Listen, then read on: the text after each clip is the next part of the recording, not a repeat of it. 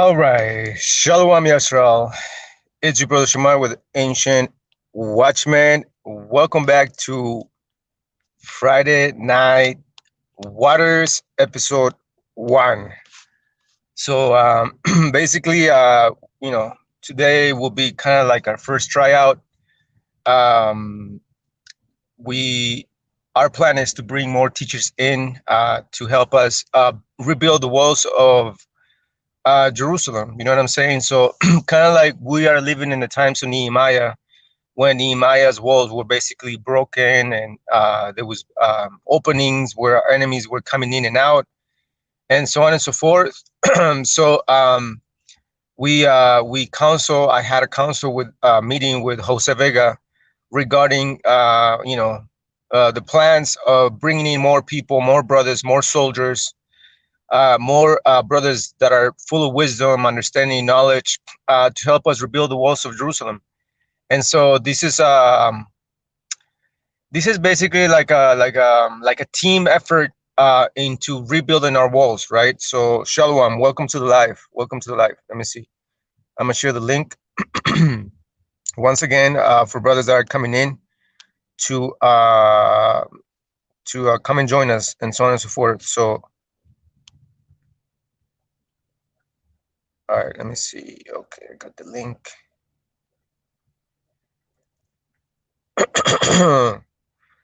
Shalom, Yisrael. Shalom.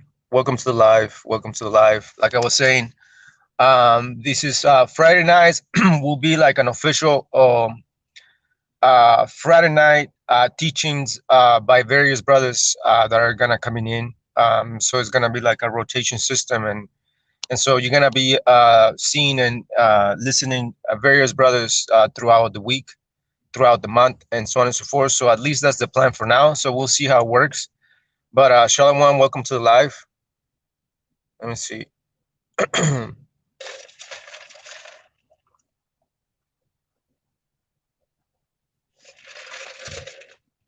Let me share the link to our Facebook group. Hold on.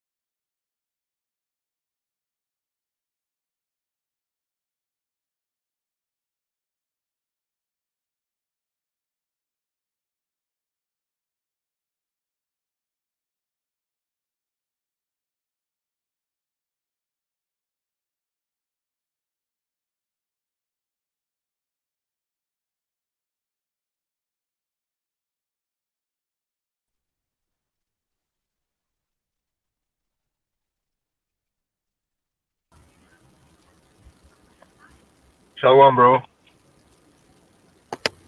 There you go. You there? Yep, you can hear me? Yep. Yeah, man. I was going back and forth with that cat on Instagram. I don't know if you noticed, so you seen. I tagged you on it. No, I don't have Instagram. Oh, okay. Yeah, you said that he wanted you to join the live or something like that, right? Or Yeah. He said he was gonna be here, so we'll see. oh, that's what he said. Yep. Moisés, shalom, brother. Uh, Shalom, brother. What's going on? Hello, what's going Yeah, I can hear you, bro. You're breaking up. What's going on?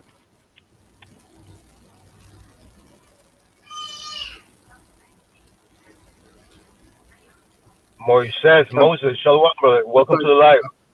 no, I think I don't know. It sounds like he was busy with his family or something in the background. Okay. But Yeah, yeah, man. So basically, I was going back and forth with that cat, right? And his arguments are stupid, bro. It's the same arguments that these cats have been using for years, bro. It's the same idea that they're saying, like they're barking like a bunch of dogs, like the dogs that they are, right? They're barking things like, oh, well, the 10 tribes are in Africa. Okay, fine. And you guys have a land, you guys have these, you guys have that. You guys have an army, and you guys have stores, and we don't, and this and that and the third. And it's the same arguments that we already addressed. And I'm like, okay, fine. If you think that the 10 tribes are in Africa, fine. So, according to the but curses, all because those. the curses, No, what? I'll say it makes no sense because if the 10 tribes are in Africa, well, if you're saying that we're not the 10 tribes because we have our own land and we have our own stores, well, those 10 tribes that you claim they're in Africa, they have their own land, they have their own stores, they have their own everything. You know what I'm saying? That's It's exactly what I said. it's That's it's a ridiculous argument, man. Yeah, it's redundant. It's redundant. And then he kept saying, well, you guys are Mongolians, you guys are Olmecs, you guys are, man, all these ridiculous claims that these cats have been using for years that we already debunked. It's useless at this point. It's like, do you guys even read a book? Do you guys even use your logic, or what's Not going even on, bro? that. How about this? Do you guys even watch us? You know what I'm saying? Because if you guys watched us, you would know that we've been answering those things for years. Like, why would you make the same arguments that we've been debunking for years? Like, Mm-hmm. come with Yep. something new, something fresh. Yep. Yeah, it's hilarious, man. What were you in? I couldn't really watch the thing on Facebook with you and Malak. What were you guys talking about? It sounded like y'all talking about Quana, but the feed kept going like in and out, so I couldn't really hear Yeah, it. man. Yeah. Well, I was basically saying that Kwana is over there basically running his mouth, saying like, "Oh, well, nobody's talking about the injustices that is being done against my family because Ram and Martha share my home address to everybody else, and now everybody else and my enemies, according to Kwana, my enemies, he said that know where I live now. So now my family is in danger, my wife is in danger, my life is in danger, this and that and the third, right? But then my argument is this, right? Like I was talking to Malak. I'm like, listen, brother. Juana knew that when I was gonna come to visit him 2 months ago, they were plotting against me to have me beat up and whatever the lie with Masha, Ram, and some other brothers that were there at Juana's house. But Juana never gave me a heads up to say, at least according to the law says, thou shalt not deal deceitfully with thy neighbor, right?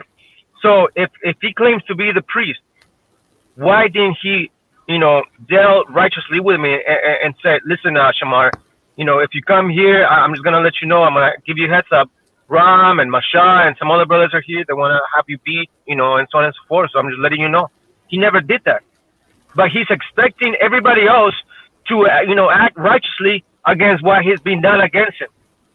You know what I'm saying? So again, I told Kwana on the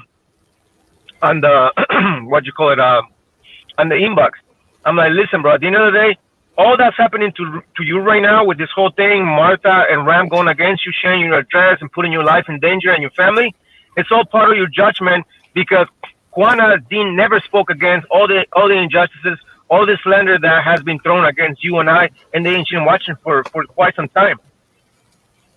Yeah. Sincere brethren, Armand. No, you don't have to. I'm gonna share the link in the comment section. You can click on it. I'll bring you in. Shalom. Sincere brethren, Armand. I don't know who you are, but are you the brother from what's it called? No, Instagram? no, it's probably not.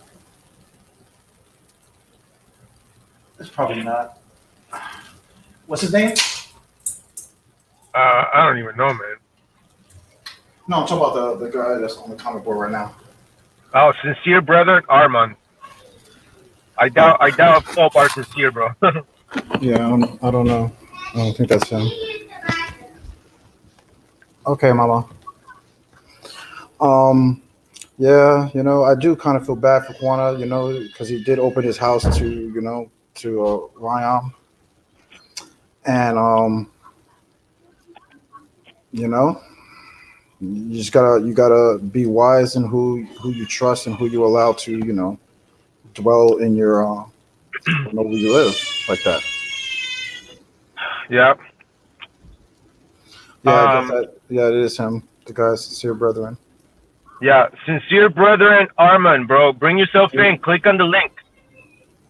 you gotta drop the Trujillo, Shalom, brother. Shalom. Welcome to the live. you gotta drop the link for him then. Yeah, the link is in the comment section. I'm gonna drop it again. But yeah, what I'm saying, I can Unless see he's that Quana, stalling. Yeah. unless Quana, you do gotta feel bad. He opened his house Unless to what? him. A lot of. I said you gotta feel a little bit bad for Quana because he did open his house to Wyam, and a lot of really messed up things happened while Wyam was living in that house. Well, I You do know, feel bad for so Quana, bro. I do feel. I remember. I do feel for bad for Quana, bro, because at the end of the day, like I told Malak, like we don't hate Quana. We don't hate his wife. We don't hate his children. The Ancient Watchman is not about hatred, but we don't get along with Quana because of his spirit and his pride and among other things.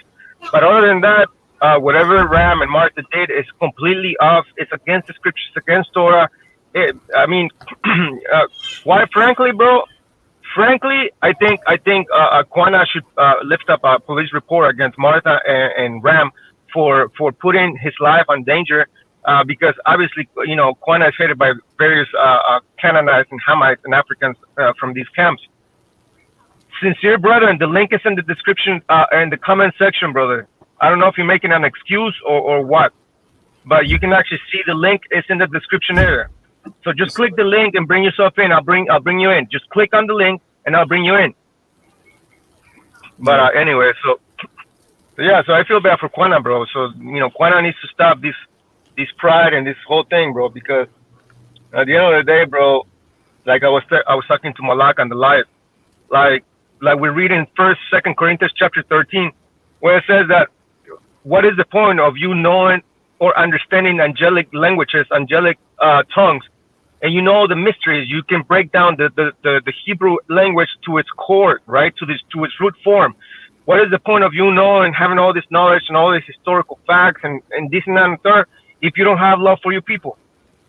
What is the point? And it's like the scripture says, like if you have all that but you don't have love for your people, you're just like someone that's making noise. You're like a metal that's making noise. Meaning what? There is no melody. There's no actual melody being played. So, sincere brother Norman, you say you want to come on the live, bro. The link is in the description area. We'll hear you out. We'll hear you out. Yeah, Like I said, we'll hear you out and answer your questions. Yeah, click on it because your brother on Instagram was running his mouth, just saying a bunch of nonsense, a bunch of pseudo stuff that we have already debunked for the past 4 years, 5 years already. But if you want to talk about it, bring yourself in. And we'll hear you out. We're not gonna pause you. We're not gonna mute you. We'll hear you out. Just bring yourself in. Go ahead. Yeah. We'll have a civil conversation with the brother. What? I'll say we'll have a civil conversation with the brother, even though he went around slandering me or whatever. Because, like I said, we can bring out scriptures all day long about slander if you want, but I'm very sure a lot of you people don't really care about slander, and that's perfectly fine. we can bring out scriptures about that because that is a law that you shouldn't slander people or lie on people and things of that nature. Yeah, he claims it's not working, bro. A bunch of excuses, bro. I'm telling you, bro. That's all right. That's all right. Brother. brother, sincere brother. If you're being sincere, like your name says, if you are being literally sincere, It's all right. that It's it's all not right. working, click on it again. I posted it again. MA, Shalom, brother. Shalom. Slander. Yeah, Who? we're talking We're talking about people who slander me, brother. There's the like the the fault. there's been a slander campaign on me for a few years already. You have people making fake YouTube accounts under my name. You have people making fake Instagram accounts under my name, fake Facebook accounts under my name, and basically saying a bunch of reckless stuff, making me seem like a racist. Saying racist things when, of course, I've never said anything racist. But whatever. But the whole point is that why do the so-called African Americans have to make fake accounts of me? This is what you brothers and sisters should be asking yourselves. Why? Matter of fact, like I was telling Ayash, even the folk camp, right? Um, like right now, if anybody can look this up for themselves, right? When you go on YouTube and just type in Ancient Watchmen, right? Not only are you going to see our channel, but you're going to see other videos, right, from folk.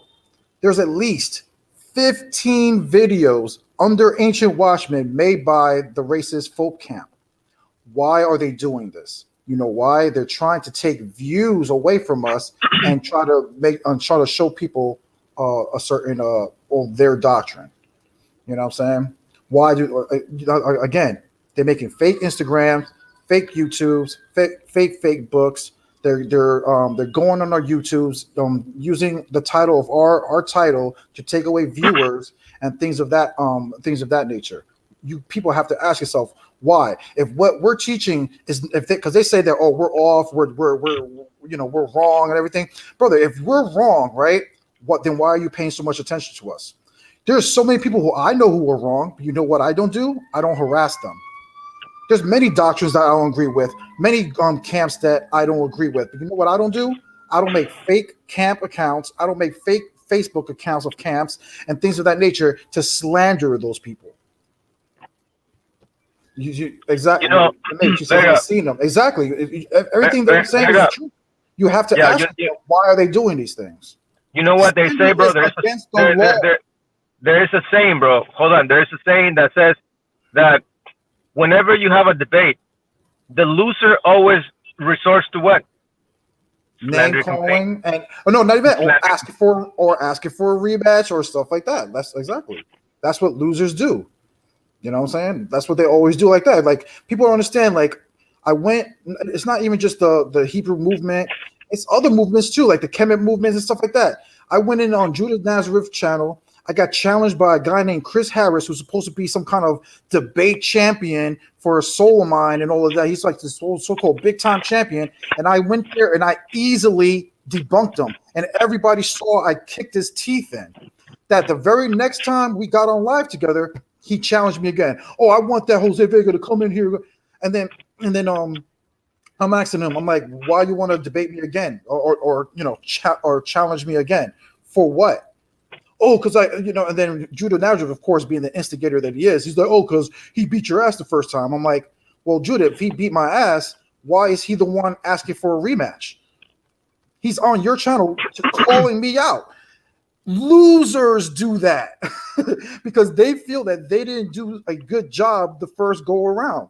That's what losers do. Just like Sakari, when we beat the crap out of Sakari, the very next day, Deacon Hakah and Alazar called my phone talking about let's do a rematch.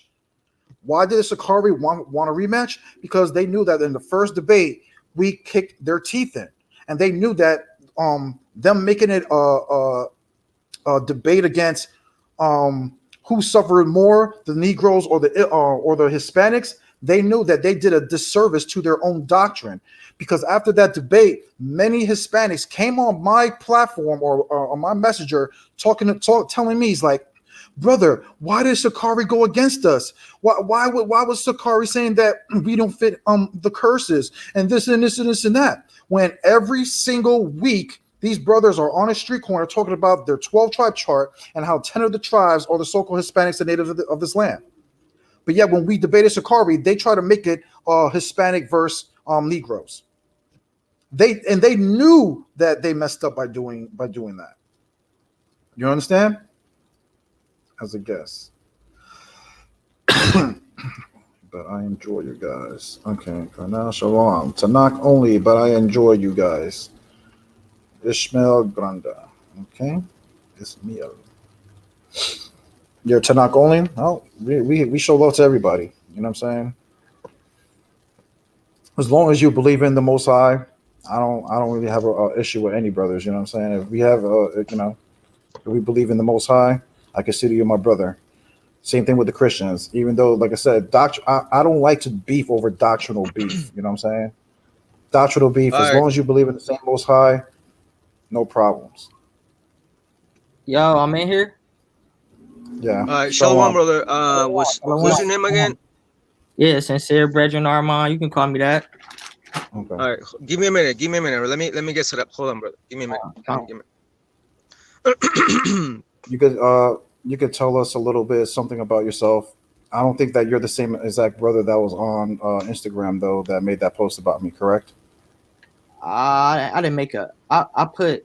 All right, so I seen a post of. Let me see what his name was. Just so I Okay, can, but I'm saying, but you're not that brother that made that post though. maybe That's what I'm not the asking. initial one.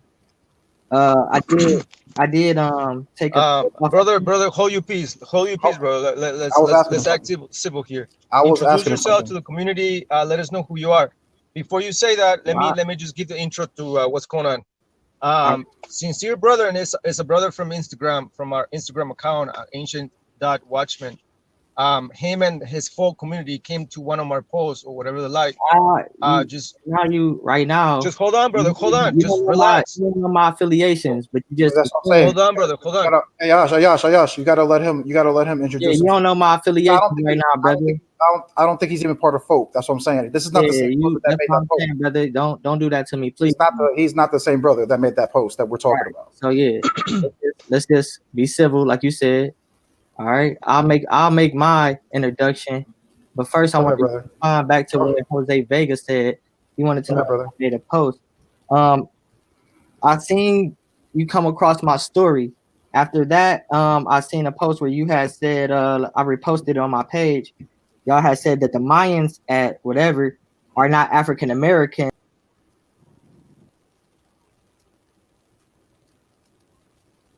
Oh, snap. Was that Jose Ben Israel? Is that All right, Ayash? all Is right, that the brother hermano José, ¿está ahí usted o no?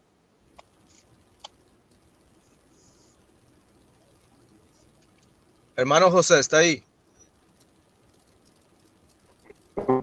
¿Sí me escucha, hermano?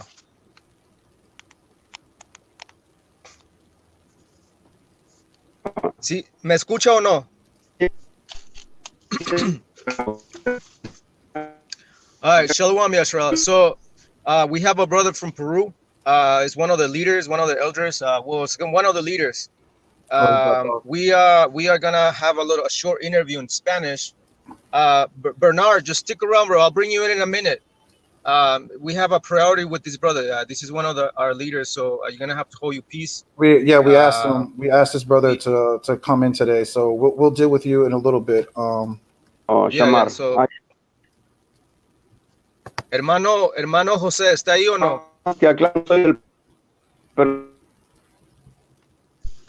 ¿Sí me escucha?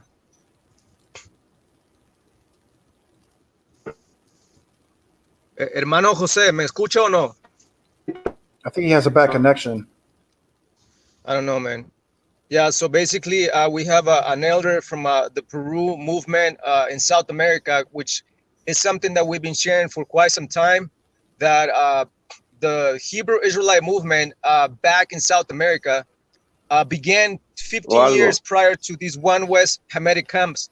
And so, we have one of the leaders, one of the many leaders from the Peruvian la Iglesia Israelita del Nuevo Pacto o el Movimiento Israelita de South America.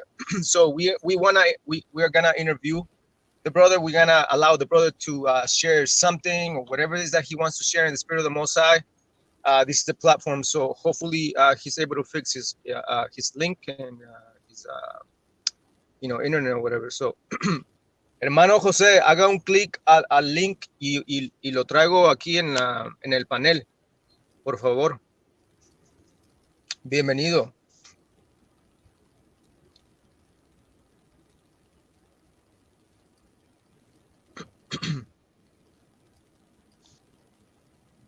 I don't know. Let me go talk to him on Facebook, bro. I'll be back.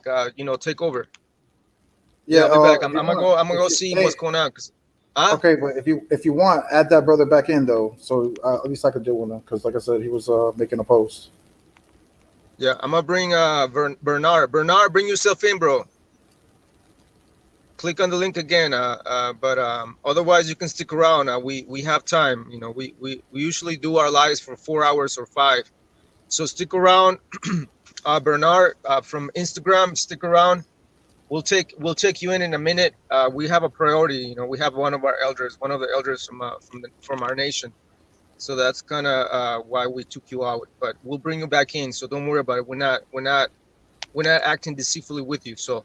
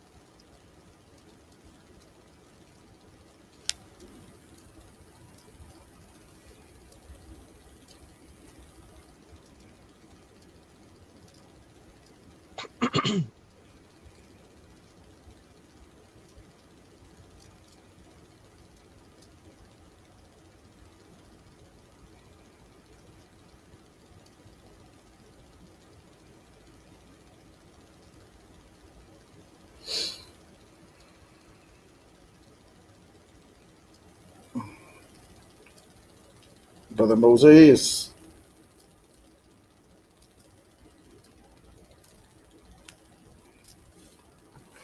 cool. Likewise, Shalom, bro, elder. Shalom, Shalom, Michael Cortez. Shalom, Walter. Yeah, like Shamar said, we invited a brother from Peru to come. Most likely, he's going to be in Spanish, so your brother have to, you're gonna have to bear in because I really don't understand Spanish either that much. So that conversation most likely is going to be in Spanish. But then we got the brother Bernard. I forgot his name. Hold on, let me see if I can scroll up. The sincere brethren Armand. We'll find out what that brother is about or what camp he belongs to, and then we'll answer his questions and stuff like that. Which he sounded like he wanted to get into the Olmec and the Mayan argument, which is going to be pretty bad for him. Because again, you're talking about Native history, and that's something we know, a lot about.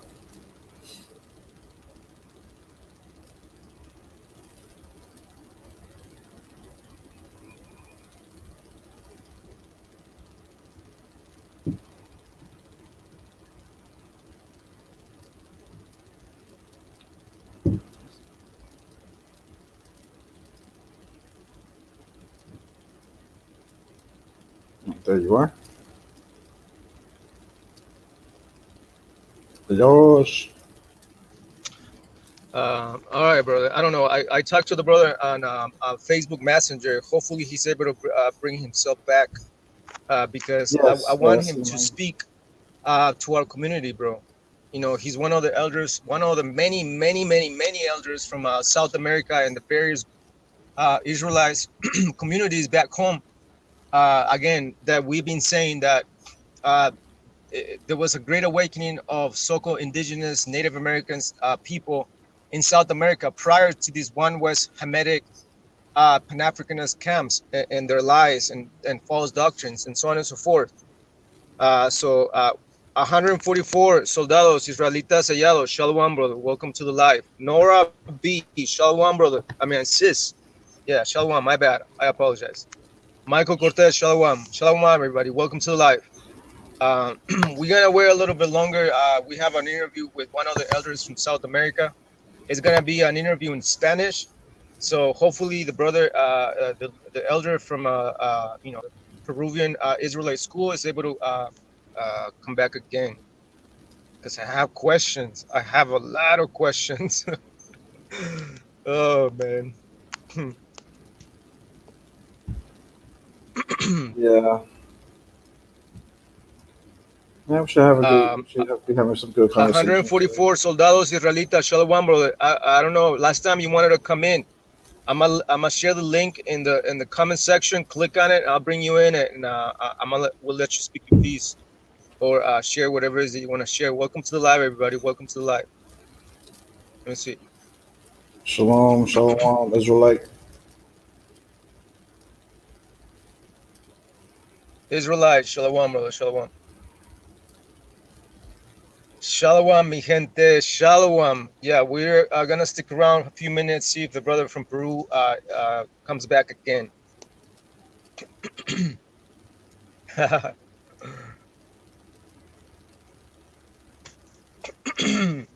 Yep. We got questions, bro. We got questions that need to be that are going to get answers because the answers are already there.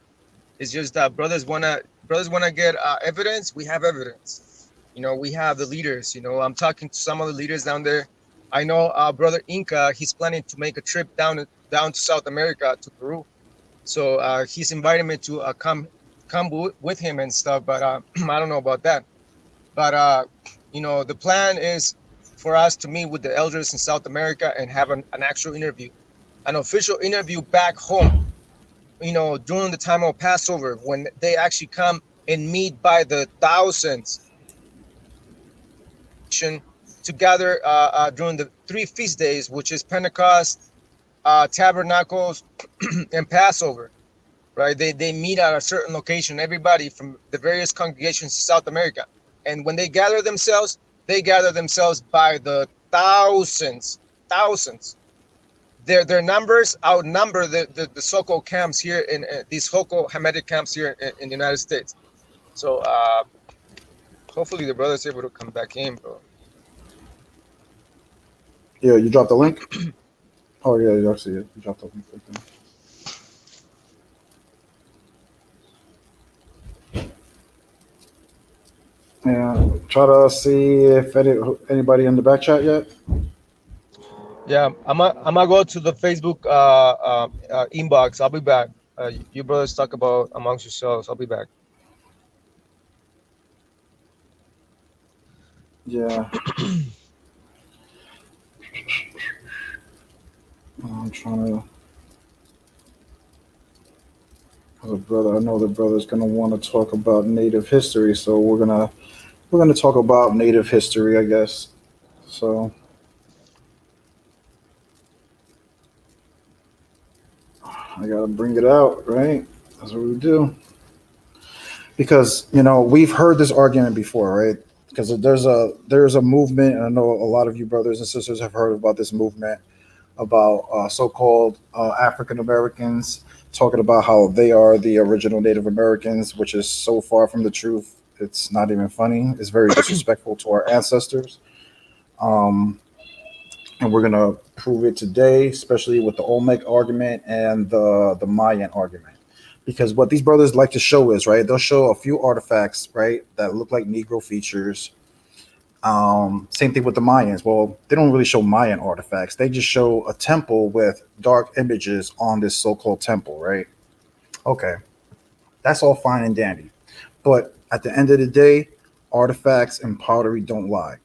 We keep telling people about this. This is how you prove doctrines wrong. This is how you even prove books wrong. If the pottery and artifacts don't match up, then it's a lie. Okay. Now the whole point is that yes, they were black Olmecs, but there was also native Olmecs. There's two different type of Olmecs. There were two different types of Mayans. Okay, and we're gonna bring that all that information out. And again, artifacts trump people's opinions and what people have learned. So we're gonna show many artifacts today.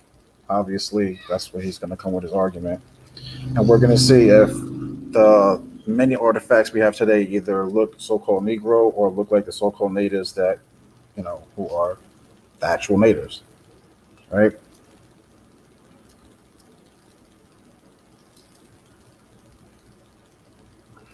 So,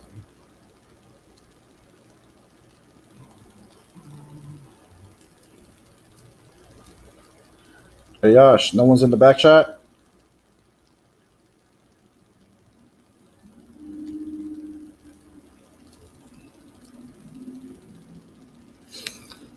Are you still keeping the Monday Live? Walt, okay, we asked a question. Water. Are you still keeping the Monday Live podcast? Yes, we decided to actually pay the monthly fee for the YouTube, so we can do Friday night classes and Monday night discussions. So yeah, we'll be on Fridays and Mondays around the same time, 7 or 8 o'clock.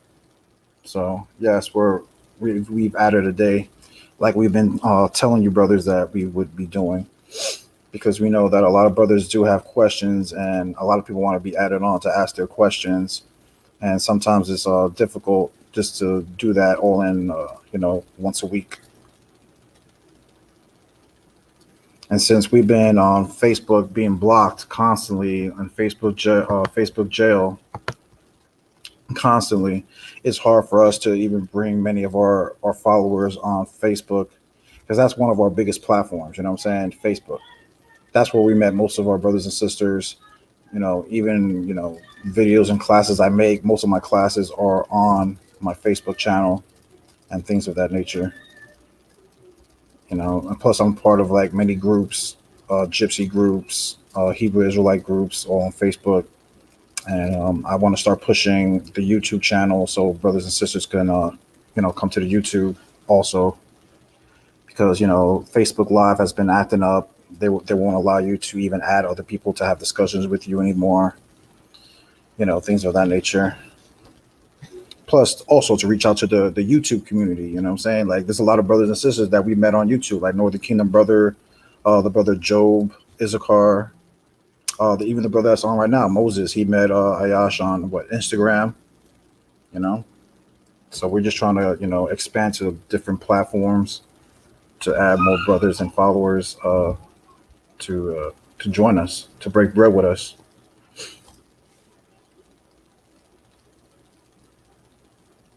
But I guess we're waiting on Ayash.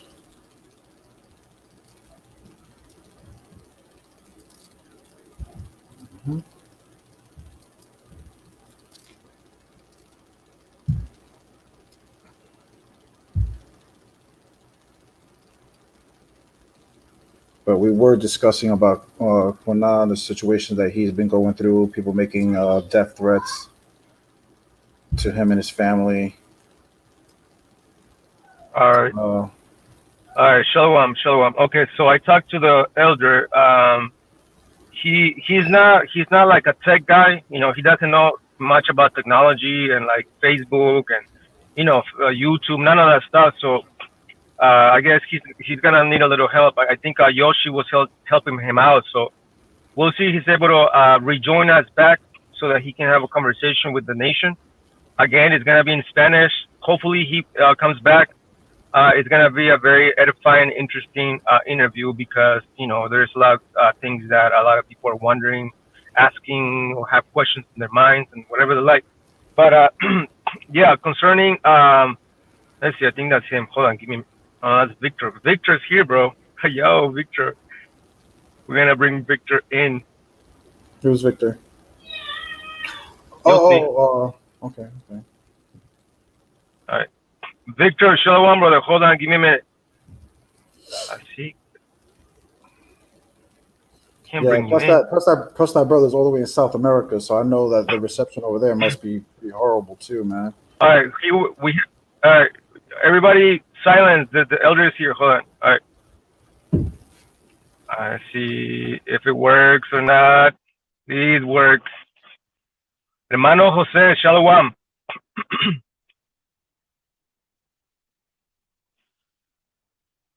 Hermano José, ¿está ahí?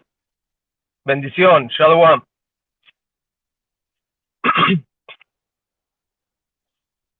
Shalom, hermano, bendición. ¿Cómo está? Buenas tardes.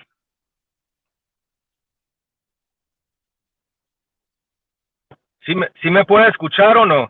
¿Me escucha?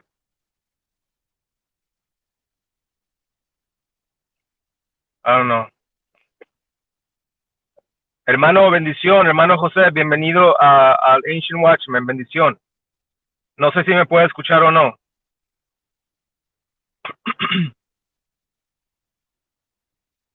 I don't know, man. I think it's frozen. Bendición, hermano José. ¿Me escucha? Oh, no. I don't know, man. I think he has a bad connection. Victor, shalom, brother. Hey, listen, I'm going to drop the link again. Let's see. Victor, shalom, brother. I'm going to drop the link again. Click on that link again because the one you're on is an old link. So I'm gonna drop the new link again so you can actually join yourself in. Hold on. Yeah, man, I'm sad, man. I'm disappointed that the elder has a bad connection, man.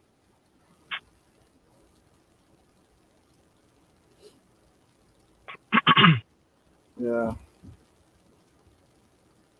Anyway, Yashra. So yeah, we are doing these lives. Friday nights will be like some sort of teaching lesson by various brothers that we're gonna bring in, most I willing, in within a week or 2 weeks. We already had a council with certain brothers or a conversation. Hermano, bendición, buenas tardes.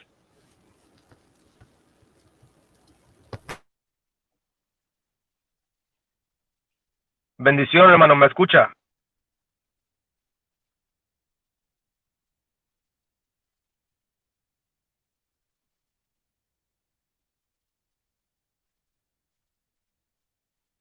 Hermano, bendición, hermano José, ¿me escucha o no?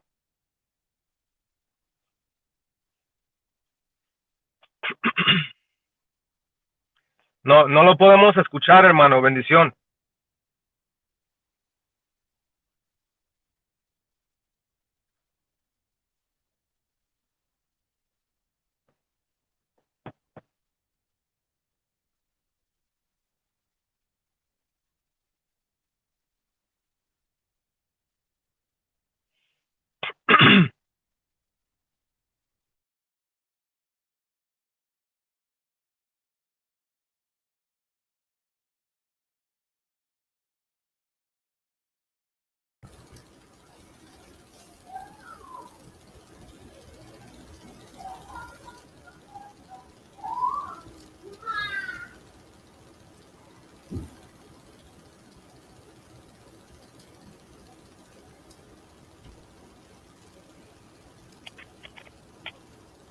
Shalom, shalom, bendición.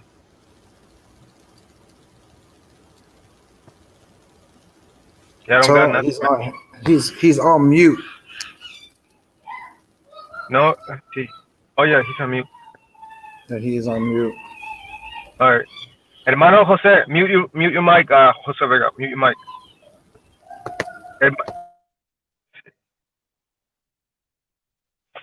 Oh man. Hermano José, bendición, shalom. A ver.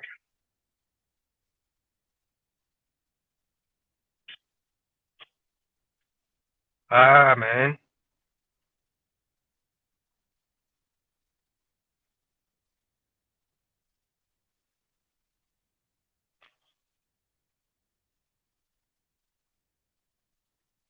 Yeah, I don't know.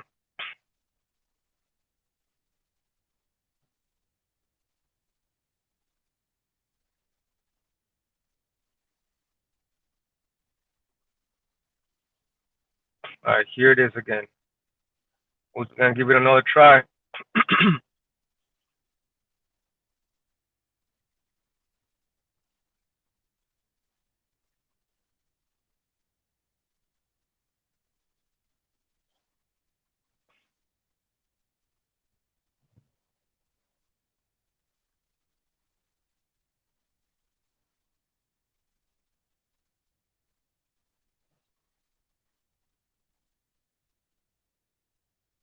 I cannot mute his phone, bro. He needs to unmute it from his side.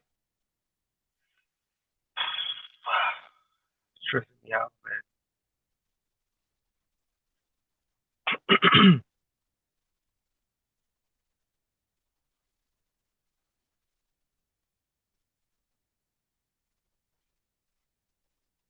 Yeah, it's not working. Shalom Yashral. So I guess our interview is gonna be postponed. Maybe we don't know. Uh, the brother, the elder from Peru, or the elder from the. Oh, it says their mic isn't connected, bro. It says cannot mute because their mic isn't connected. Wow, man, and then he doesn't know about technology, bro. Like, bro. Wow. Anyways, Yashra. So yeah, so we had a scheduled interview with one of the elders from Peru, the Hebrew Israelite community in South America, and we wanted to bring the brother in, the elder in, to talk to us and just share whatever it is that he needs to share in the spirit of the Most High. So, but I guess his microphone is not connected to the internet, and the elder is not tech savvy or savvy or whatever. So she doesn't know how to operate a computer or whatever the like. So we apologize for that. Thanks for sticking around and being patient. But anyway, uh, so yeah, we're gonna continue to do Monday lives, Monday night smoke, and then we're creating these Friday night waters. You know what I'm saying? So, and the reason why it's water is because the word of the Most High is like waters.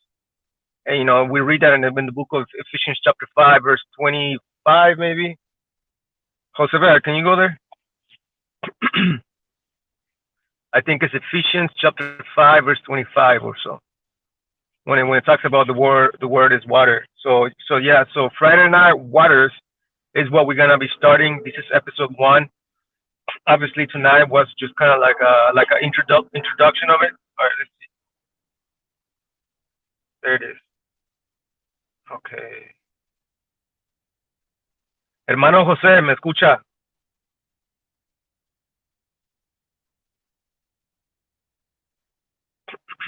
Ah, man.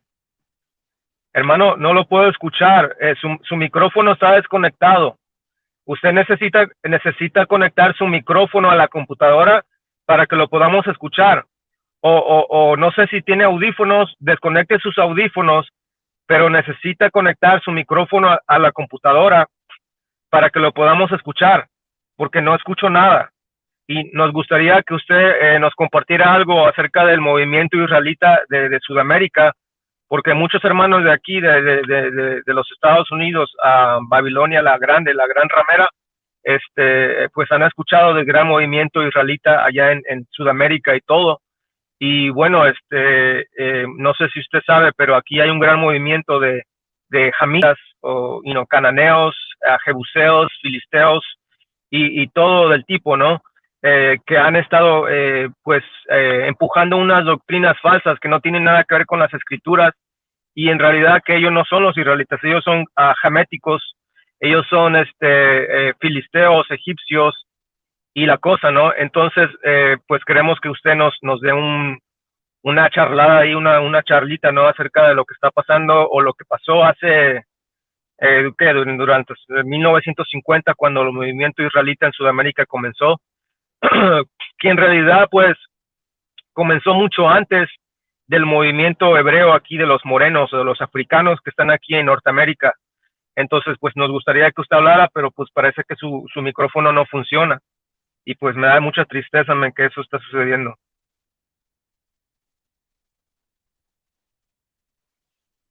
Yeah, man, his mic is not connected. They're telling me that his mic is not connected. So, Shalom Yashra, I guess it's not gonna work out. Is he on a laptop? I can't tell because it doesn't. We can't communicate because it says that the mic is not connected. Hello. Yeah. Moisés, Shalom. Shalom. Yeah, it's going, man. How's it going with you? Pretty good. Learning slowly. Yeah, just give us a minute, bro. Right. We're trying to bring this brother in, one of the elders in. So just Yeah, you stick around, bro. Oh, Just, okay, no worries. Jose. Well, there really is no point. You said Yeah, his so mic is not yeah, it's hooked not. up, so Yeah, let me just say something. Hermano José, bendición. Mire, no lo podemos escuchar. Aquí me está diciendo en mi sistema de que su micrófono de la computadora no está conectado. Entonces, no tiene chiste, pues no lo podemos escuchar ni nada. Pero no sé si usted nos escucha. No sé si tal vez cuando llegue yo a Facebook, ahorita estoy bloqueado, pero cuando regrese a Facebook, si quiere podemos hacer la entrevista en Facebook mucho mejor. Cuando yo regrese en Facebook como en 4 días. Ahí nos estamos viendo en 4 días y pues gracias por estar aquí, aunque usted no pudo hablar, pero pues esperemos compartir y edificar uno al otro y edificar a la nación de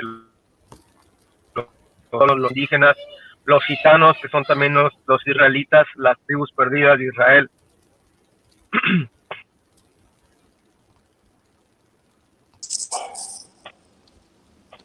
Shalom, brother, what's going on? Bendición. Hey, shalom, What's going on, shalom. Yabashem Yashar Brakta. Just told our brother Vega stop in real quick. You know, say shalom to y'all brothers. I didn't even check out what y'all were talking about yet. I just clicked the link real quick. You know what I'm saying? Nah, nothing specific. This is basically like our launching series that we're gonna be doing. Friday Night Waters.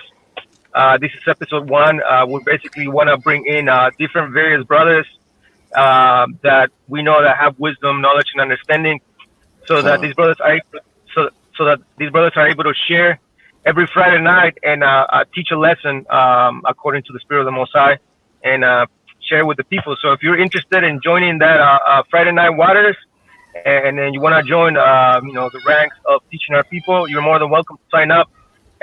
We basically want to do. My plan is to do our rotation.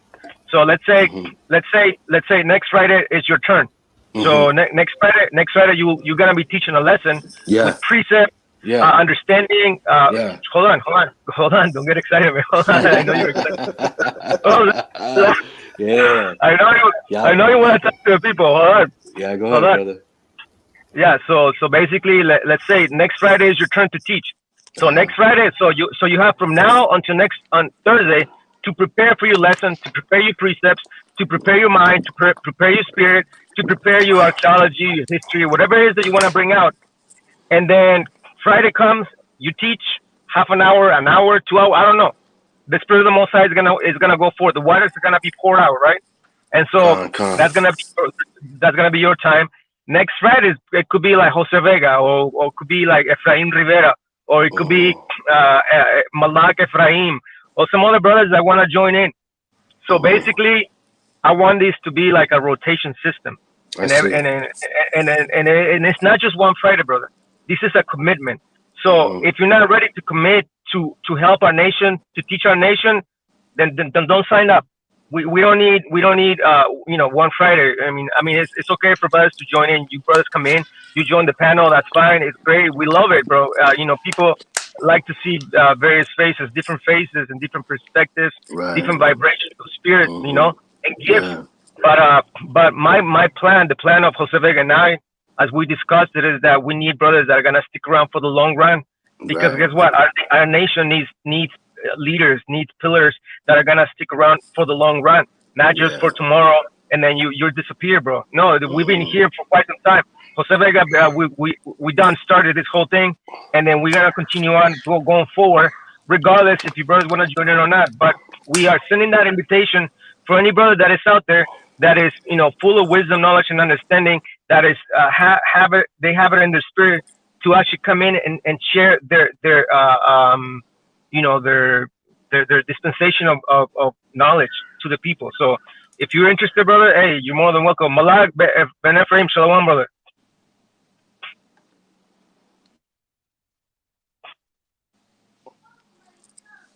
Yeah, I mean, I'm definitely interested, you know what I'm saying?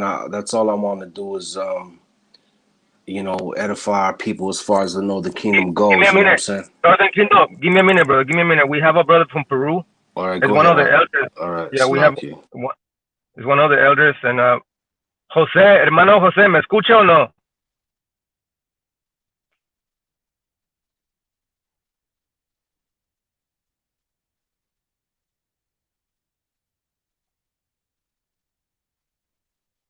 I think he left.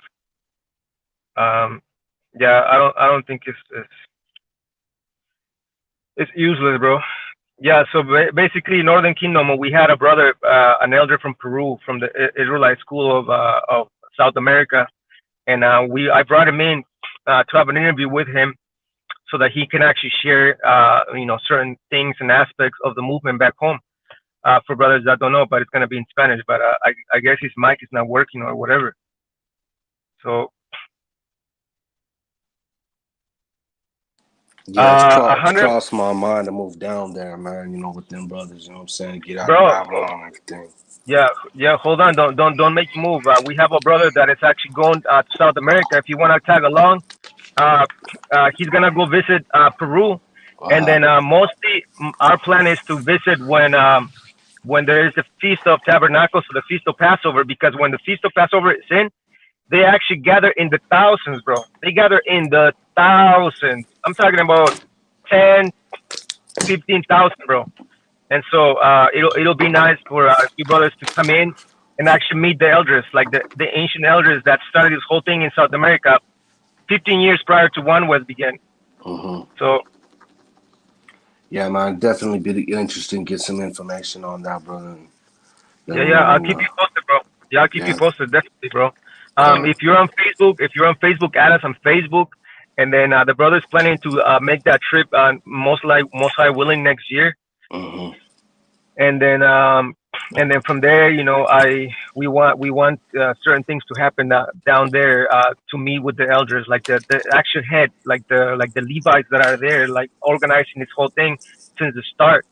So and that's what brothers don't understand. Brothers don't understand that we had a movement that already jump started way before this One West began. So Come.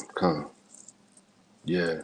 Yeah, I seen a lot of videos on them Akim down there, and they're getting it in. Obviously, it's not just a movement. It's an entire population of people down there doing this for all these law, statutes, and commandments. Man, I've seen them. It's the Iglesia Israelitas, right? The Israelitas, Iglesia of Peru. yeah, brother, yeah. Mm-hmm. Hermano Jose, me escucha? Tell him to unmute his mic. He can't, because my system is telling me that his mic is not connected, bro. And the brother doesn't know about technology, so You're gonna have to come back in there. he's been doing that for No, he doesn't know about. Yeah. he's been doing that for the past half an hour, bro. Oh, So I know, bro. yeah, man. So I'm kind of sad, man, because I want you brothers to hear him out. That's why I invited him, and I'm gonna continue to invite these leaders, bro. I'm gonna bring the Levites in, and then this thing is gonna explode, bro. Once again, it's gonna be another level, and brothers are gonna have to, understand, the concepts and the big deception that's been going on with this One West Hamitic camps, bro. They're all gonna fall. They're all gonna fall because they've been lying to the people. Regardless if you brothers are subscribing to their nonsense and you're subscribing to their false understandings and whatever the like. So this is what we're doing, bro. And this is what happened when I brought Quana, yeah, and so on and so forth. And it's gonna happen once again when I bring the Levites from South America, bro. It's gonna happen the same thing. So brothers can hate, brothers can talk all you want, and so on and so forth. But at the end of the day, our people are waking up. Our people are realizing the lies. Our people are coming out from false doctrines, false understandings, the 12 tribe chart, and these other things and all these other concepts. So this is why the elder is here. Hermano, bendición, me escucha, no sé, su micrófono no está conectado. Necesita conectar su micrófono para que lo podamos escuchar. Aquí tenemos varios hermanos que pues están listos para escucharlo a usted y escuchar lo que usted tiene que decir acerca del movimiento hebreo que comenzó allá en Sudamérica en los años 1050. So, no sé si pueda hacerlo, pueda agarrar mejor hacerlo por el celular o no sé.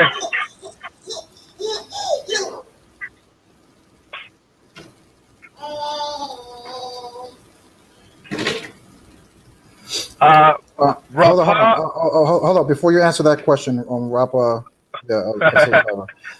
we'll that's a funny question you asked. But Northern Kingdom also, I'm preparing a class for, I would say, at the beginning of next week. I'm gonna drop it on Facebook to show not only this the Peruvian schools, but I'm gonna show at least 20 other schools scattered out through South America, even some of them going back as the 1490s and stuff.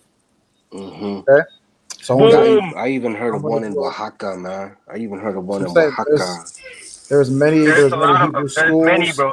There's and many there's in Hebrew Puerto Rico. movements. There's one in Puerto Rico that began back in the 1600s, bro. Bro, it's all there, bro. It's just that these things are hidden away. Yeah, just gotta do research, bro. You know what I'm saying? Just gotta do research, Yeah, and I'm gonna do a class on that Well, coming up. they hiding it from us. They're gonna try as hard as they can to hide it from us, man. They'll well, shut down the entire internet just to hide it from us. You know what I'm saying? bro, hold on. That's how deep it go.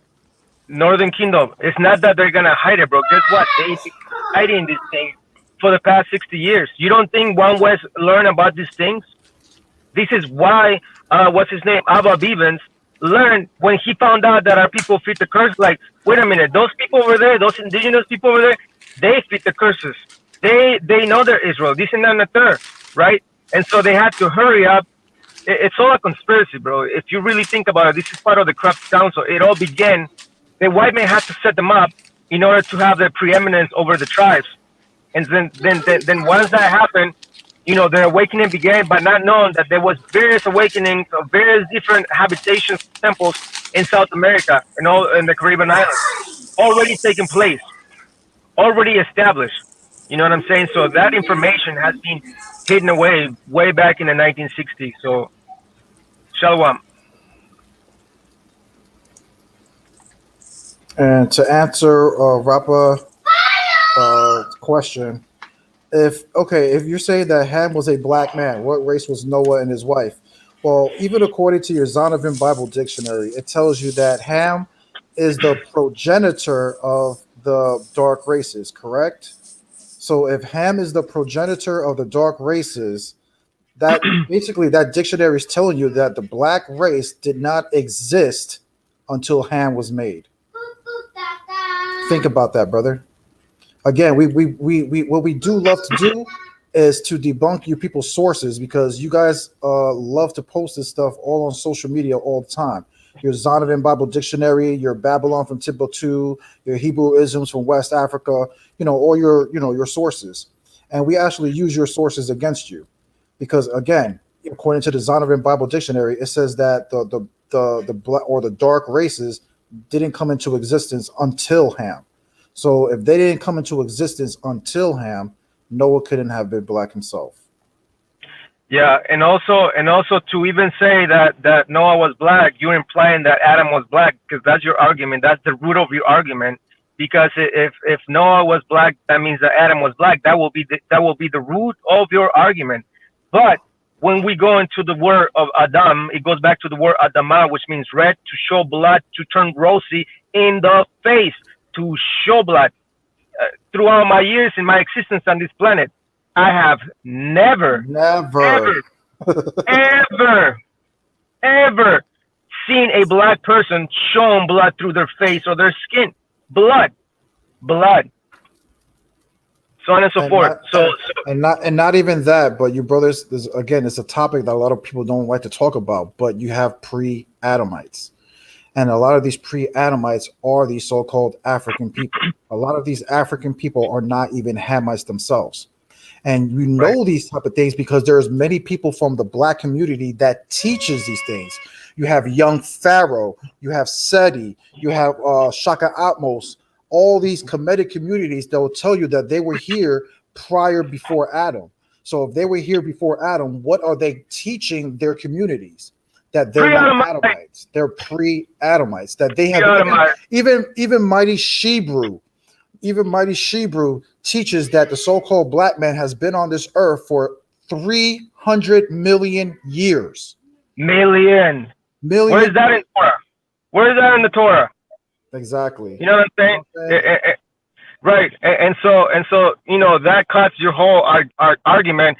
Again, let me see what he says. He goes and says, all life comes from Africa. Black people have the most dominant DNA gene on the planet. Okay, fine. So what does it have to do with Torah?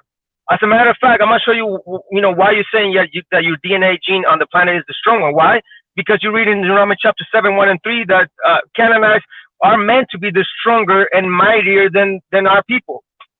So are you agreeing that you are the Canaanites because you are more stronger, mightier, faster, and so on and so forth? You twerk better, and so on and so forth. Is that what you're saying? And to even go farther than your statement, life didn't begin in Africa. If you actually go to the Sumerians have this place called the cradle of civilization, which is the crescent green, which is in Iraq, which is where all civilization sprung forth. What are you talking about? Yeah, even the oldest artifact, which is the tablets, 7 tablets of the Sumerians of creation. You have the tablets of Enki, the 14 tablets of Enki. You have the seals of various Sumerian and Akkadian kings that actually predate the Bible by 1,000 years, which actually tell you that civilization sprung there because the fallen angels fell down and created all sorts of civilization in Sumeria. This is why they call the Sumerians. That's the cradle of civilization. Any historian, any archaeologist is going to tell you that. Anybody can look at this information right now and ask, where is the cradle of civilization? Look it up. Google it right now. Or every single archaeologist and historian knows these things. So for you to say that all life stems from Africa, it's an erroneous claim. Yes, it's not. It's correct. And Rappa says, you just said black people weren't here until Ham, but now you're saying we're pre-Adamites. Make up your mind. Do you see how you guys can't even comprehend? I didn't say that. I said, according to your own Zondervan Bible dictionary. I don't subscribe to that crap. I was debunking your own people's logic. Okay? We teach that the so-called Negroes that are over here in the Americas are the so-called Canaanites. Other Africans are what you would call pre-Adamites. They're not even part of what you call Adamites. Brother, the Igbos even teach this. There's a video, I seen a video about a year, 2 years ago of the Igbo elder telling you that how they survived the flood by hiding in caves and things of that nature. You know what I'm saying? They even too teach that they're pre-Adamites or don't even come from Noah. You know what I'm saying? So there's many Africans that teach this type of stuff, and the Kemetic community is one of the communities that exposes these theories. I've met plenty of brothers who subscribe to the Samaritan tablets, and they'll tell you that they're actual aliens, that they're not even from this planet. You see what I'm saying? There are plenty of Africans or Negroes that teach this stuff. But no, I was just using Ham and your Zondervan Bible dictionary to show you that according to your own sources, the sources that the black community pushes on social media all the time, is basically telling you people that you guys didn't come into existence until Ham came onto the scene. But we all know that's not true. We all know that the so-called black man or the African man have been here prior than anyone, even before Adam. Yeah, okay. Which will make Neanderthals. Right, and so your other argument about divine prospect, brother, I inboxed a divine prospect 2 years ago. I came to his inbox and I asked him, listen, man, according to your research, according to your scholarship or understanding and knowledge, who do you think the Canaanites are? I would like to get the answer from you, because he's a predominant brother that's well known within the community, the Kemetic community, and so on and so forth, the Hebrew community and whatever the like. So he's a knowledgeable brother. So it's been 2 years, right? According to my watch, it's been 2 years and still no answers, right? No answers. So if he really has, again, we've been asking the same question for 2-3 years, right? To the entire community. You would think that these elders like Yahana, elder from IUIC and various other elders from the community, you would think that they will actually have answers for us. Listen, we're gonna go on. We already have gone on the record. We're gonna go on the record again. We have said this before. If there's an elder that is going to come and actually show us who these Canaanites are according to prophecy, historical evidence, and archaeology, right? We are going to humble down. We don't have a problem with that. It's been more than 2 years. We're about to go in a third year, and we still do not have answers from none of these high-ranking members from a lot of these camps, right? So what does that tell you?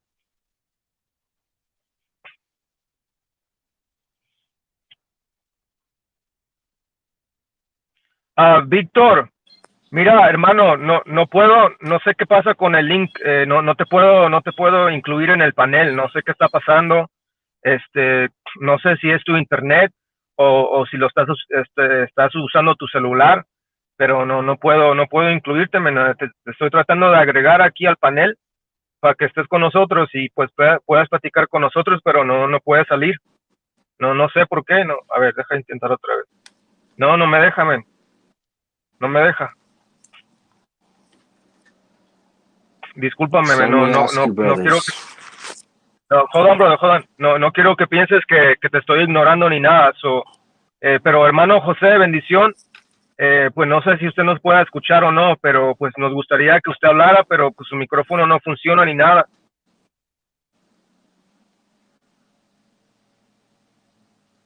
No, it says can unmute their mic. We agree with you, Rapa. I do think that Divine is one of your smarter people in your community. But these a lot of these camps and so-called what you call Negroites on the social media, they're not. Yeah, that's why we came to him. That's why I came to him 2 years ago. I asked him, like, listen, brother, I want to know, according to your research, who the Canaanites are. Because camps will be like, they will have the table of nations, right? They have 18 nations in their table of nations. Well, in those 18 table of nations, guess who they have? They have the Canaanites, but they put them as who? The South Africans. Obviously, the next question that we're going to ask is, okay, if you're saying that the South Africans are the Canaanites, okay, well, then you're going to have to show us in the historical records or even in the archaeological records how these South Africans that you're claiming to be Canaanites went into slavery, serving all nations on the planet Earth, right? That's the next thing we're going to ask you. And we've asked that question, and they can't prove it. If the life they can't. They don't even answer it. They don't even answer it. Like I've asked you right now, Rapper. Type in right now. Who do you teach? Who do you teach? Not who do you think? Who do you teach, or Divine Prosper teaches? Who are the Canaanites today, and how they fulfilled the curses of Genesis 9 and Ezekiel 28, brother? And again, we don't teach that all Negroes are Canaanites either. We all know that Israel comes in many nations and many shades, colors, and things of that nature. We bring out Genesis 35. We just bring out Genesis 35 last Monday to show and prove that Israel are many nations. Yeah. Rapa Arataza, for your information, I do not deny that you guys are Israel. I know you are, but I don't believe the Canaanite thing to be true. What do you mean you don't believe the Canaanite thing to be true? So then Genesis 9:25. Would you like to explain that? Would you like to explain that? That's what I asked him right now, Josh. I asked him. Who is the West African? Who they are. That's what I want to know. Who is the West African? Every time we ask a so-called camp or another what you call Black Hebrew Israelites, they never give us a straight answer. Not Judah Nazareth. Who is the West African? Who is the ones that? Okay, the people from West Africa, the Negroes from West Africa. Who are they then? They're Foot.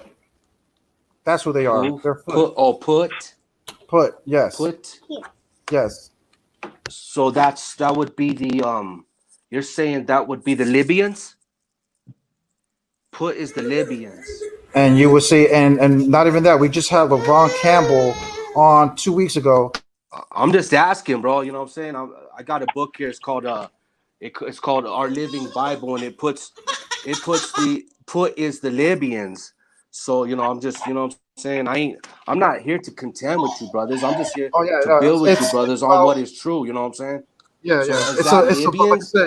we just And how had do we LeBron prove Campbell. that Libyans?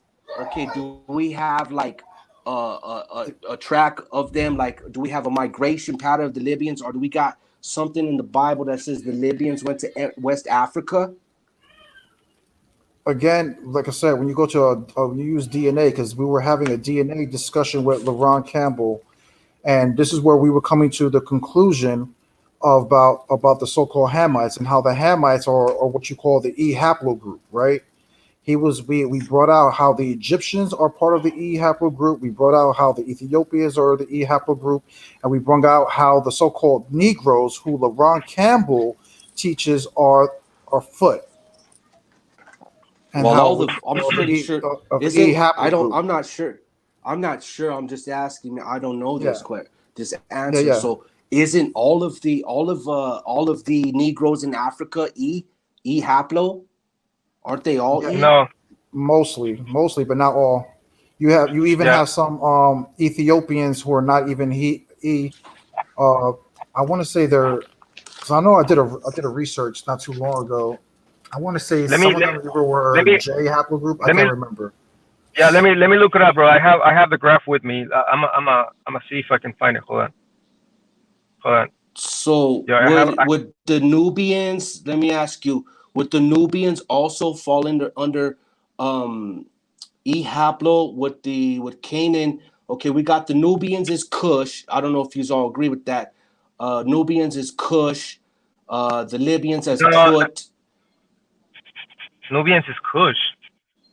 No, Yeah, bro, that doesn't make sense. that's what I got. Yeah, but that doesn't make That's what sense I because got. Kush. Well, because Kush. Yeah, well, that's what the book says. But Kush, when you actually look, I live in Minneapolis, bro. I lived among the Kushites. Like I literally lived among. As a matter of fact, one of my exes an Ethiopian woman, like back home, in Minneapolis, and they themselves say that they're Kushites. The Ethiopians are Kushites. That's what they're well known for. As a matter of fact, I think there's a movie about that. They call it Black Hawk Down or something. That was like many years Okay, ago. so It's so here's my thing, right? I'm not one just to believe anybody what they say just because they say or goes along with what I want them or what I feel or what I want them to say, right? I had to look we into neither. it, right? So We neither. if you're saying that the West Africans that were brought into slavery, those Negroes are Libyans, then I could run with that and trace that history back and see if what you're actually saying is true, and come back with come back to you and tell you what I find. You know what I'm saying? Yeah. Rapper, it says the Canaanite topic isn't my level of expertise. Well, again, if it's not your expertise, then you shouldn't be commenting, brother. And If then you you know have what I'm no saying, time, and then you just blow me off like that, brother. You know what I'm saying? And I'm not here to refute you, dispute you, or anything like that. I'm searching for the truth. You know what I'm saying? That's it. Yo, I told you, brothers, I stopped by. You know what I mean? And more power to you. May the Most High greatly increase you wisdom and knowledge and Yeah. understanding. And I'm out, Before you brother. go, brother. Shalom. Yeah. Go Yeah. ahead. Before you go. Let me pull out the chart regarding the haplogroups. Hold on. Before you go, bro. So All that right. way we All can right. actually have an understanding when it comes to that. Look, I'm just I going. ain't trying to refute you, brothers, dispute you, brothers. You know what I mean? You are my brothers. I'm trying to build with you, brothers, and I'm after the truth, regardless what it is.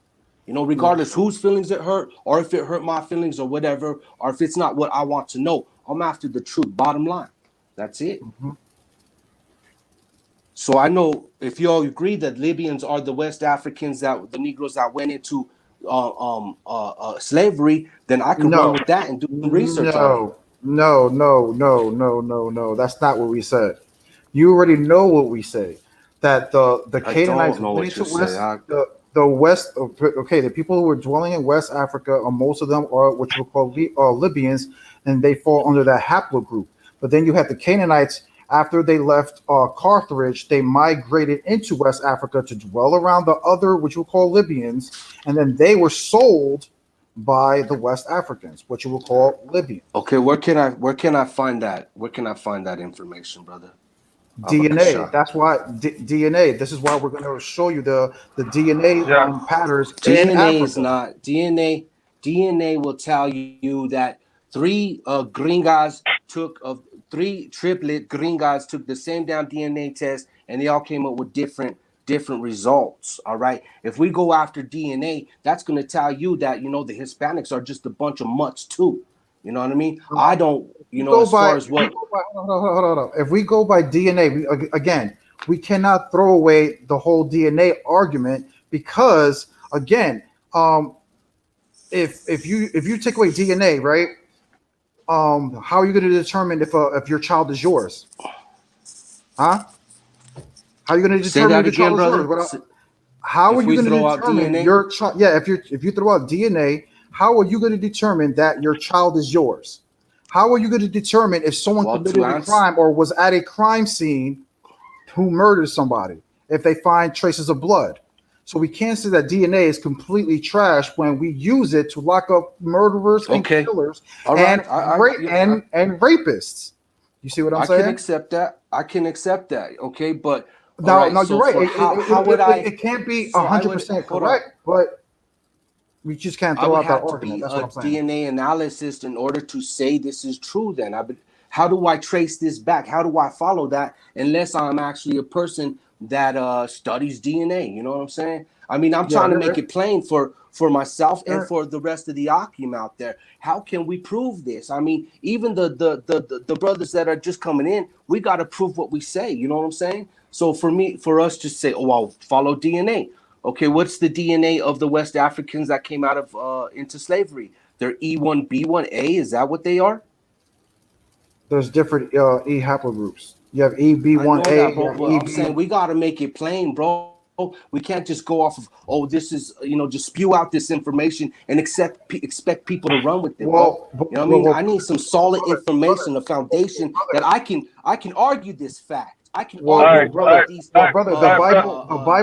Bible doesn't talk about other nations and other nations' migrations. You see what I'm saying? So when you talk about actual proof, we all know that it don't talk about DNA either. No, I'm saying that if we can't talk about DNA because again, how are you going to determine if that kid is yours? If your wife, if there's a rumor about your just said the Bible don't talk about DNA. Hold on, all I'm asking for is solid information, man. That's it. Oh my God, I'm just asking for solid foundations and information. That's it. Yo, hold up. Go ahead. Okay, go ahead. Leviticus 18, when it says that life is in the blood, what does that mean? All right. So then we can go back to DNA again, right? No.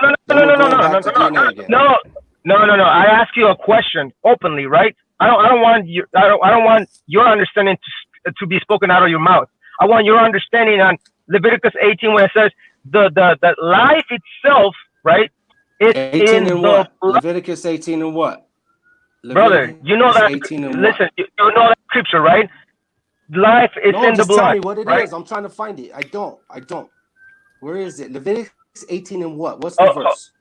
Jose Vega, look it up, bro. I don't have my Bible with me.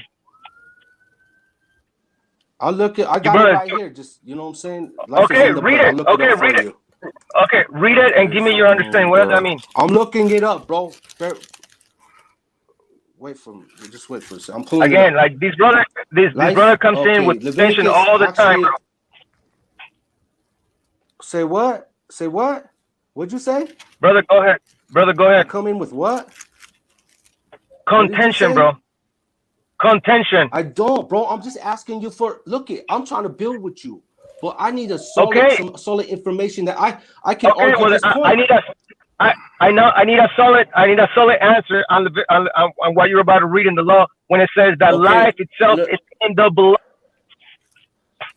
Okay, so I got Leviticus 17:11. That's where it came up. It wasn't 18. It was 17:11. That's the one. Yeah. For the life of the flesh is in the blood, and I have given it to you upon the altar to make an atonement for your souls. For it is the blood that maketh an atonement for the souls. So you're asking me, what does it mean? Are you asking me what blood means? No, brother, no. What does it mean when life means? Brother, I'm asking you, listen up. That means I'm asking you, life force is in the blood. Hold on. Life force is in the blood. Hold on. Relax. this whole argument began when you wanted answers, I'm not solid answers. arguing. I'm not arguing Brother, with you. hold I'm actually on. working with you. This is this is an found the argument, verse bro. for you. I'm working for you.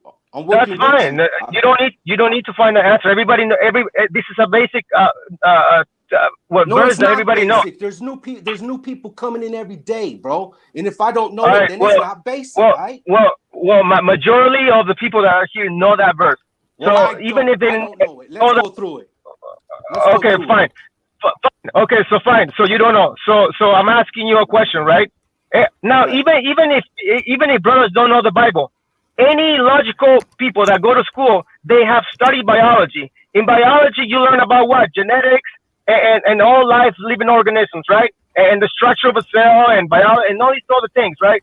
Everybody knows that if you cut yourself in the aorta, right, the main vein in your body, you got 2 minutes to go to the hospital or whatever the like to stitch those veins before you even die. So that means that what? The blood is life. So I'm asking you in Leviticus 17:11, what does that mean when it says life itself is in the blood? Are you asking me what life means in the Hebrew? No, I'm just I'm asking not you for a asking you. breakdown on the verse. Yeah, no, not the whole verse, because the whole verse has 3 different levels of understanding when it comes to atonement and whatever the like. I'm just asking you for the little section because we're talking about DNA, right? You're saying that DNA is false, this and that. So even though Jose just told you that, hold on, I'm not done. So even though Jose just told you that if No, I agree you have with a him. son, So I agree with him. No, hold on, let me finish my thought. Let me finish my thought. Let me finish my thought. Let me finish my thought. So Jose already told you that if you have a son and you're doubting, listen, man, listen, honey, this is not I don't think this is my son. Can we do a DNA test? You go and do the DNA test, and the DNA comes back saying, well, listen, the chromosomes and the proteins within the DNA coding system of this child matches your DNA coding of the blood that you have, right? So that's DNA right there. That's DNA in a simple form. So when you read in Leviticus 17:11, when it says life is in the blood, what is that talking about? The life force, the actual life force. But it says life is in the blood. Right, the life force. What life force? The animating force that makes you alive. Where's that in the scriptures? The spark, man. The breath of life. Okay, the spark. Okay, the breath of life. Okay, bro. We're going off here. Okay. All I'm we're not going off. Okay, we're not going off. So the point in this is that DNA is actually in the Torah. I'm not here to fight with my brothers. Bro. You always seem to create a sort of fight, bro, because you still stuck with one West Semitic doctrine, bro. Hey, look. But anyway, so DNA is in the Torah because DNA is actually life itself. It's the coding of the creator. That's all you had to say, bro. That's all you had to say. Okay, so DNA is in the Torah. That's a very good answer. That's a very good answer.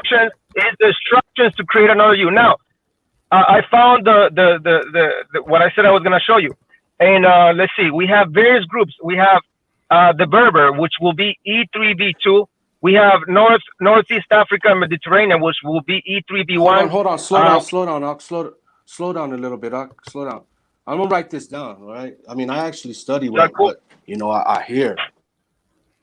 All right, cool. All right, so we're saying that the West Africans were EB. I'm gonna start over, bro. I'm gonna start over. Okay, the West Africans. Who are they? I'm gonna start over. Let me just ask you this before. Let me ask you this before you start, please. So the West Africans, they are known. They are Kush, is what you said, right? Kush? No, Put. Put. No, that's not what we said.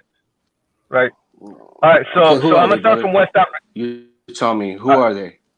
All right. So I'm gonna start from the West. You can look up Nigerians and things of that nature. Just look up a list of the people, what haplogroups they fall under. All right. I'm gonna look it up, but you guys are supposed to be teaching this. I could look it up, but you're supposed to be teaching this. You are the ones out here saying this all the time, But you should I'm be gonna teaching. start You giving can you the look it up. You holograms, can bro. look it up. You should be teaching it, man. All right, go ahead. Listen, Go ahead. listen, you're out, bro. You're just here for contention, but I'm still gonna I'm give you not, the bro. I'm thing, but not, you're bro. not. All right. So again, again, the brother keeps, the brother keeps, going into this ramble, because he still holds on to false doctrines from One West, right? And he's still wanting to, what would you call it? Justify.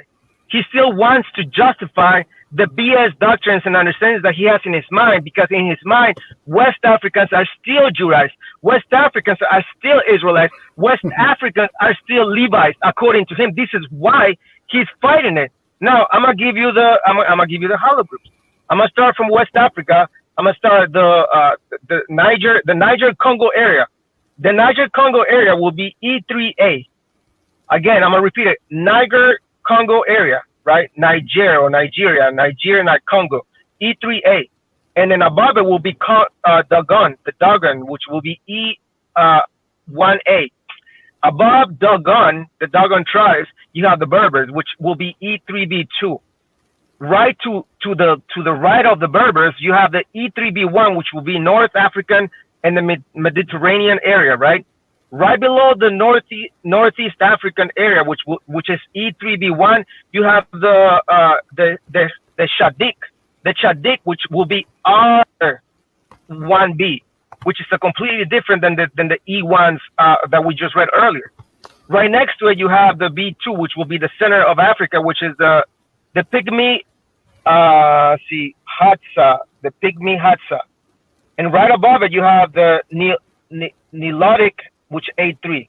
The Cushitic, now this is what he was asking. The Cushitic halogroup will be E3B1. E3B1. Now we move on to the Shemitic, which will be like the area of the Sinai, the Sinai area, which is the Semitic tribes, which is J1. All the J's, all the G's are basically all Shemitics. J1, J2, G, J, regular J. REB1, which will be the center of Israel, and so on and so forth. So again, this if you want, I can send you the picture so you brothers can look it up. But the whole thing about these, bro, is that a lot of these brothers, still want to continue to justify their Hamitic understandings. This is why he's trying to defend, low key, trying to defend, these One West that are, the tribes that are One West, which are the West Africans, and so on and so forth. So. Oh yeah, the brother. You hear me? Yeah. Yeah, the brother Malak. He showed this video. He showed a video like over, I believe, like a year and a half already, man. Oh yeah, I know what video you're talking about. Yeah.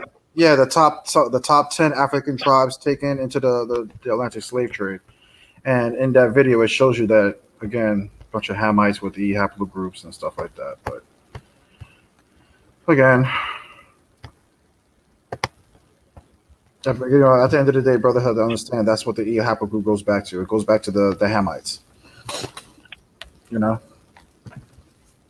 Yeah, and I think Ben Cuevas has been bringing this out on the boards, bro, when he debates a lot of these Negroites on the boards on Facebook. So it's all there, It's just that at the end of the day, like, as scriptures are above these DNAs and all these tests and all these hollow groups and whatever the like, scriptures are gonna speak louder than all these things, bro, because scriptures, it trumps all these man-made, things that we have created in order to justify who we are and where we come from, and where's your roots at, and this and that and the third. Now, like we're saying, it looks like the brother has better connection. Like he's moving around a lot. Shalom, Jose. Bendición. ¿Me escucha? Yeah, his mic is not working. See, he can hear you. See, he's talking, but he can't hear you. Bendición. No lo podemos escuchar. No sé qué está pasando con su micrófono. Pero pues aquí seguimos esperando para que usted pues nos hable y nos platique y comparta acerca del movimiento israelita que sucedió allá en Sudamérica. pero pues no sé qué está pasando con su internet o con su servicio, no lo sé.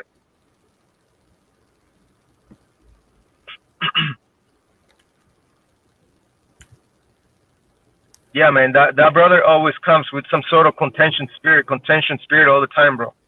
Like low key, he always brings some sort of contention just because he's trying to justify the West African slave trade of being Judah, Benjamin, and Levi. That's his whole premise, bro. That's why he's hurt about it. It's like, no, how can this be? It's impossible. You know, they're Israelites. They're my people. You know, they want to be black. As a matter of fact, a lot of our people want to act black. There are other people want to, like Chokma, like these Northern Kingdom brothers. Like there's various of our people that want to act black. They have the speech that they have. They want to act black. Like, yo, what's up, man? You know what I'm saying? Shit, bro, what's up, man? You know, like they want to talk black, bro. You're not black. You've never been black. Stop. Oh, no, but it's all right. You could drop the link. I don't know if the other brother still wanted to join in. Oh, but Moses, you had a question. We can answer your question now, brother.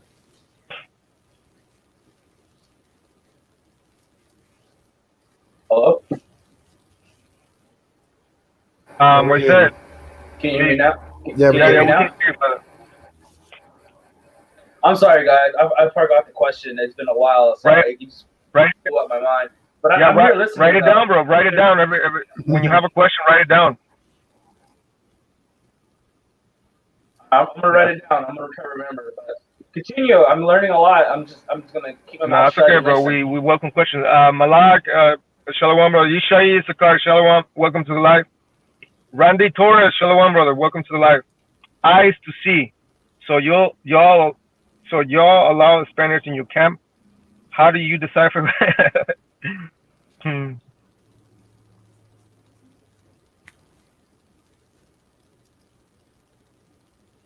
You have the accent of a Spaniard. Or are you Hispanic?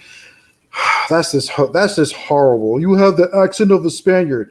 Why? Because you hear a person who speaks Spanish trying to that's not really well spoken in English. That's a Spaniard accent. That's ridiculous, man. Right. That's like complaining about a Haitian trying to speak English. You know what I'm saying? Like, yeah. man, So you're French now? Because Haitians can speak. You know, their English is broken like mine. So just because the Haitians speak broken English and so on and so forth, so now they're French. You see their argument? Like dumb as hell, bro. Dumb as hell. And again, eye to see. It goes by the spirit. Again, if a person claims to be a child of God, and that's it, man. We say it all the time, man. Same thing with the Negroes, man. If the Negro feels like he's a child of God, then you know that's what he is. Yeah. Hermano José, bendición, me escucha. We're not going to say that the Negro race is so-called. No. Oh, he's speaking. All right, go ahead. Hermano, bendición, ¿cómo está? Estoy bien, hermano. Hay mucho que hablar sobre el punto, pero si me escuchas bien, ya ves, hemos tenido problemas. Es un gusto conocerlos. No sé quiénes sean ustedes, pero estamos siguiendo a nuestro Dios de Israel, a la Haya, creo que nos vamos a conocer y tengo el deseo de trabajar juntos con ustedes porque ya sabemos el desorden que hay con los grupos negros y no quiero hablar de eso porque me extiendo, pero estoy tratando de luchar solamente por mi pueblo hebreo.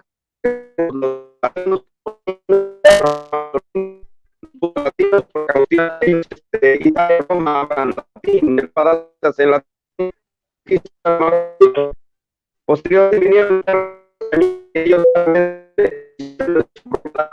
y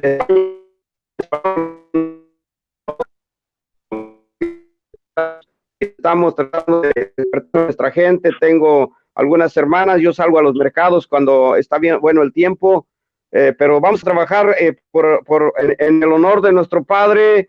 No les quiero quitar mucho el tiempo, pero me gustaría platicar contigo. Mándame solicitud. Yo tengo hermanos que estoy adoctrinando en Colombia, en varias partes a través del internet, porque quiero levantar líderes en todos los pueblos de Latinoamérica, de Latinoamérica, entre comillas. Pero me gustaría que me mandes una solicitud para poder platicar entre yo y tú más a fondo y el deseo de que trabajemos juntos por el amor de nuestro Padre Yahweh. Eso es todo. Te doy la palabra. Claro, claro, ese es el punto, por eso es que nosotros hemos estado compartiendo. Mi nombre es allá Shamar, me llamo Shamar, que significa atalaya en hebreo. Me puede llamar Shamar o Ayash, como quiera. Bienvenido a Ancient Watchmen, este es nuestro canal, esta es la comunidad que estamos creando. Apenas la empezamos hace unos 2 años y hemos estado batallando con muchos de estos campamentos de los africanos, cananeos, filisteos y egipcios que están aquí en América del Norte y que también están en Sudamérica hasta el día de hoy, como las escrituras nos lo dicen en el libro de Jueces, capítulo 3, del 1 al 6, que Jehová dejó a los cananeos, a los filisteos entre es para entrenarnos nosotros, hermano. Es para entrenar. El Padre los dejó para que nosotros entrenemos con ellos. Perfecto. No sé si me la palabra. Y yo exacto. Muchas cosas, brother, pero no es tiempo. Por eso quiero que me mande solicitud para hablar por el celular en Messenger. Yo hablo con los hermanos de El Salvador, de Colombia. Tengo 3 colombianos, los estoy adoctrinando para que ellos peleen allá la batalla de nuestro Padre, hermano. Entonces mándame solicitud para poder hablar más ampliamente tú y yo. Vamos a ver qué podemos hacer para somos un, no niego que los ojos no pueden ver, yo no soy los ojos, a lo mejor somos un cuerpo, veo, yo soy a usted, estamos para ayudarnos, servirnos y sobre todo para esperar el mundo por venir y vivir la vida ya feliz con nuestro Santo Padre Yahweh. Pero espero, yo también estoy batallando aquí, testeo contra los negros, estoy tratando de pelear, pero no quiero alargar mucho por tu show, pero mándame solicitud para platicar más ampliamente contigo a través del Messenger.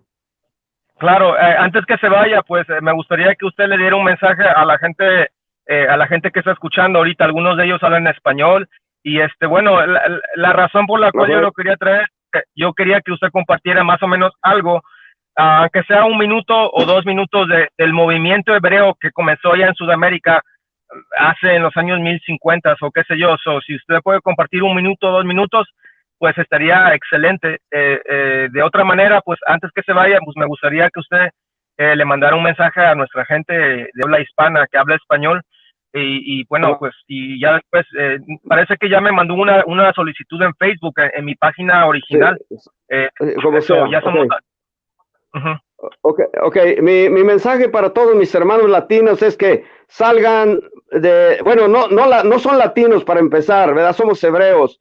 Y mi mensaje para mis hermanos hispanos es que salgan de las 38,000 sectas religiosas, incluso del cristianismo. Incluso nuestros hermanos latinos están metidos con los musulmanes también. Tenemos que trabajar duro para poder sacar a nuestro pueblo de Israel, que está con los musulmanes, bautistas, metodistas, luteranos, anglicanos, pentecostales, testigos de Jehová. Es una sarta de basura y nosotros tenemos que trabajar por nuestro pueblo Israel. Los hispanos latinos somos el verdadero pueblo de Israel. Nosotros somos, desde el capítulo 10 del Génesis, allí nos explica los 3 grupos y las razas siguen todavía igual en este mundo. Nosotros tenemos que entender que los 3 hombres que son hijos de Noé, de ahí está la división, y que tenemos que entender que nuestro padre Abraham era de Shem, y nosotros todos los pueblos latinos, al menos que su padre sea español, ¿verdad? Al menos que su padre sea romano o ucraniano o polaco, pues no es de nuestro pueblo, aunque vivan en México. Hay una clara decisión. Entonces tenemos que trabajar por ustedes, y quiero despertar a mi pueblo latino, hispano, que ellos no son, y ya este mensaje es para los pastores que no estén engañando más a mi gente. Ellos son hebreos israelitas, porque les mandan el cheque de aquí de Estados Unidos. Ellos siguen peleando por sus sectas y denominaciones. Nosotros somos los verdaderos israelitas, hermanos hispanos, latinos. Salgan de todas estas sectas que salieron de la Reforma Protestante de Lutero, su padre, que viene de Roma, y desde 10 siglos Roma ha destruido la vida de nuestros israelitas. Durante 10 siglos se llama la era del oscurantismo.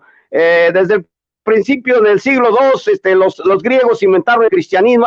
Hay mucho que hablar sobre esto, hermano. Yo le pido a mis hermanos latinos, hispanos, que reciban su identidad y rogamos al Padre para que nos hagan entender que ellos son hebreos israelitas. Tenemos documentos arqueológicos, de historia, tenemos la escritura especialmente para demostrar que nosotros los hebreos somos el pueblo verdadero que la Biblia habla. Exacto, así mismo es. Ese es el mensaje total que nuestro pueblo tiene que escuchar por todas las edades de norte a centro, Sudamérica y las islas del Caribe. Pero hermano, muchas gracias. Nos estamos conectando en Facebook, ahí echamos unas conversaciones en el teléfono y Sí. pues así estamos y vamos a echarle esto para adelante, porque esto va de grande. Amén. Bendiciones para todos mis hermanos que están sirviendo a mi Padre, a Yahweh, de todo corazón, en el Espíritu. Y les pido a mis hermanos que se consagren en la santidad, en el gozo, en la alegría de nuestro Padre Yahweh. Somos ya libres totalmente. Tenemos nuestra identidad y sabemos quién somos nosotros, hermano. Y el Rawa Kawadash va a guiar más adelante, poco a poco. Exacto, bendición, ya, Shalom. Y bueno, ese es el mensaje de uno de los hermanos líderes de nuestra nación.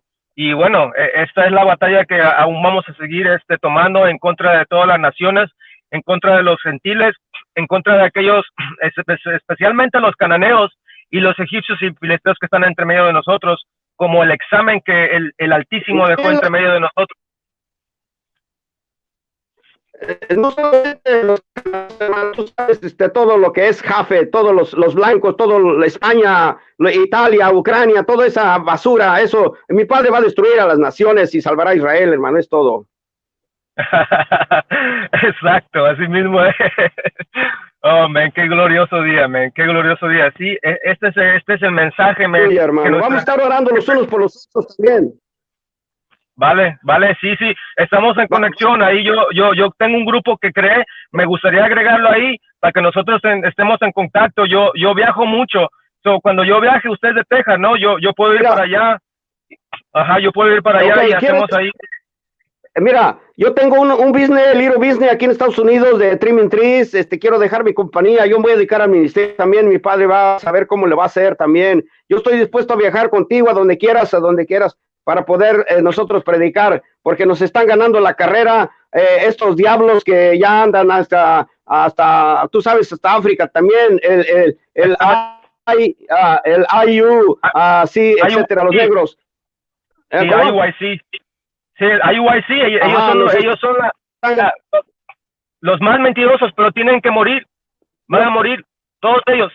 Nosotros, mira, yo soy tengo hermanos que están conmigo. Es una vergüenza que los hermanos no despierten conmigo. Quiero hombres aquí en Dallas conmigo, que salgamos a las calles como salen ellos a denunciar toda esta basura de sarta de mentiras que tienen ellos, y están ganando, y tenemos que sacar a nuestros latinos que andan allí también metidos, hermano, con estos negros, y vamos a trabajar juntos. Espero que aplaquemos bien en el celular. Espero que mi padre me dé la oportunidad de dejar mi empleo, ya mi compañía, para dedicarme totalmente. Tú sabes que el dinero va y viene, y aparte de eso, nada trajimos a este mundo, dice Pablo, y sin duda nada podremos sacar, hermano. Entonces nos espera la vida eterna y trabajar por la salvación, por las promesas hechas a nuestros padres, para que nuestro pueblo de Israel alcance realmente, como dice la Pedro, la Santiago. Saludos a todas las 12 tribus de Israel, hermano. Exacto, así mismo es, man, así mismo es. Pues bueno, bendición, hermano, gracias por sus palabras de sabiduría y por sus palabras de ánimo para la gente, para nuestro pueblo y todo. Y sí, la verdad es que mucha de nuestra gente, los llamados latinos, mexicanos, están metidos en estos campamentos cananeos, egipcios y jamitas, que no tienen nada que ver con nuestra gente. Y mucha de nuestra gente quiere ser africano, quieren actuar como africanos, quieren hablar como africanos, se visten como africanos, se visten como cananeos, se visten como egipcios, y no tienen nada que ver con nuestra gente, con nuestra nación, absolutamente nada. Bueno, pues también hay que sacarlos hasta da risa, pero hay que sacarlos de la guadalupana, hermano. También hay muchas cosas que hacer, hermano. Aleluya. Exacto. Hermano, porque no quiero retener tu tiempo, porque es tu show. No se preocupe, este es su show también, este es su show y somos familia. Aquí entre más seamos, mucho mejor. Y como yo le recuerdo a muchos de los hermanos que nos escuchan siempre, de que estamos en los tiempos de Nehemías, cuando Nehemías vino de la cautividad y empezó a reconstruir las paredes de Jerusalén. So, en ese momento estamos. Ahorita estamos reconstruyendo las paredes de Nehemías, de Jerusalén, de nuestra nación, para que las naciones no puedan entrar a nuestra ciudad y puedan contaminar nuestra mente. Hay problemas en el internet. Si quieres, te dejo tu tiempo, hermano, y sígueme conectando los lunes, o como sea. Me mandas el link del patito y ahí, etcétera, etcétera. Vale, pues, hermano José, es un placer tenerlo aquí. Muchas gracias por sus palabras de aliento y pues bendición y shalom. Yo también. Shalom. Si quería preguntar una pregunta, señor, si tenés tiempo. Bye, bye, bro. Córtale si es ahí, si es todo el show, córtale. Puedo seguir oyendo cuando quieras. Si me llame, estoy a sus órdenes, hermano. Como quiera, hermano, usted puede quedarse ahí, pero vamos a empezar a hablar en inglés y todo eso. Oh, yo entiendo inglés. Oh, perfect. Yeah. Okay. Yeah, I didn't know you spoke English too. Hermano José, antes que se vaya, tenemos un hermano aquí que se llama Moisés. Él tiene una pregunta para usted, si usted le gustaría pues responder a esa pregunta. Claro que sí, hermano. Si no la sabemos, si no la sé, bueno, la buscamos. Y si no, pero el hermano tiene que tener su exacta respuesta. No la tenemos, la buscamos, pero el hermano tiene que recibir su respuesta. Claro, Moisés. Adelante, bro. Oh, gracias. Te quería preguntar, how did you come to the truth? Because you're an elder, so you must know all knowledge. I would like to know. Es muy larga. Yo tengo ya, es muy larga, mira. Yo vengo de una carrera muy larga atrás, hermano. No hay tiempo para preguntarte, pero digo, para contestarte, sí. Yo pensaba que era otra pregunta, es con respecto a la pregunta de mi vida personal. Mi vida personal es muy larga, hermano. Tengo una carrera muy larga para atrás, de muchas experiencias, etcétera, etcétera. Me he dedicado ahorita a estudiar el hebreo yiddish, que es el yiddish, ¿verdad? Lo leo bien en mi Torah. También tengo, puedo traducir del cuadrado al paleo también ya, el griego, mi Nuevo Testamento. Me estoy preparando, bro, pero tengo una carrera muy larga para atrás que no te puedo contar ahorita, bro. Right, okay. Okay, Dios te guarde. Bien, gracias. Bendecido, hermano Moisés. Es porque, pregunto porque yo quiero enseñar a mi papá, pero mi papá no me cree en mí sobre los Israelites. Y es muy difícil para enseñarlo porque es muy hard-headed. Y nomás quieres preguntarte porque maybe you might know something that he doesn't. So I can help sí, brother. Pues lo que podamos hacer por tu papá, puedo hablar. Yo soy una persona ya mayor, bro. No crees que soy un niño, estoy jugando, bro. Yo ya estoy grande, entonces yo no juego juegos, hermano. Más que soy siervo de mi padre. Y podemos ayudar a tu padre que vea que también hay un viejo que cree en la Jaya, en Yahweh, en nuestro hermoso canal, ustedes que yo porque sabes que no veo esta palabra que significa Dios, ¿verdad? Pues, tú sabes bien que el hebreo, el arameo y son lenguas hermanas, hermano, son lenguas hermanas. Entonces, yo quisiera, si me presentas tu papá ya entre podemos que encuentre.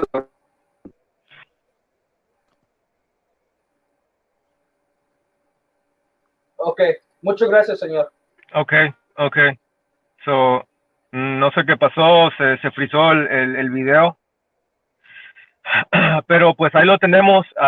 There it is, brother José Ben Israel, bro. That's one of the elders. He's been in the troop for quite some time, bro. He knows how to read Hebrew. He knows how to read the Paleo.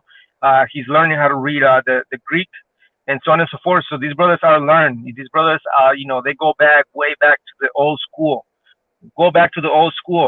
And this is why Jose Vega and I have been teaching for the past 2 years, where there was a great movement of our people waking up prior to One West. This is why we keep remarking again and again and again to a lot of our people, so-called Native Americans, Hispanics, and to a lot of the so-called Negroes that are in these Hamitic camps that do not understand these things, that they don't know these things because of ignorance, because of lack of research, and because of brainwashing that these camps and leaders have done unto them, right? To tell them, to give them one piece of the historical facts, just one, without giving the understanding of the rest, and that's deception. That's called deception. And that's also against Torah, dealing deceitfully with thy neighbor. That's basically what it is.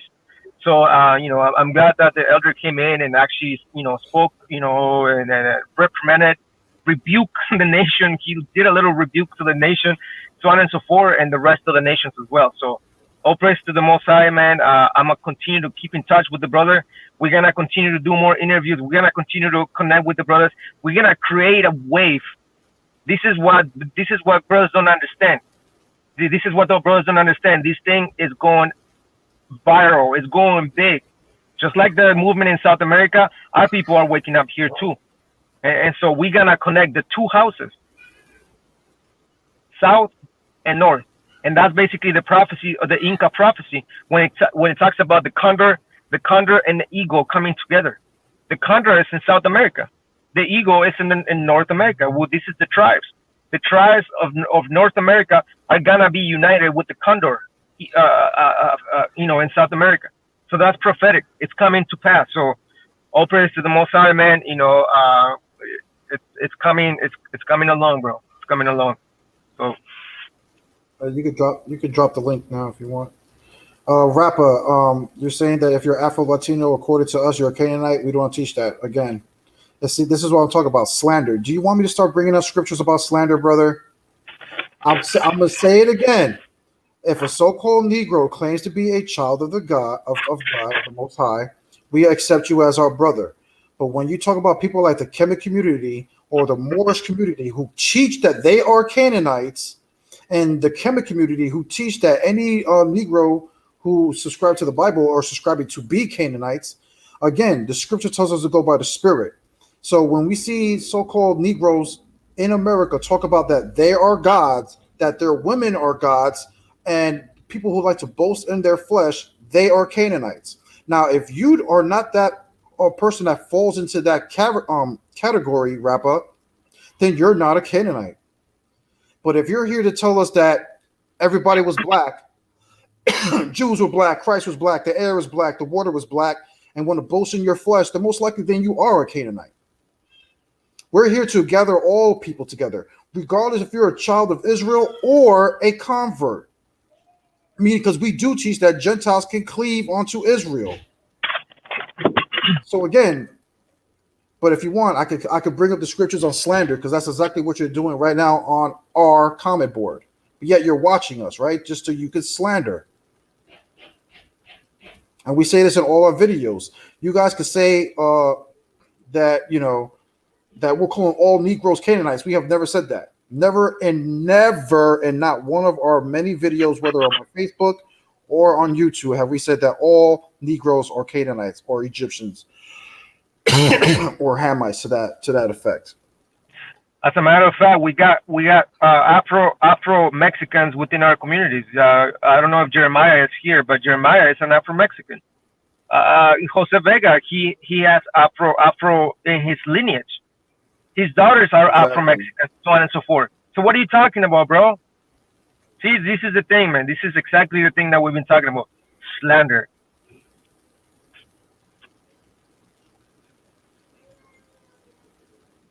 Hello. Yeah, Moises, Shalom, bro. What's up? Hello. I'm gonna let you guys know that I'm gonna be right back, but I'm still listening to you guys. But if you guys call my name or whatever, I can't respond. Yeah, that's fine, man. That's fine. I mean, if you got any questions that you want us to answer, bro, we'll try to answer as much as we can. I know you were asking the elder as far as your father. If you want, I have a lesson in Spanish. Yeah. Doing a breakdown on the curses, but it's in Spanish. It's in total Spanish. I can send it to you, bro, on the Instagram when we get off, and then you can watch it with your father. But it's all in Spanish. I go into the scriptures. I go into a little bit of the history and so on and so forth. So it's just a little bit. I actually go in depth with the Christian church and the false doctrines of the Christian church and stuff. So that's a good starting point, bro, because I put a lot of visuals in it. So if you wanna help your father with that and your mother or your uncles, your aunties, that's a good class for them to watch. As a matter of fact, I think that's only in Spanish. I have another one in Spanish, but it's about Halloween. So, but yeah, man, I'll share that with you. Okay, gracias. No, thank you for the help, guys. Do your thing, man. Do your thing. Gracias. Hey, you can drop the link. Hey, Eyes to see if you want, you can join in and ask us the questions if you say you have questions. And the other brother from earlier that dropped off, if he wants to join in, he can finally join in and ask his and actually dialogue with us. I don't know your full doctrine. That's why I got more questions than comments. Yeah. All right, brothers. The link is in the comment section. Click on it. We'll bring you in, and we'll talk about stuff. Just we ask that you be respectful and that you know about courtesy. Just wait your turn to speak. Wait for the other brother to finish their thought or the train of thought, and then you can speak. That's we do things in order around here. We don't speak over people. We try not to do that as much as we can, but sometimes we do. But anyway.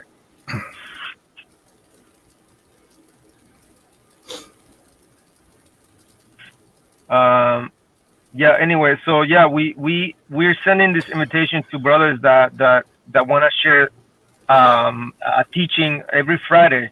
This is gonna be a series that we're gonna call Friday Night Waters, in which we're gonna have various teachers coming into our platform and teaching our nation and doing a lesson to our nation, whether it be in Spanish or English. So if your brothers are interested, let me know. Hit my inbox, or hit Vega for that. So.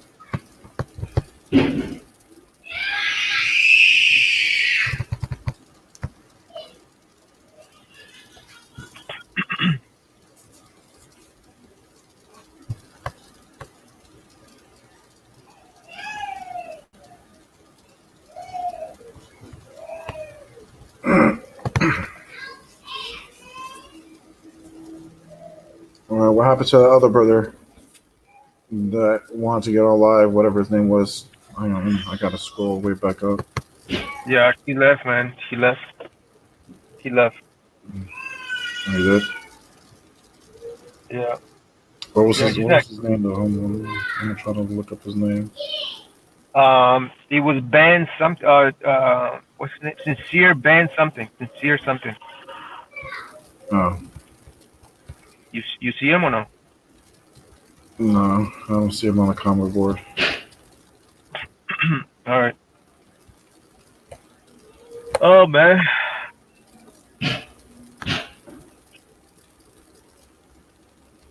Anyway, so. Okay. Well, like I said, everybody, the link is right there. Anybody want to join on and ask a question? The dialogue.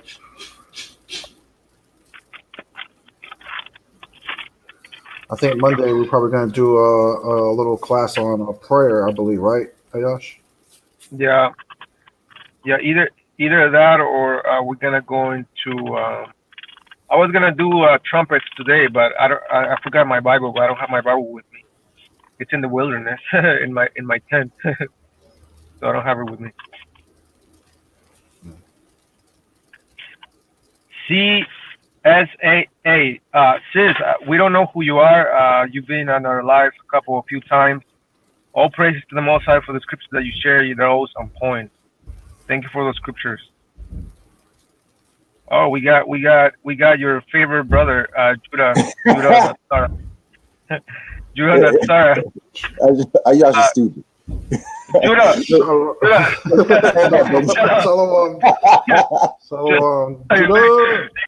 You got your brother. You touched it. I thought you were doing your own live right now, man. No, I was. I just came in to give a salute and say I'm glad you guys are we still got FOP and them still trying to push the Hamite stuff, and so I'm just glad that like the Northern Kingdom for. I'm about to do a class showing how the folk and how Jeremiah Judah is tag teaming with Black Jesus Ministry and trying to teach that the Bible's a Hamite book and not a Shemite book. Yeah, you got to get that, It's, bro. yo, I'm gonna go ham on them. Trust me, I'm gonna go ham on them. Well, let me I'll stream it on my channel too if you guys don't mind. But you know what though? There's a lot of people in Facebook, Northern Tribes, and I'm like, yo, like, why ain't more people supporting Northern Tribes? You know what I'm saying? Like, there should be more people on panels. Like, you know, we got a lot of sisters too that are like, you know. So I'm like, yo, man, shout out to the Northern Tribes. You know what I'm saying? Like, I'm proud of you guys for you know, y'all got some bugged out doctors, but at least y'all still doing some work. So, bro. What the hell, bro? Is that what you came to do? Insult us? No, man, no. At least y'all doing something. Is this what this about? No, I'm joking, bro. I'm joking. I know what you're saying, bro. Something. Like, you know, you're doing something. You're out here doing work, so. Yeah. We're trying to do our people. We're trying to. You just missed it. We brought up one of the elders from Peru, one of the schools of South America that began back in the 1950s, prior to one was even began. And then I just brought him. We had a short interview and stuff, but it was in Spanish. But yeah, it was pretty good, man. We're trying to do, we're trying to edify our people. I know that you agree with some of the things that we bring out as far as us going against the One West camps and their stupidity that they be pushing out for the past whatever years that they've been here on this planet. You know what I'm saying? Yeah. So that's basically what we're against. We're against these false teachers and, and so on and so forth. And then the cold members of the brothers over there. And Hey, Rapper has a good question. He says, if that's the case, Jose, what is your issue with the camps who believe that you're Israelites? I'm not slandering. Your doctor is confusing to me, right? See, like what we say about a lot of these camp leaders, and the reason why we call them Canaanites is because a Canaanite is a merchant. And what we see a lot of these camps doing are charging their congregations to attend their feast days, their Passovers, and selling merchandise instead of teaching the community how to make their merchandise or how to make fringes or whatever the case may be. You have like ink room. What's ink room, right? That's what it's called, ink room. Where this is the Hebrew group. Oh yeah, my God, bro! They do nothing but sell garments. I'm like, bro, why don't you all the time instead of selling stuff, teach people how to make it? You know what I'm saying? Right. I learned how to make my own fridges, my own zeets. I learned how to do it myself. I wasn't gonna pay somebody to make me garments, and then you have like people like Sakari, Deacon Harka, selling Bibles, scarves and books and comic books and music, bro. Like, where is that in the scriptures? Where is that in the scriptures that we were selling shirts with scriptures and whatever the like? That's a merchant. That's basically a Canaanite trade, bro. And again, well, let me be fair. Well, they're selling scarves and things is one thing. I don't think that's necessarily a problem. But like the whole getting money, that sounds like Christian church. So I know what you guys mean. I don't agree with it. I don't do that. And I agree with Jose. Like, we should be like teaching our people how to like make things instead of like being merchandise. Like I'm not. But I will say though, like the brother Rapa said, but One West at least is saying that we have Northern Tribe or such so-called Latinos and Hispanics that are Israelites, and they're not being like another group I know that's just saying, well, everyone's in Africa. And then I'm like, yo, man, that's bugged out. So at least cut One West some slack, at least with that, because at least they're like, the problems that we have with One West with that situation is that they treat their Northern Kingdom brothers as second-class citizens in their camps. Yeah, that's the whole point. And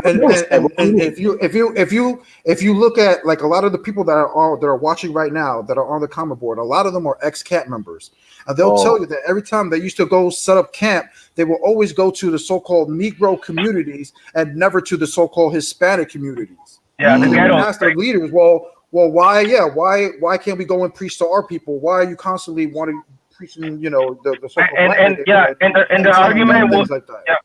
Yeah, and the argument will be like, well, problem with that. yeah, and the argument is like, well, brother, Zechariah 12:7 says the tents of Judah shall be saved up first, so that the inhabitants of Jerusalem that will not magnify against the bloodlines of David, and so on and so forth. So they misuse that scripture to actually push that ideology to say, well, see, we gotta wake up the Negroes. We gotta wake up the Negroes first. And so that's off, bro, because that scripture in Zechariah 12:7 is not saying what they're saying. I know. Yeah, you're right. Right? Exactly. Thank you. You watch ISBK. You know Captain Tazariak, right? Yeah.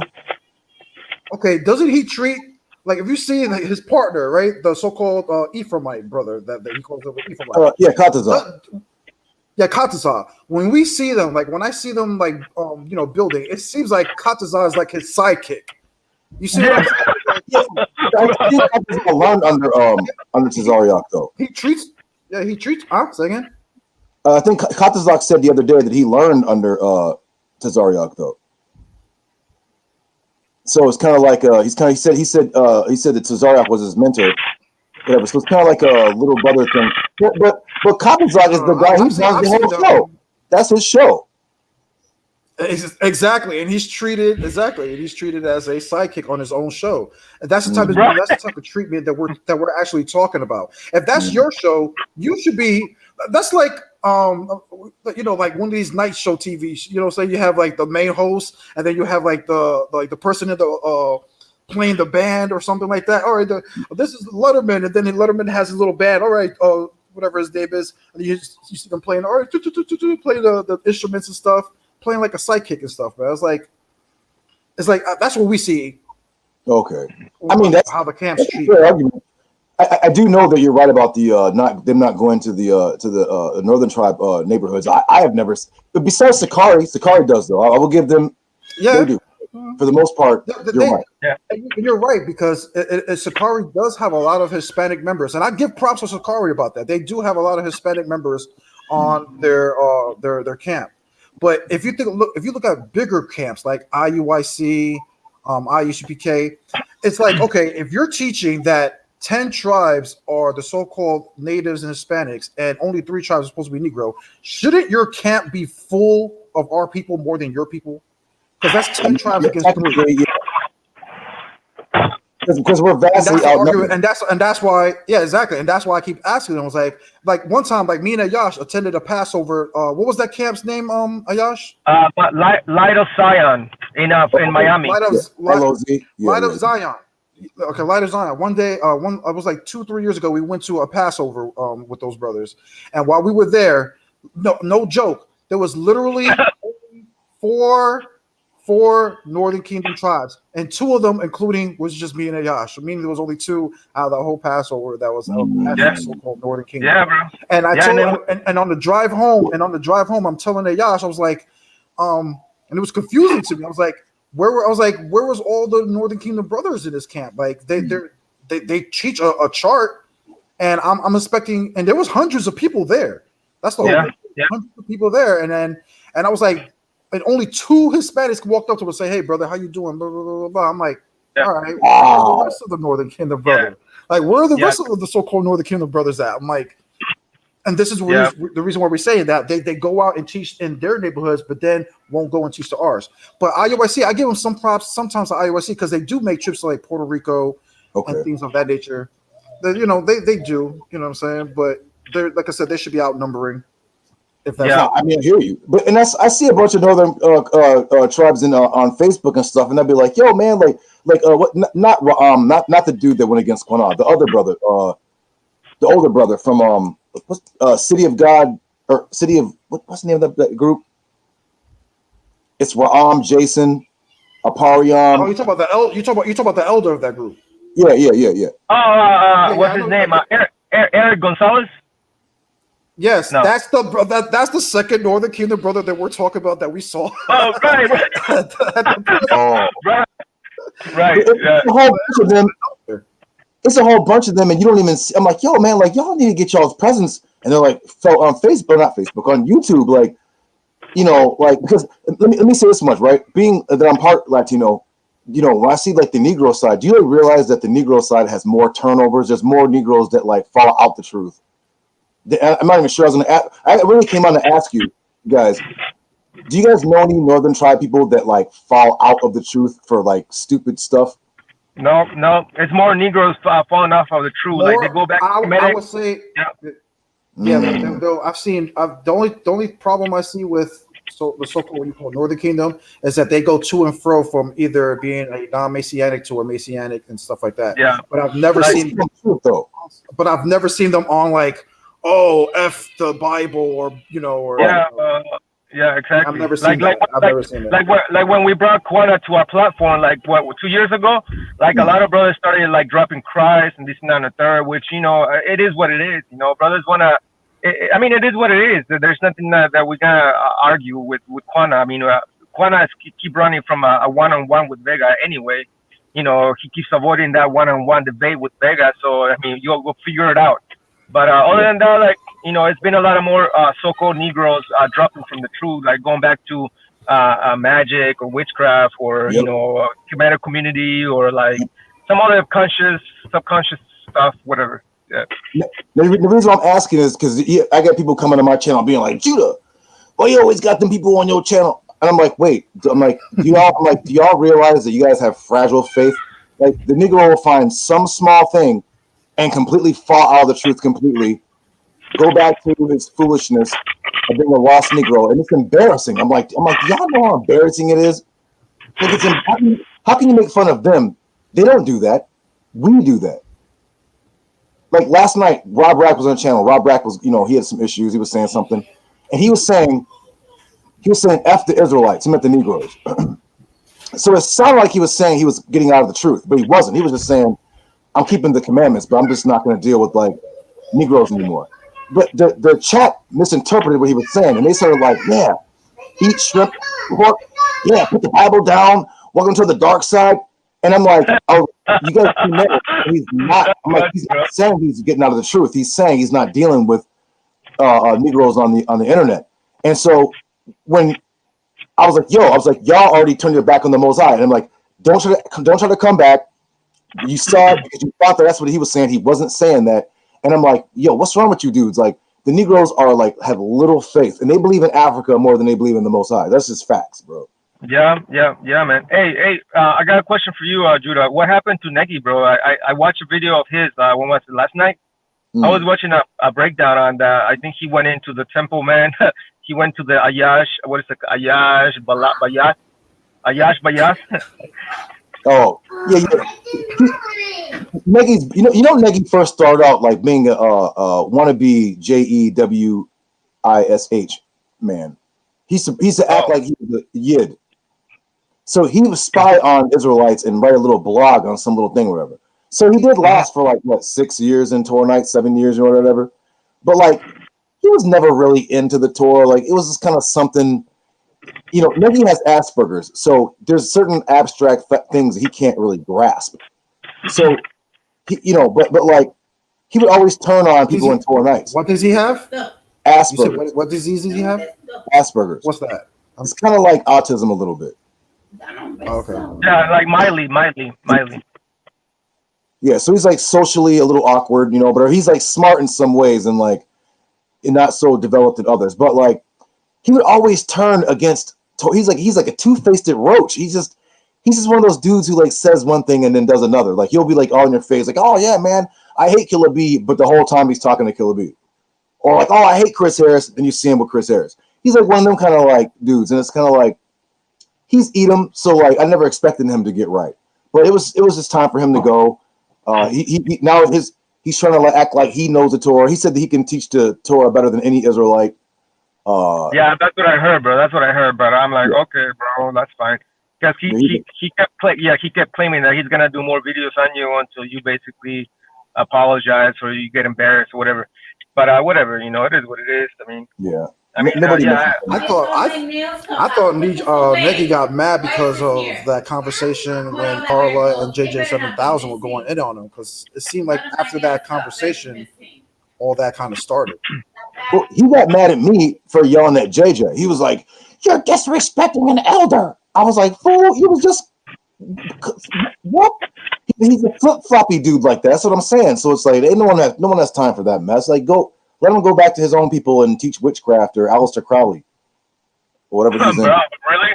Wow. That's what he's into. Wow, that's crazy. Bro. Yeah, they don't know what they're getting themselves into, bro. Because, like I was telling brothers and sisters here, like for a while, that I have a background in like the witchcraft world, bro. All that magic, I know all of that, bro. I know what it's like. I know what it takes to do the rituals, the circles, and all that stuff, bro. I was into that and all that stuff back in the day. So brothers that are getting into that just because it looks flashy from the outside in, they don't know what they're getting themselves into, bro. Like, especially brothers that don't know what really magic is. You know, how demons operate and how spirits operate and this and that and the third. Like, brothers don't understand that shit. Brothers think that it's just like Harry Potter movies and Disney and this and that and third. And, you know, and mind you, like the Harry Potter movies, like I tell everybody else, like Harry Potter movies, you know, all the movies, the series, it's nothing more than an initiation to the children. It's it's magic 101. Brothers don't understand. Like, they think it was just a movie and it was sci-fi. No, it was an initiation to the magic world. Yes. Yep. They gotta get you accepting of it. Like, oh yeah, oh magic, oh it's so wonderful. Oh yeah, you know, like, and you know, and your kid. Yeah, definitely. Yeah, exactly. Yeah. But that's Negi. Negi and them people, his people. That's what they do. So I don't care what Negi does. He's not an Israelite. He never claimed to be. So let Negi go do his thing. But him trying to like hang around and try to like teach the Torah and all this, like, bruh, isn't there like a spell or a child to go whatever they do? Like, you shouldn't like hang around with Killer B and Chris Harris and all them. And it's like, man, like, just get out of here. No one cares about you. Like, just whatever. Who is Killer B? Who's Killer B? I've heard you mention him a few times. I don't know who that is. I never really heard. If you go to this guy called Witchfinder General's channel, you see him. His name is Yadad Mashapatya on Facebook. Oh, he used to be a Torah Knight, right? Yes. But he's like a total sponge kick. Like, he wants to sniff my underwear, and it's really weird. Okay, I know what you're talking about. He's always talking crap about you and one eye. Yeah. Like, dude's bugged out of his skull. Okay, I know what you're talking about. Yeah. That's all he does is talk about me. Like, it's like, bro, like he's like 46, 47 years old, no woman, no job, no life. He just sits and makes videos and just watches me all day. Like Cornell used to do. What's up with Quana, bro? Like, did you hear what's going on? All that deal that's going on with Ronald Balboa. No, I'm talking about how Ram put Quana's address. Yeah, I got it. Yeah, I got it. Ronald Balboa Otero. Yes, bro. But check this out. Judon asked, check this out, right? What's it? Quana inboxed me 2 days ago, basically saying, hold on, give me a minute. Basically saying, why didn't you guys speak against, the unrighteous things that Ram and Martha were doing? I'm like, we did. We addressed it in one of our lives. As a matter of fact, when was it? Jose Vega did it in one of your shows, right? That's 2. 3. What was I gonna say? Oh yeah, so 2 months ago, I was gonna go to Quana's house to visit him. I was in New Mexico, where I was in Santa Fe, and I inboxed Quana. I'm like, Quana, I want to come and see you, bro. We can sit down and talk about stuff. We can break down stuff, break bread, this and that and the third. Let's do it. So he inboxes me back right away, and he's like, yeah, man, just head south in this freeway and just meet me at the Walmart, whatever they're like, boom. And so immediately, bro, the most I just imprinted in my mind, right? Immediately imprinted in my mind, like, listen, Chamar, do not drive all the way to Quana's house. Shit is gonna go down. They're gonna try to beat you out. They're plotting against you. Do not go. And so I changed my mind. That was the most I. Nobody was telling me these things. Nobody told me that Ryan was living there, that Masha was there, and all the brothers that were there, from the Yahad and stuff. So the most I tell them, do not go. Shit's gonna go down. It's gonna go south. Do not go. A month and a half later, Ram and Martha, this whole thing exploded. I started finding out details. I found out that Ram and Masha and some other brothers were basically plotting against me. Right?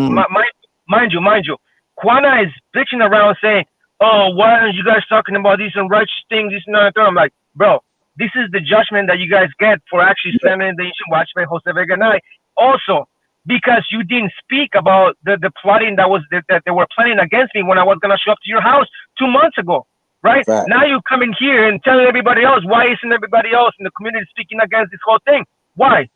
Did you speak against? Did you actually at least give me heads up? Listen, Shamar, if you come to my house, I'm gonna let you know. Ram and Masha and some other dude is here, and they want hands, they want fists with you, right? He didn't give me a heads up. What is Torah says? Thou shalt not deal deceitfully with thy neighbor, right? Right. But Quana is over there, basically, being a, the word be about what's going on with him. You know what I'm saying? So it's like I told him, like, bro, at the end of the day, this is some sort of judgment. Whatever it's like, it is what it is. But I don't agree with Ram. I don't agree with Ram and Martha sharing his address. I don't agree with that. But I mean, hey, I judgment. And that's why I didn't go into. Usually I would laugh, because Quanah's been very, very evil towards me for like years. Like, just he's doing little Killer Bee stuff. But like, I felt like when he got exposed, I felt like I better shut up, don't laugh, don't make fun of him, because the Most High's wrath could turn on to me. You know what I'm saying? Like, so I felt like, well, he got what he deserved. That was his judgment. Leave it alone. And that's what I did. But what do you guys feel about him being Italian? Oh, that's what I heard. I don't know. I mean, I can't go back. That's a slander. Like, why? Because his last name is Italian. No, that's like me having Vegas. No, it says it on the paper. I have it. It says ethnicity Italian. Where does it say? There's a piece of paper that Quanah had. It's like a job application or something, and then on the bottom it has his phone number, his address, all that, whatever, and then on the bottom it says ethnicity Italian. That's crazy. I don't know, bro. I gotta see it. I gotta see it. I mean, I can't go by what people say. I thought Quanah's like father or grandfather was a so-called black man, though, a black native. That's what he said, but the whole time he was just lying. And it's I mean, that's what I'm saying. Like he you know what I mean? Like, he's acting like he's this like great leader, and he's not even. And I'm not saying this to like put him down, because Gentiles can cleave, but they can't lead. I said he was never a Latino. He was never Hispanic. He was never a so-called Negro. I said that, and that's what came out to be true.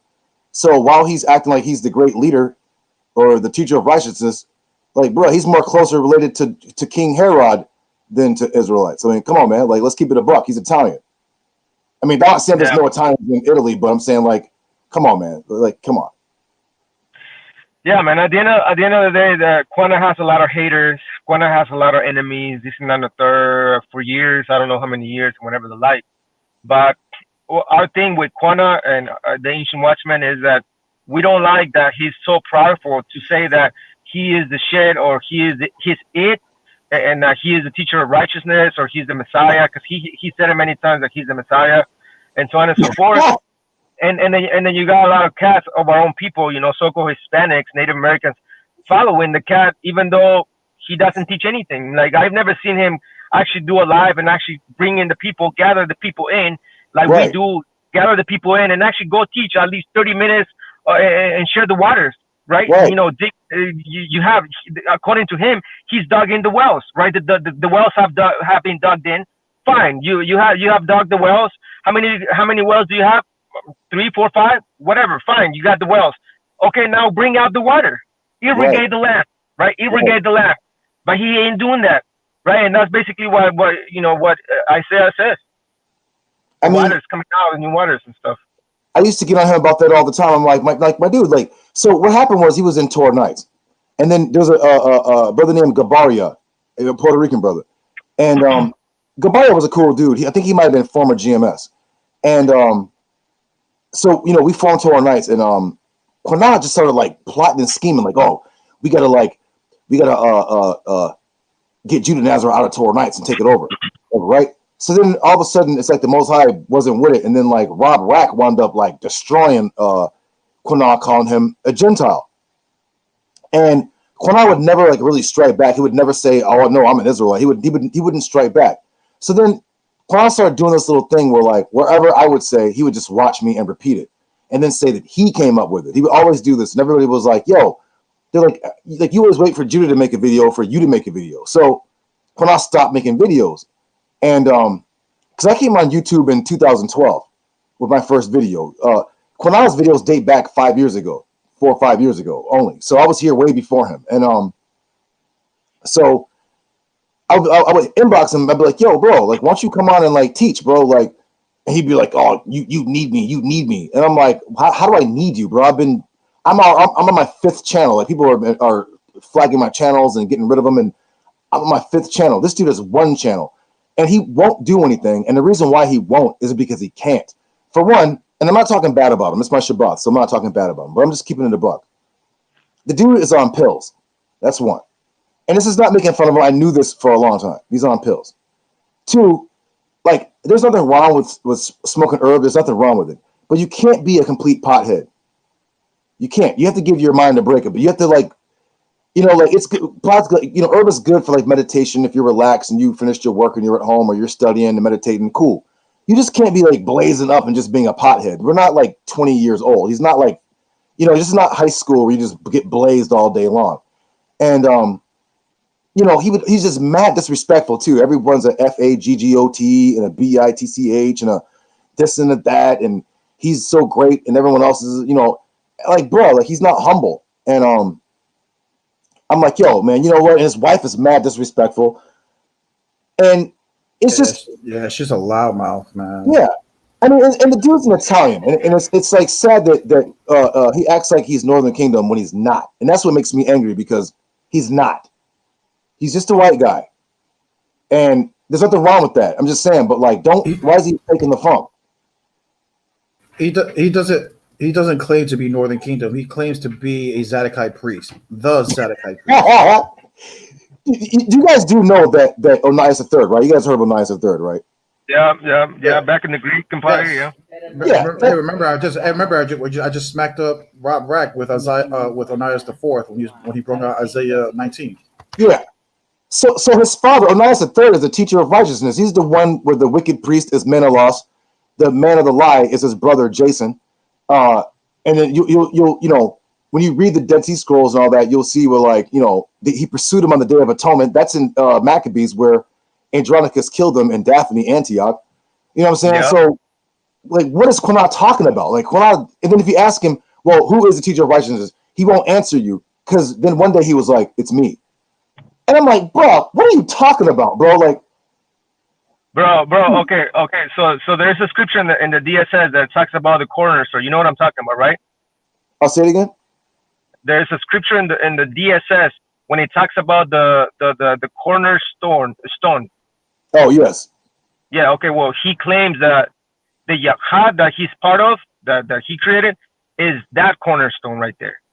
Now, he's biting. Listen, the Yakad is nothing but the Torah Knights on a diet, because I showed him the DSS. He didn't know nothing about the Dead Sea Scrolls, but I will admit he did get the study scrolls first. But I had the DSS. I had many books on it.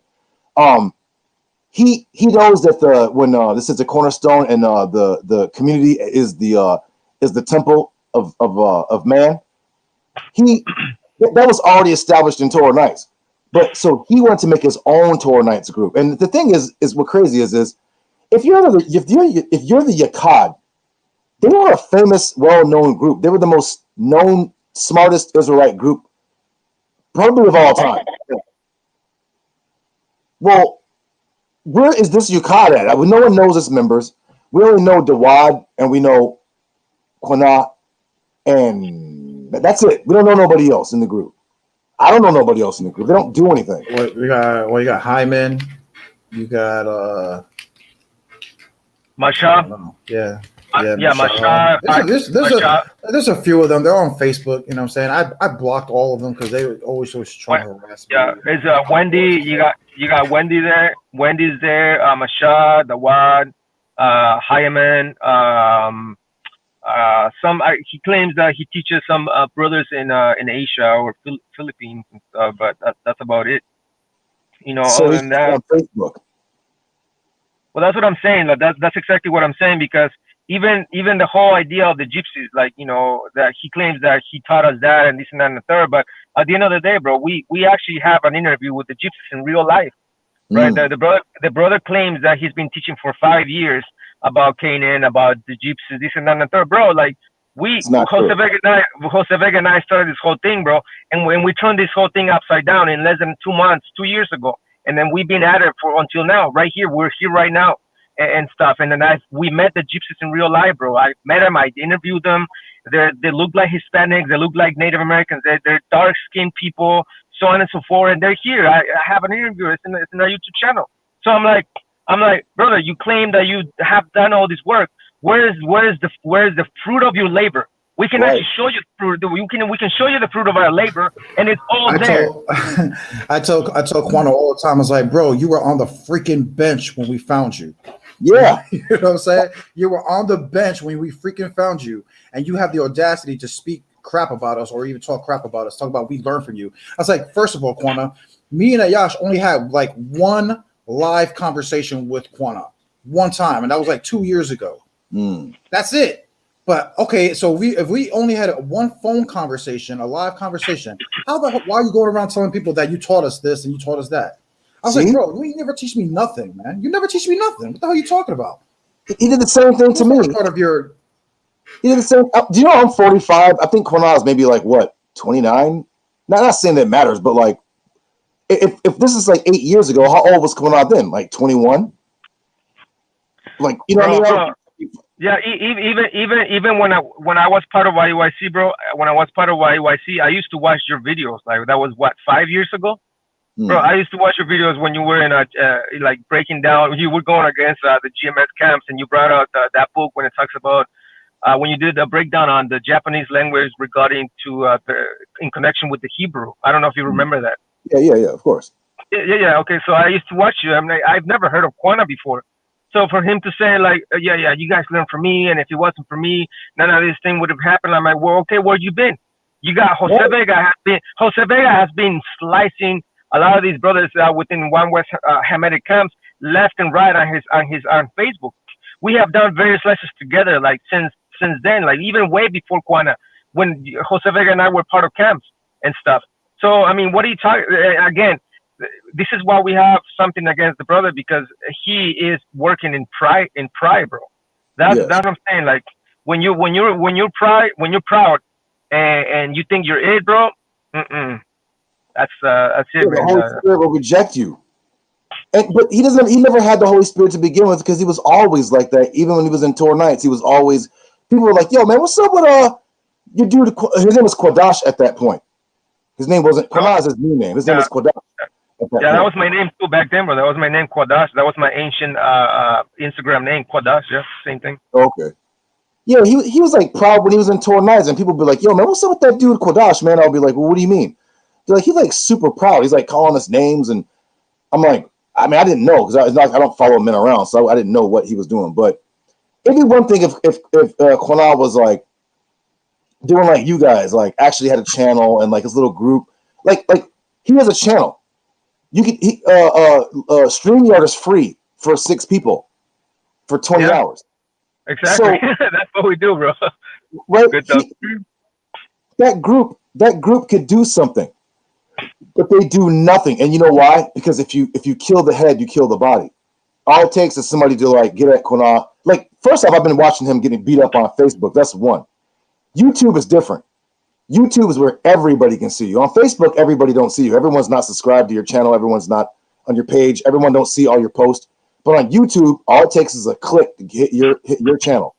So if you knock out Quana, then his whole group is knocked out, and he knows that, because the reason why he don't go on Facebook or YouTube anymore is because of Rob Rack. Rob Rack basically destroyed him, and he was in tour nights, and I was like, "Yo, Quana, man, like strike back, man. Use scriptures."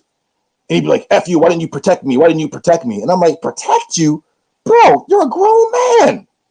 What who protects me when I was battling against people? Nobody. I didn't expect anyone to stand up and say, Judo, we got your back. Just sit down. No, I fought the wars. I fought the wars. How would like equip me to fight? And so Quana just never had the strength to fight. And then so, you know, and now it's just he's very, very prideful. And I don't want to like bash the guy. I'm just saying, like, look, the guy's an Italian. There's nothing wrong with that. As a matter of fact, he should kind of like step. And I'm not saying this to be mean, but if there's a real Latino or Hispanic, that brother needs to like lead the group, because Quina is not an Israelite. He's Italian. He's not Israelite foreigner. He's just a white guy. If you look at his Cannibal Corpse, I listen to heavy metal. You know, or I used to. When you see the old pictures of him, you can tell that this is a white guy. He's a Cannibal Corpse T-shirt. You know, and I'll say this much too. I lived in Boston too with my Latino brothers in Boston. Negroes and Puerto Ricans living in the same neighborhood, and there's one thing that we all have in common is this. Yeah, we were all poor, and yeah, like, you know, we all had like, you know, roaches and stuff or whatever, but our families kept our houses clean. My best friend's name was Louis. His brother's name was Rafi. His mom's name was Carmen. I would sleep over there. That was like my family. And even though, you know, we all had roaches and stuff, we lived in the ghetto, but like our parents kept the house clean. That's how we grow up. Yeah, I'm not saying it's going to be spick and span, but I know that Latinos, Hispanics, so-called Negroes, generally, we don't like filth. Just keep it a buck. We don't like filth. Filth is not something that we do. Now, I know I have white friends, and when you go to their house, it's disgusting. And I'm saying, I'm not making fun of the dude. I'm just saying, like, yo, like, that was a red flag, because I know that Latinos, Hispanics, so-called Negroes, and others, we don't keep a disgustingly filthy house. You know, demons love filth. You know that, right? Yeah. Yep. They love filth. Like, they love filthy habitations. Yeah. So, Yishai Shalom, brother. Yishai Shalom. Welcome to the live, bro. What's up? I'm just hanging out, listening mostly. Cool. oh, shalom, bro. Yeah.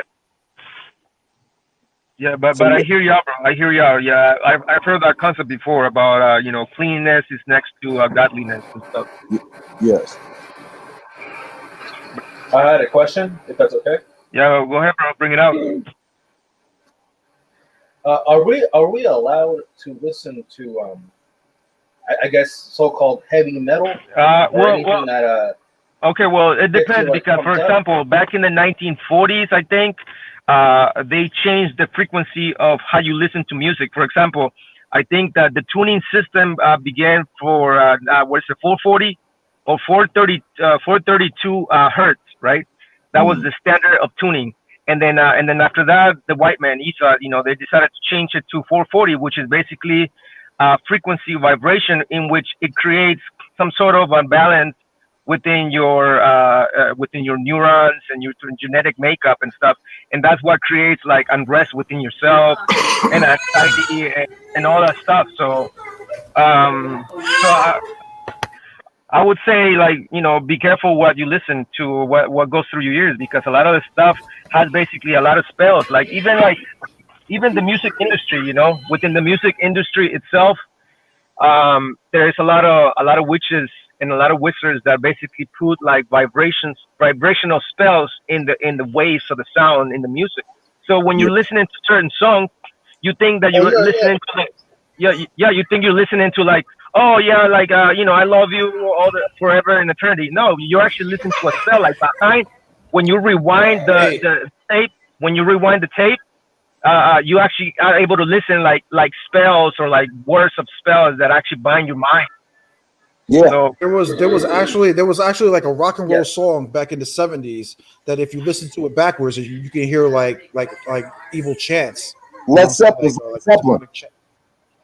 Yeah, Zeppelin. There you go. Zeppelin. Say that, like, oh, I love Satan. I love Satan. And listen, their music is dope. Don't get me wrong, but like, it's like I said, like, and there's another group. Remember the Beatles, Lucy and Sky. You think he's talking about LSD, right? Lucy. Yep. Yeah. That's the devil. So, you know, same with Kendrick Lamar. I mean, you just gotta have a strong mind. Like, you can listen to it and enjoy the music or whatever, but like, don't fall into the spell, man. Yeah, exactly. You gotta. No, I listen to it when I go run or exercise because it gets me pumped up. but I understand that it has evil spirits and all that. For example, me, like I like to I used to listen to Paramore. I used to listen to Evanescence, Skillet, and people like that. But there's music that it has some positive message in it. But at the same time, I like to detox what I listen to, and just listen to meditation music, or or some other type of music that will calm your mind, because the music is vibrations, and sound basically remodify your emotional state, and not only that, but it also redefine or modify your genetic makeup at a quantum level. Brothers don't understand those concepts. Like that thing is heavy. This is why we gotta, like, above all things, guard your heart, right? Your mind, your spiritual self. Have you ever listened to native music, Moses? It's beautiful. Yeah. If you like those, that type of music is relaxing. Like I said, that's good. That's good music to listen to meditate and stuff like that. Like even like I like music, but I try to stay away from negative. You know what I'm saying? Anything that's like that is negative. Like I like hip hop. You know what I'm saying? But what I like to listen to when I listen to hip hop, I like to listen to what you call conscious hip hop, basically lyrical hip hop. Yeah. Like I don't like listening to that trash shit, all that twerking and all that, or even like even back in the day, I used to love like all that violence and stuff like that. I like conscious stuff, bro. I like Talib Kweli, I like Mos Def. I like listening to people who speak positive things and things of that nature. This Mortal Technique. Have you heard of yeah, Mortal Technique. That's what I'm saying. Music that makes you think. I don't like music that dumbs you down. That dumbs you down. Fiasco. Conscious music. My favorite artist. Lupe Fiasco was a genius. Yeah, he is. Like that, I listen to Seven Lions, bro. I listen to a little bit of techno, bro. Like a lot of Native American music. But I mostly listen to like cinematic music. That's my stuff, bro. I like cinematic stuff. Yeah, like Hans Zimmerman, Two Steps from Hell. Like great composers, bro. Like all music just woof. Like the movies that you guys watch, like Batman, Lord of the Rings. These are the actual creators of those soundtracks, bro. And that's what I listen to it, because it just pumps me up. Like it just inspires me, like to write or to create lessons or study or read a book. And you're in the thing. Like you're in there. You're in the zone, bro. So I was trying to do this with Josh. If you guys remember Josh, the rapper that was in Tour Nights, I was like, yo, man, like let's create a new music where we're just gonna make music. It wasn't gonna be hip hop at all. Like it was gonna be just basically like music to sit and study and meditate to and whatever, right? And burn your incense, crack open your Bible or your scriptures and so I was gonna do it completely in the Yath, or what we call Hebrew language only, no English. It's no hip hop, no 808s, no, just strictly strings, bass, drums, not necessarily always in a 4/4. It doesn't always have to be boom, crack, boom, crack. It could just be something that you just throw on as a background, maybe some flutes, because I make hip hop, you guys know that. But I don't just do hip hop, I do other stuff too. And I'm like, you know what? Like, we don't have any, Israelites don't really have any music that they can just throw on and learn the language, or just throw it on, is positive vibrations, strings. Because you know what? When you read the Psalms, when you read some of the instruments, like the there's, if you look in and read the Shemanoth, or there's all these guitars and things and strings and flutes and drums. The lyre, the harp. Hey, Judah, you know that Yash is a musician. He plays the guitar. Oh, you do? Okay. I play the bass. Yeah, well, I play 5 instruments though. I play guitar, I play bass, I play drums, I play piano, I play flute. I can play the accordion too. But yeah, man, I used to be in a band before, back in the day. We used to do shows in coffee venues and stuff. We used to charge $10 per ticket, bro. We were going big because we wrote our own music too. I would compose with the brothers. And we would just we had a band. We had practice every 2 days throughout the week, and man, it was fun, bro. But yeah, music. Again, music is a really powerful tool that the governments of the world are using to basically dictate and modify the social structure of humanity. This is how you change. This is how you change entire generations, bro. With one single song, you can turn around an entire generation. Not just one. You can actually affect the third generation from now. Like for example, you got you know what's a good example? You know what's a good example of that? Like back in the '80s, right? Like back in the '80s. Figure it out. You had positive music, like you had the NWA, you had Public Enemy, and you see a positive change happening in the so-called the urban communities, especially where I was from. Like I grew up in New York in the '80s, '90s. So you went from positive music to all of a sudden the '90s came and a thing called gangster rap basically was invented. Started going around. So all the Public Enemy, Fight the Power, NWA, Fight the Police, F the Police, stuff like that. Just conscious music.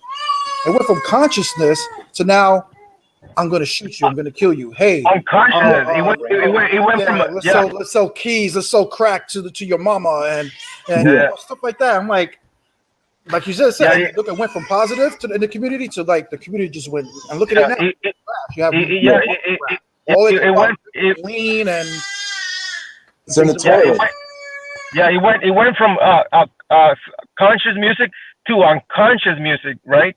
And that's exactly what I said earlier about the 40/40 versus the 42 hertz tuning system within the music industry, right? And that's basically a crafty counsel by the powers that be, like Esau, the 13 families, Rockefellers, and all them people that basically are using like the so-called black man in order to basically modify the societal structure, and they do it not just in the physical level, but they do it at the subconscious level, because now you have all these messages. Now it's not hidden away. Now it's right in your face saying, well, we're gonna kill this. Yeah, it's all right in your face. Like what was the famous song that Cardi B and what's the name, the Stallion girl? I never heard it, but WAP. I've never heard it either, but I heard it's trash, bro. I heard it's trash, and a lot of people, a lot of women, a lot of young girls, bro, are applauding this thing. I said, if this is the greatest thing, that this is the role model of humanity. Like now, it's right in your face. It's not anymore in the reverse, like in the tracks. It's not in the reverse. It's actually right in the open, bro. They don't have. She should be ashamed. But let me say this real quick. If you guys remember, I know this is. I'm not going to be the one to do it, but hopefully that when I make this the Israelite music, if you guys are probably Jose might be a little near my age, but like if you guys remember, reggae music was this kind of like underground music, kind of like in Jamaica, and it was really only in Jamaica. People really weren't really like listening to it outside of Jamaica, or whatever, right?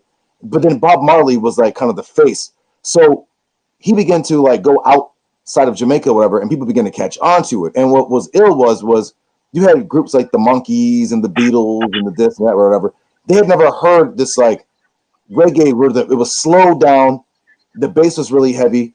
It was all about peace and love.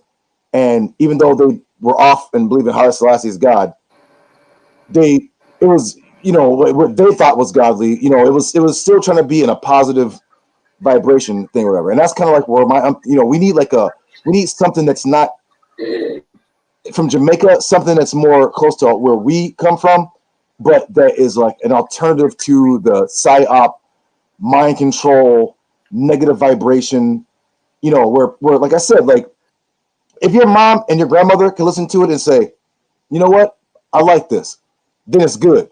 If your parents look at you, listen to like, what the heck is this? Then you know it's bad.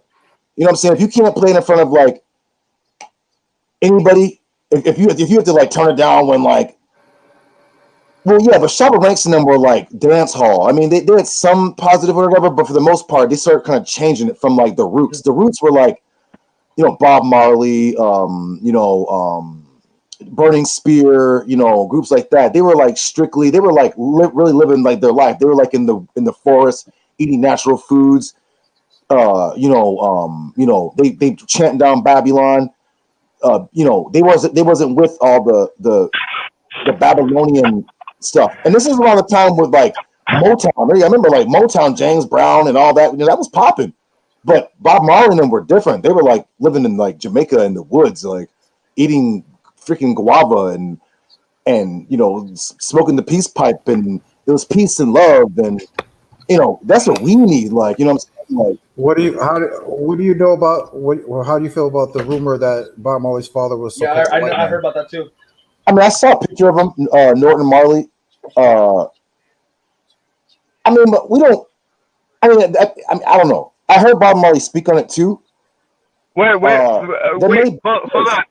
Judah, hold on. This is what the true judgment comes in, right? Because here you are talking about Quana, and telling him that he's an Italian, this and that and the third, and then you accept the fact that you have seen on the boards on Facebook and whatever the like, fine. But then we're bringing out the fact that what's his name, Bob Marley, his father is an Edomite, and everybody knows that. Everybody knows that, right? Okay. But then you're like, you're like trying to justify it like as if it's not true or whatever the like. But you know what I'm saying? No, because Bob Marley didn't start reggae. I'm just using him as the example. He was maybe because he was half white. Maybe that's why he was more accepted. Because Peter Tosh was the dark guy who actually wrote most of the songs, but Bob Marley was the handsome, more. Yeah, he was the face. He was the face. Yeah, but my point in saying this is because, I mean, do you think he was an Edomite or not? I mean, I don't believe that every white person is an Edomite. So, like I said. No. I'm not talking about like every. We're talking about Bob Marley. Do I believe he was an Edomite? Technically, yes. Okay. Technically, but he didn't know his father, and he didn't really grow up around that. So all he really knew was his mother and the people he grew up around. So, but I'm saying like, I'm not saying because your father is not an Israelite. When I say that, I'm only talking in terms of like land inheritance. I know women who are married to like white men and they're Negroes. People make fun of them, but at the same time, like you're reading the Torah, we had a Israelite woman named Shalamiyah, whose husband was an Egyptian. Her son did blaspheme. Remember, he got stoned to death. But right, yeah, that's Leviticus 24. Yeah, she did come out with Israel though. They didn't say, "Well, you know what? Like your husband's not an Israelite, so you got to stay here in Egypt." No, she came out. So, I'm not saying that. I'm saying what I'm saying about Quana is he's acting like he's the leader. Bob Marley was not saying he's the leader of reggae and he's the face of reggae music and Rastafarianism. Matter of fact, his wife, she's the one that got Bob Marley into Rastafarianism. He was a Christian. So yeah. I'm just saying Quana shouldn't be acting like he's Onias III, like he's a teacher of righteousness, and when this fool's over here hiding his identity. Like, I mean, come on, man. Like, why can't the brother just be like, it is what it is. I am what I am. I just keep the Torah. I believe in Yahweh, and let's move forward. No, he's still moving weird. Like, I'm the teacher. I'm this great Messiah. I'm the great teacher. Bro, what are you talking about? I smoke Quran every time he goes against me. Like, if he's great, then what am I? I dog walk him every time. No, I'm not great, man. Yahweh chooses who he will to bring out what he wants. It ain't nothing to do with none of us. Right. Hey, Vega. Right, Vega. Can you get Proverbs chapter 2, verse 2 down to 12? Yeah, yes. we gotta read that because we're talking about ears and listening to music, and having our ears ready to listen to what, right? That's basically why I don't own TV. This is why I don't watch TV, because a lot of the TV has this frequency that has been emitting some sort of trance sound waves. Yeah, exactly. That puts people in a trance some sort of way, and it's been happening since the invention of the TV. So imagine like the bombardment of what would you call it? A bombardment of publicity that goes through your head. Like what is really going through your subconscious self? Because remember, like the subconscious self is actually the aspect of yourself that is catching all these things that you don't see, that you don't never pay attention throughout the day. So imagine like that by the time you go to bed, what your brain is basically in overload or a bunch of bullshit that you just watch that you've never seen or that you actually didn't even pay attention. You understand? So it's important to keep an eye on the things that you watch, the things that you hear, and so on and so forth. Guarding your ears. So Proverbs chapter 2, 2 down to 12. All right, I got the. This is Pro. Oh, you got it? Yeah, I was going to read it from the Net Septuagint. Oh, go ahead. All right, this is Proverbs chapter 2, verse 2. It says, by making your ears attentive to wisdom and by turning your heart to understanding. You see that right there? So tuning our ears to wisdom. That's basically the whole idea. This is the main theme, central message of this passage, that we're supposed to tune our ears to wisdom, right? Turning our ears to wisdom. So if we're watching like MTV all the time, if we're listening to rap that talks about bullshit and crap and garbage, guess what? You're full of all that crap. You understand? So turn your ears to wisdom and concentrate on understanding, right? Verse 3, it says, indeed, if you call out for discernment, raise your voice for understanding. If you seek it like silver and search it for it like a hidden treasure, then you will understand how to fear the Lord, and you will discover knowledge about Yahweh. For the Lord gives wisdom, and from his mouth comes knowledge and understanding. He stores up effective counsel for the upright and is like a shield for those who live with integrity. To guard the path of the righteous and to protect the way of his pious ones. Then you will understand righteousness and justice and equity, every good way. For wisdom will enter your heart, and mortal knowledge will be attracted to you. You said to what verse? 12. You said what? Yeah. Okay. Discretion will protect you. Understanding will guard you, to deliver you from the way of the wicked, from those speaking perversely. Bro, that thing, that chapter 2, bro, is like heavy. There's like a lot of meat in those verses, bro. Obviously, we're not gonna go into that, but the whole main thing is that tuning our ears to wisdom, because wisdom is full of all the things that we just read. Understanding, learning how to discern certain things, learning how to discern, like for example, what is going on today with this whole 5G technology. 5G technology and this whole vaccinations is gonna be nothing more than an attempt to basically hijack the mind and the subconscious self and the pineal gland of humanity. And once they obtain that, guess what? You're done. That's it. You're not control. And that's basically what's going on today. Like Jose Vega brought that out like a while ago about Job. What is the scripture that you talk about when you sleep? When you're asleep, that's when the gods basically come down and inject thoughts and ideas and ideologies and so on and so forth. Well, guess what? A lot of the things that we are watching on the TV, on the news, what is the news? News is nothing more than fear-mongering crap. Yes. And then guess what? But by the time that you spend like a whole 3 months, like with this whole COVID bullshit BS, right? You spend 3 months listening to the news, like, well, fear this, fear that, this and that, and a third, and fear. By the time you're like been 3-4 months, what are you? You're in a state of fear, like heavy. Yeah. You're trapped.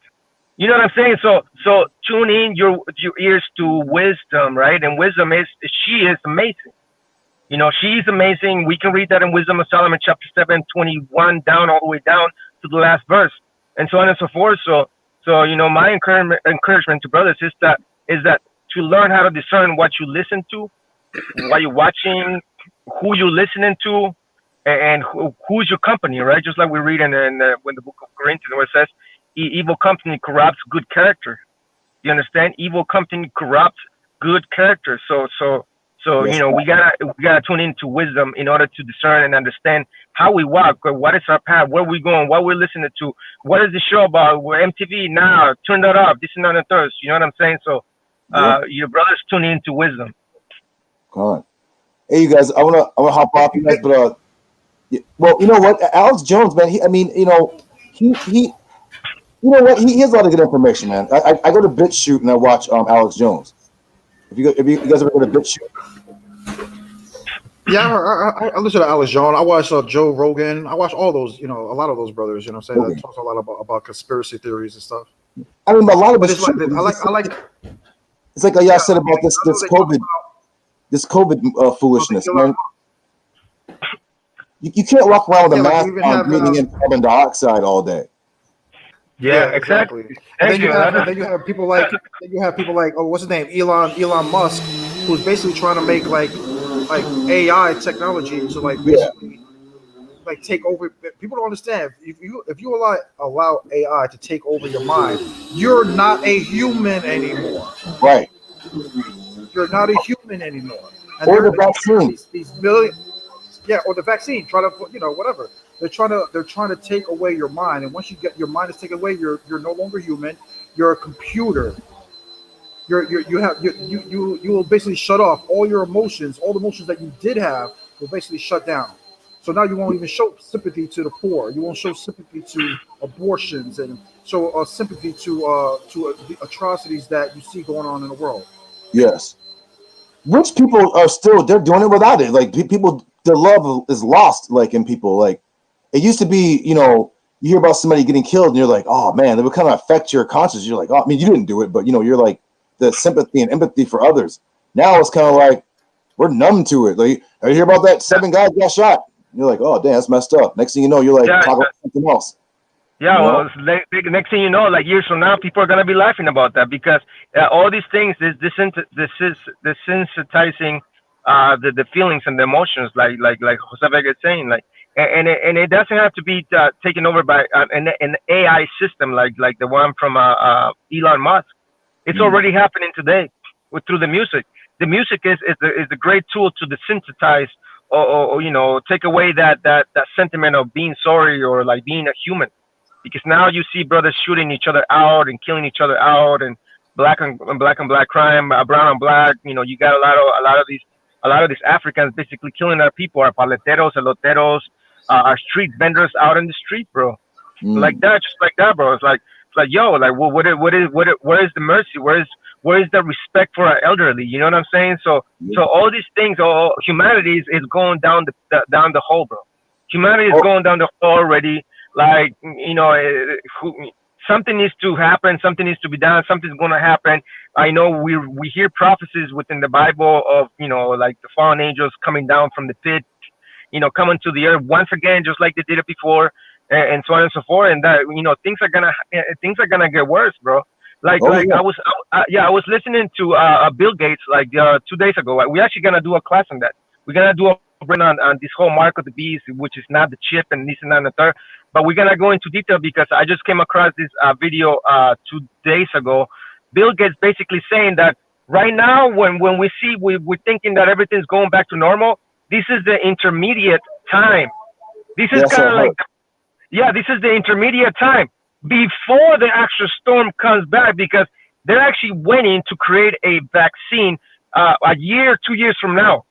This is just like the break before the storm. This is like the peace before the storm. Like, people are thinking that everything's going back to normal. People are going to theater. I love movies, bro. I'm a movie buff. Like, I like going to the movies. I'm a sci-fi buff. I like movies that are sci-fi. I'm into all that shit.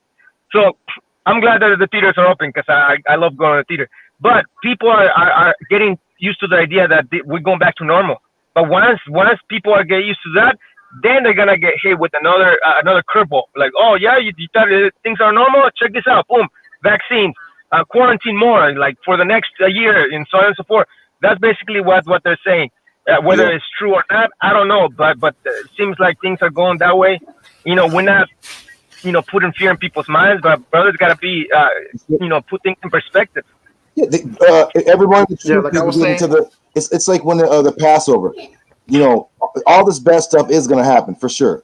But what we got to do is we got to go into the sanctuary. You know what I mean? And then don't worry about it. Just keep our minds focused on the Torah and on the commandments. When I say Torah, I mean like all of it. I don't mean just the first 5 books. I mean all of it. So keep our minds on the scriptures, and you'll see all this bad stuff happening, but it won't be happening to you. You won't even notice it because you'll be so focused on the Most High that people will be falling down on your right and your left, and you'll be like, oh dang, that's messed up. You're gonna be like, well, they should have they should have stayed in the truth. You know what I'm saying? So all the people, all the Negroes that fell out of the truth, there's a vaccine for you. You know what I'm saying? And you know, that's what it is. But I want to thank you guys for letting me on. I just want to give you guys props for putting in work and making videos and teaching. And I'm gonna admonish people on Facebook. I'll be like, yo, man, like, how y'all just leaving them out? There's like y'all outnumber the Negroes like freaking 10-1. Like, get out there and support. Get out there and support your brothers, man. Like, get off Facebook. I mean, Facebook is cool, but come on, man. Like, there's more people to reach. You know, and I think the more help and more northern tribes come, it'd be like, and then the other Israelite tribes in like the Philippines who also speak Spanish and stuff, they'll come because they understand Spanish. You're gonna get, you know, you already got. There's, I'm not saying all, you got some Israelites there in Japan. You know, everyone it'll be gathered, but it takes everyone to like do a part. I know it's not about being a YouTube personality or being a star or nothing like that, but like, we have so many agents of division, and you know who I'm talking about. We have so many agents of division out there creating these divisive doctrines and putting people's minds or the spirits on stagnation that, like, you don't realize Israel loves stupidity. That's what the scriptures say. They're susceptible to it. They love it. So these agents of division, they keep our people stuck in stupidity by putting out this stupid mess. And so we're going to need to like band together to like overcome these agents of division, because I think they're being funded by somebody, and you know who I'm talking about. Like, I think there's somebody funding them to create. I'm being dead. You guys think I'm joking? I'm being dead serious. I told you guys this years ago. I was like, yo, there's Masons around here, there's agents, and I think there's one particular group that y'all know who I'm talking about, 4 letters. I think they are funded by somebody, you know who, you don't see them though. Wow. So, yeah, I believe that. I believe that. Because they never know scriptures. There's always Africa. Why would you be trying to lead us back to where we got enslaved from in Africa? We got enslaved in Africa. Why are you trying to lead us back there? You're being funded by somebody. Like, you didn't just you just come back with this whack doctrine that you can't prove. Come on, man. I don't believe it, man. Like, that's agent stuff. But all praises to you, Howard, man. You know, thank you, brothers, for doing the work. You know, I'll be tuned in. I just don't comment all the time, but you know, I you know, people be like, the Negroes be like, oh, Judo, why do you whatever? And I'm like, at least they're doing some work. Like, come on, man. Like, what if they weren't Israelites? They wouldn't be doing it. This is just what it is. Like, what Gentiles going to be doing this?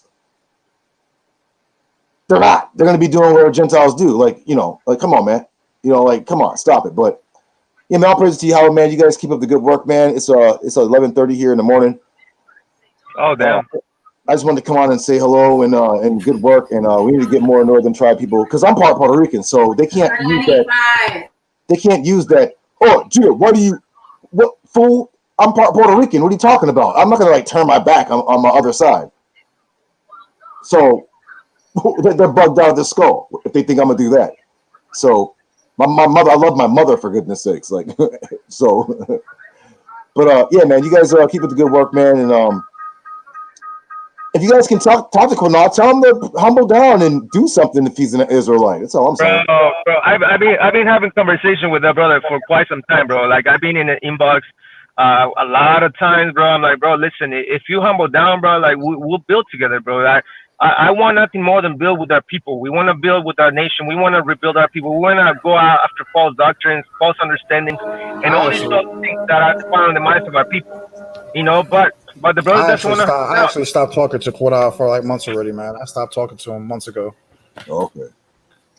I stopped too.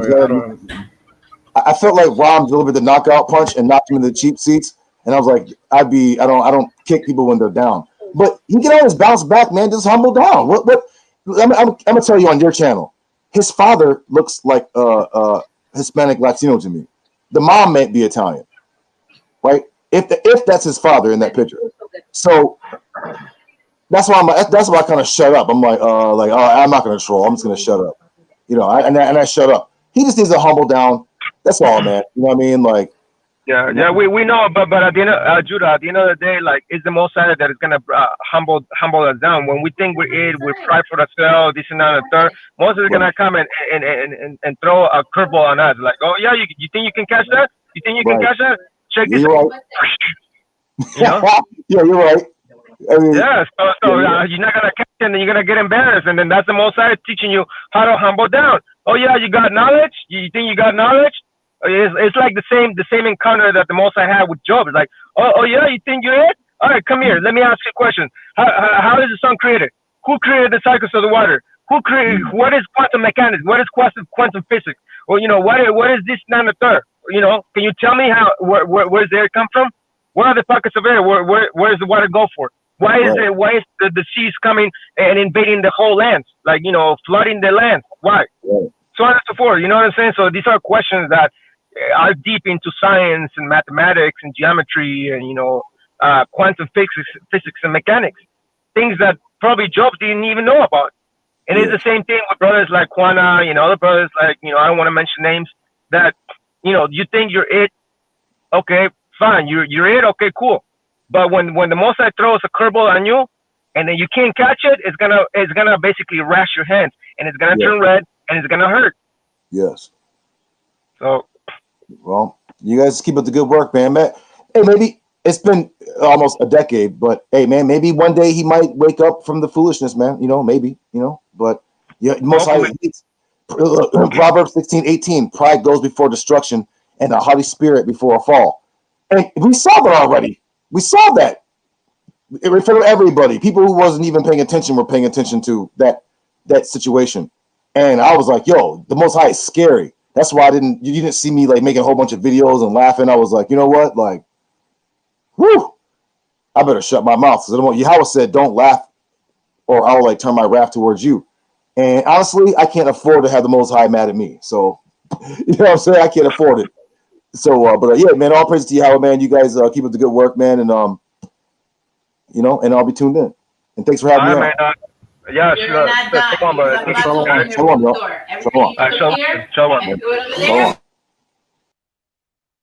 All right, bro. Yeah, man. You shy, man. Bring yourself in. We want to talk with you. He said he had a bad connection. That's sad, man. So that's why it dropped twice. Hey, Vega, can you read Melissa's scripture, bro? I don't have my Bible with me, man. Oh, there it is.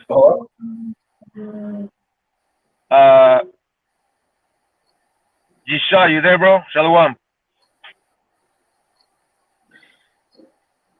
Are us Israelites allowed to smoke? Well, not necessarily. I mean, when I said not necessarily, because even in the temple, you had in the holy place, right? Not the holy of holies. In the holy place, you had the Levites basically burning cannabis, basically weed, within the holy place. You know what I'm saying? So you had the holy priest. Now check this out, right? What is the Temple of Solomon? What does it represent? I have no clue. Sorry. Okay, well, the Temple of Solomon represents the human body, right? Because it looks like a human body. That's what they call the temple man, right? And so within the temple man, you have what? The altar of incense, in which they burn what? Cannabis or weed. And that's basically right before you enter into the Holy of Holies, basically the holiest place, which will be the mind. Like that's where the presence, the mighty glory of God resides, right? That's where He sits at. So it's smoking against the law? Not necessarily, because I mean, I don't want to say like, oh yeah, you can smoke cigarettes, because that's against it's bad. No, I meant it just by weed, like bud. That's it. No. Yeah. That's it is lawful. I mean, it's not unlawful, but we're not again, for everybody that's watching right now, we're not telling everybody to go smoke weed. That's not what we're saying. If your brothers want to smoke weed on your own terms, hey, that's fine. That's not against the law. You're not in the midst of sin. You're not But a sin. Good. yeah, you're not in the midst of sin. That's not against Torah. But at the same time, we're not here promoting, hey, everybody, this is the ancient watchman. You better go smoke weed. That's not what we're saying. Okay. But we're saying that it's not against Torah because the priests were basically smoking weed in the temple. By being there and sending out prayers was smelling that smoke, inhaling that smoke. That's basically what they were doing. You know what I'm saying? Remember, So, they were in an enclosed. Remember, they were in an enclosed room for hours, burning Yo. incense and stuff like that. So basically, like that's what you recall, right? Because they were in a confined room and for hours, and they would be in there for hours. Because Yeah, because this is from my personal experience, I like to do that, and then I would like to go ahead and read a little bit and pray a little bit. And for some reason, I feel this could be a little wrong, but I feel a little bit closer, I guess, or more understanding, or it's easy. Hey, I put it like this. Me and Ayash talk about this all the time, right? Even our ancestors, right? Our ancestors used to take like mushrooms, peyote, just like ayahuasca. Is that allowed? Yeah, ayahuasca, like to go on. Yeah, bro, go on spiritual journeys, man. This is what we're meant to do. Our ancestors were on this land doing it for centuries, man. You know, like I have no problems with that. Like I was even telling Yash that we should go to Peru and get on some ayahuasca and go on ceremonies, right? Yeah, and that's basically like what I've done. I don't know if you brothers know, but I've done 4 mushroom trips already. And in my mushroom trips, bro, I've had amazing revelations by the creators, by the Elohim, by the Alahayim. Whether you want to call them creators, engineers, I call them engineers because that's what they told me they are. They're engineers. They engineer of things and stuff. So even going back to Torah itself, when you study what mana is, the mana, right? The mana, it's actually mushrooms. Mushrooms is what mana is. That like going back to the wilderness in the desert after the Exodus happened. Our people were eating mushrooms. They were eating that godly celestial food that basically expands your mind and so on and so forth. So imagine our people eating mushrooms for a while in the desert. What do you think happened to their neurological pathways? There was an expansion in it. They were able to understand certain aspects, certain deep mysteries, and this and that and the third. And this is why a lot of our prophets came out of that section. You know what I'm saying? So in my I'm just gonna share briefly on my mushroom trips. Like, let's see, man, there's a lot. Like for example, my first trip, it lasted 6 hours and so on and so forth. And then when I was laying down, basically the engineers show me that we are connected with the earth, with Mother Earth. Like everything is energy. Like everything that you see, the trees, like. Even when I saw my hand, when I was watching my hand, there was energy like surrounding my hand. It was like a glowing energy just surrounding my hands and so on and so forth. So nature itself, cosmos, and everything else, we're all connected to it, and so on and so forth. So in my trip, they sent me back down to the earth to like be buried like a seed, like I was laying down like a seed in the layers of the earth, and they told me like this is the death of you. You're dying. Meaning what? Meaning when you die, you're basically letting go of all the things, all the dogmas, all the lies, all doctrines, and all dogmas that keep you enslaved. Your mind is enslaved, and so on and so forth. So so they show me that. So they show me that in order for us to be born again, we have to be buried in the darkness. Just like any seed. Like for example, if you grab an orange seed and you plant it in the ground, that seed is gonna encounter what? Darkness in the ground. And that's basically what every human being has to go through. You have to be planted in the ground in order for you to spring forth life itself and fruit. And you grow to be a plant and a tree, and then you bear fruit, and then you bear seeds. And that's basically what it is. Like in order for us to be born again, we have to go underneath the ground and die like any seed. And that's basically what the creators show me. The Alahayim show me that in my church and stuff. So. Oh, okay. Because I was asking because it's I can't quote because I'm not an expert, right? But I'm trying to learn. I'm doing the best that I can. It said that to stay sober and vigilant. So what does that mean? Like You know what I mean? Yeah, well, sober. Well, to be sober is to be a watchman. That's basically what it means. Sober. Yeah, so sober means to be diligent. Diligent means to be a watchman. Watchman means to be a guardian. Guardian means to be a keeper. Keeper means to be, again, a watchman. It goes back to the same word. Okay. So to be sober, it's to be alert. Alert. You are alert. Obviously, when you're in a trip, you're not sober because you're in a spiritual journey. You know what I'm saying? So that's way separate because that you're not dealing with any, like, you're not teaching, you're not sharing the gospel with anybody. This is your personal connection with the Creator that you have, when you do those things. But when it's talking about being sober and vigilant is when you actually doing the work, when you're actually in the job, meaning in the spiritual job, in the spiritual work that you're doing, like a watchman. When a watchman is upon the walls, you can be, doing this and that and the third because you have to be sober and vigilant. Meaning vigilant means watching, alert. Just like Jose Vegas' name is what?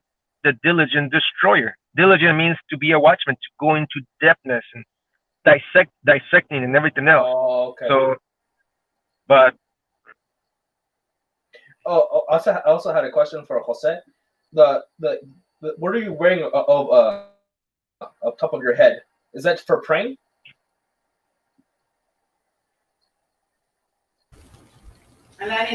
Say again? What I'm wearing? Yeah, on top of your head. Is that for praying? Is that a praying thing? No. I do pray. You know what I'm saying? This is something I wear around the house. Especially when it's a little chilly out. Ancestors used to do, or the Israelites used to do? Well, you have our ancestors. Yeah, we used to wear what you would call ponchos, right? You have ponchos and stuff like that. The coverings. Yeah, like hoods, like our ancient forefathers. They used to wear hoods, like they used to wear capes, hoods, like with fringes on. Yeah, like what's his name? Robin Hood. Remember Robin Hood? It's the same thing. Like Robin Hood had a hood on it. Like Robin Hood is the same thing. Like we used to wear that. That was like our custom. Like even remember, I'm gonna give you the greatest example, right? Remember what's his name? King Saul, right? When King Saul went to visit the witch of Endor, remember that? He went to visit the witch of Endor in order to conjure Samuel. Remember that? He went to visit that witch close to the city, but he had to disguise himself. But he was wearing a hoodie. He put a hoodie on, like a cape, like a poncho type of deal, and he went out to the city and he went to visit that witch. So our people, that was our thing. That was a form of fashion, like a Hebrew fashion type of deal. So that's our thing. Okay, thank you. No, because I have one too, and I use it before. I use it to pray, and I use it to read the Bible. I cover my head. I was told to do that by some guy from like one of those West camps. Right. No, they usually tell the one West camps usually tell you that you shouldn't be reading the scriptures with your head covered, which is a false notion. Right. Yeah. Shalom, brother. What's up? Shalom. Man, welcome to the live, man. It's been a while. It's good to have you here. What's up? I was gonna bring out a bunch of scriptures that support your mushrooms and your ayahuasca. Please do. Okay, so go ahead, brother. Yeah, before you even go there, bro, let me set up the foundation because a lot of people are gonna freak out. Now, check this out. In 2nd Ezra chapter 14, it gives you the time when Ezra was given a drink by an angel in order to put them in a trance, right? Now, for what? So that they could actually write and rewrite Torah again, because Torah had already been burned during the Babylonian invasion. So Torah was destroyed. So in order to rewrite Torah, an angel came down sent by the Most High in order to inspire these Ezra, the scribe, the Levite, and the rest of the brothers to rewrite Torah again for 40 days and 40 nights. But the angel had to give the brothers a drink, a yellowish drink. They drank it, and once they drank it, guess what they did? Guess what happened? They were put into a trance, a mental trance, right? And so, Yeah, and so that's basically what ayahuasca does. When you drink ayahuasca, it puts you in a spiritual trance in which your spirit basically travels to the different dimensions in which the Alahayan basically shows you all the stuff. It leads you it clears up your path or shows you the things that need to be taken away, or and many it's just different for every people. So I just want to give you the a little bit of the foundation before Yishai brings out the scriptures regarding like a lot of the psychedelics that we read of in the Bible. In the Bible, there's psychedelic information regarding mushrooms, regarding teas, brews, herbs, and so on and so forth. And we read it all throughout the scriptures. And maybe we're gonna do a lesson on that, but let brother Yishai bring it out. Oh, you keep cutting up. I got just Exodus 16 and 14 is where it starts. Go ahead, bro. You take the floor, man.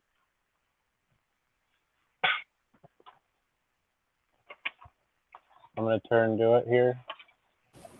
Do you need a reader, or you want to read it yourself? You can read it if you want. All right, go ahead. Just let me know the scriptures you want me to get out. You said you're on Exodus what? 16 and 14. Oh, hold on, Vega, can you go to before you go there, bro? Go to let's see. Go to First Kings chapter 8, verse 22. Is that one? Melissa brought that out. We never read it. We're gonna read it for her. No, it's all right. I know where Melissa was going with that. She's that chapter is about how we were supposed to get out of captivity, brother. We bring it out all the time about how showing love to our brothers. At the end of the chapter, it told you how how we gotta show love to our brothers to get out of captivity. Right. Okay. We read that scripture on our platform a few times. It's kind of long. It's actually down to 31. Okay, you said Exodus 16 and what? Start at 14, I guess. Okay. This is Exodus chapter 16, verse 14. And when the dew that was gone up, behold, upon the face of the wilderness, there lay a small round thing, as small as the whore from on the ground. That's basically talking about what? Basically, it's like a frost on the ground.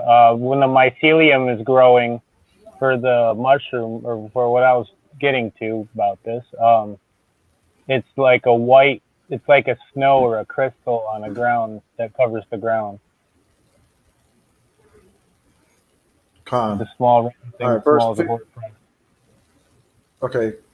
verse 15. And when the children of Israel saw it, they said to one another, "It is manna," for they wist not what it was. And Moses said unto them, "This is the bread which the Lord hath given you to eat. This is the thing which the Lord hath commanded. Gather of it every man according to his eating, an omer for every man according to the number of your persons. Take ye every man for them which are in his tents." Okay. An omer and it's a handful. 10 was it?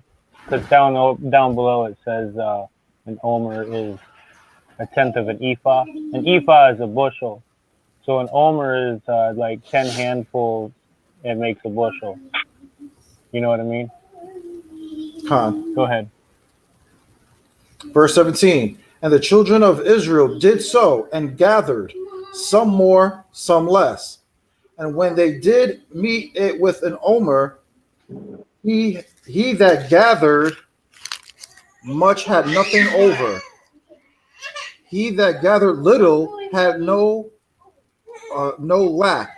They gathered every man according to his eating. And Moses said, "Let no man."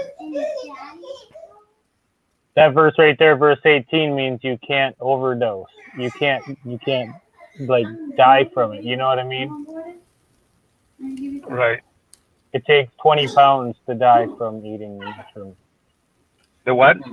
Okay. 20 pounds. He said, Which you eat 20 pounds of anything and you die. Damn. Yeah, that's a lot. You know. So, anyways, verse 19, and Moses said, and Moses said, let no man leave of it till the morning. Notwithstanding, they hearkened not unto Moses, but some of them left of it until the morning. And it bred worms and stank. And Moses was wroth with them. And they gathered it every morning, every man according to his eating. And when the sun waxed hot, it melted. And it came to pass that on the sixth day, they... Go ahead, there's delay. You go ahead. Okay. It came to pass that on the sixth day they gathered twice as much bread, 2 omers for one man, and all the rulers of the congregation came and told Moses. And they said unto them, this is that which the Lord has said. Tomorrow is the rest of the holy Sabbath unto the Lord. Bake that which ye will bake today, and seeth that ye will seeth. And that which remaineth over lay up from you to keep until the morning. Okay. And they laid it. That means to bake and to seethe. Seethe means to boil. So you either bake it or boil it, so that way you can dry it out, or you can make tea out of it to make it till the next day, and you'll have twice as much, right? So that way it wouldn't go bad. They would have some the next day. That shows how important the Sabbath is. That's another thing I wanted to talk about. The Sabbath is so important. You can't go collect the bread. That means the Sabbath comes first. That's the most important thing that we're supposed to respect. And then the bread comes second. To me, that's what that says in that verse. So go ahead, 24. 24. And they laid it up till morning, as Moses bade. And it did not stink, neither was there any worm therein.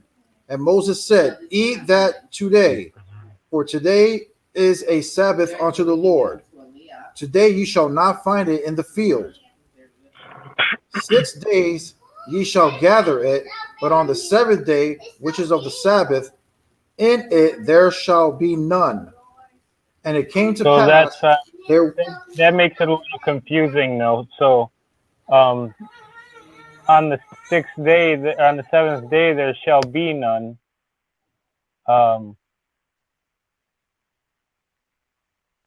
Maybe on the Sabbath,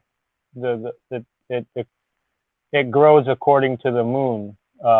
Maybe this verse right here just confuses me a little bit in the scriptures that I got set aside for this topic. 6 days you shall gather, but on the 7th day, which is the Sabbath, in there shall be none. Like all of Yahweh's creatures. I'm thinking it's saying that it's meaning not to gather it. I think that's what it means, brother. Because remember, the first sentence it says, "In 6th day you shall gather it, but on the 7th day, which is on the Sabbath, in it there shall be none." Meaning there should be none to gather. Meaning you shouldn't be gathering anything on the 7th day. Okay. Well, they went on the 27th verse there. They went out to gather it, and there was none. So I was thinking that the fruiting body of the mycelium, it produces fruit according to the moon cycles, the Sabbath, possibly. Verse 27. And it came to pass that they went out, some of the people, on the 7th day for to gather, and they found none. That's okay. And the Lord said unto Moses, how long refuse ye to keep my commandments and my laws? See, for that the Lord hath given you the Sabbath. Therefore he giveth you on the 6th day the bread of 2 days. Abide ye every man in his place. Let no man go out of his place on the 7th day.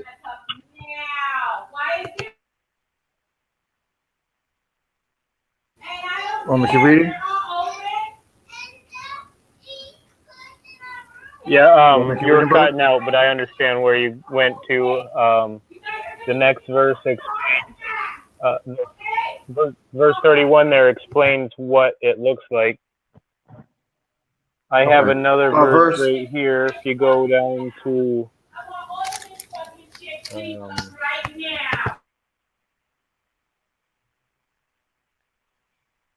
can you hear me? Yeah, brother. Numbers 11, I believe it is here. Let me find it.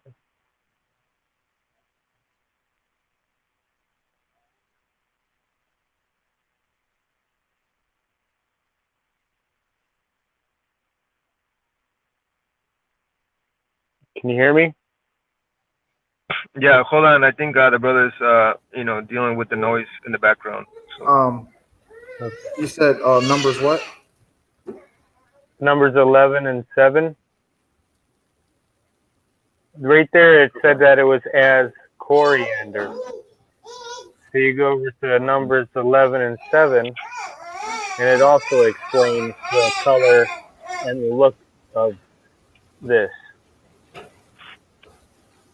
All right, this is Numbers 11, verse 7. It says, "And the manna was coriander seed, and the color thereof as the color of bdellium. And the Bdellium people is went a about resin and like gathered." myrrh.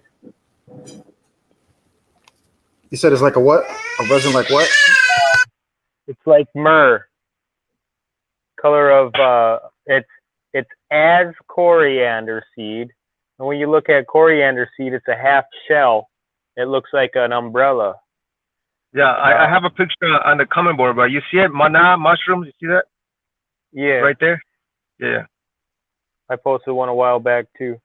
And the color thereof as the color of bdellium. If you look at bdellium, it's like a brownish, blackish, it's different shades, just like the mushroom is. Yeah, the psilocybin mushrooms are the same color like that too, brownish, and then when they get dried out, they turn a little bluish or whatever. Yeah, they like I think our garments are supposed to represent the mushroom because it's supposed to have fringes around the outside, like the spore or where the spores come from. It's like a fringy like gills, and then when you touch the mushroom, it has a ribbon of blue. It stains blue. Yeah. Exactly. Yep. And also, and if you go to next verse 8, read that.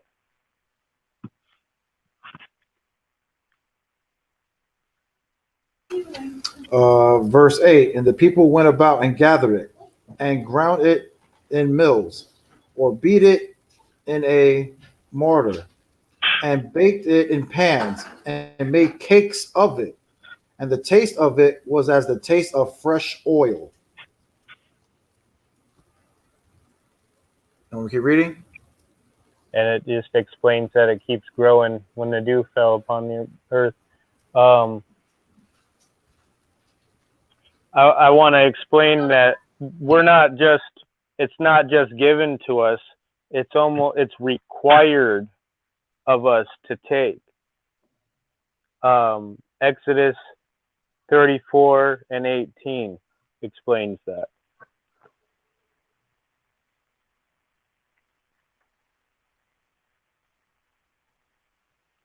Hey, brother, I'm sorry. You're going to have to start reading, bro. I'm having like a little headache. My eyes is kind of hurting. Exodus 34 and 18.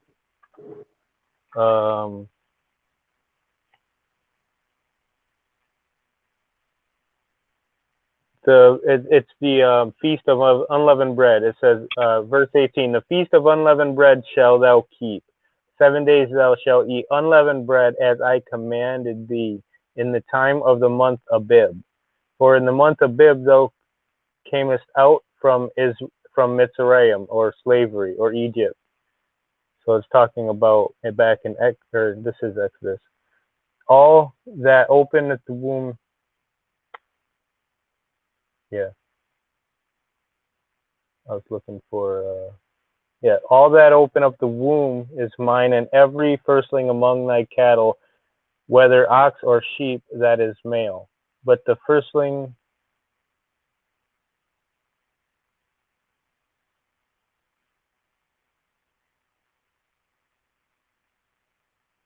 I apologize. This isn't exactly the verse, but it does right there. The feast of unleavened bread shall keep. The unleavened bread is the manna that fell from heaven. Christ explains in John 6, and I believe in John 4, that he is the bread that fell from heaven.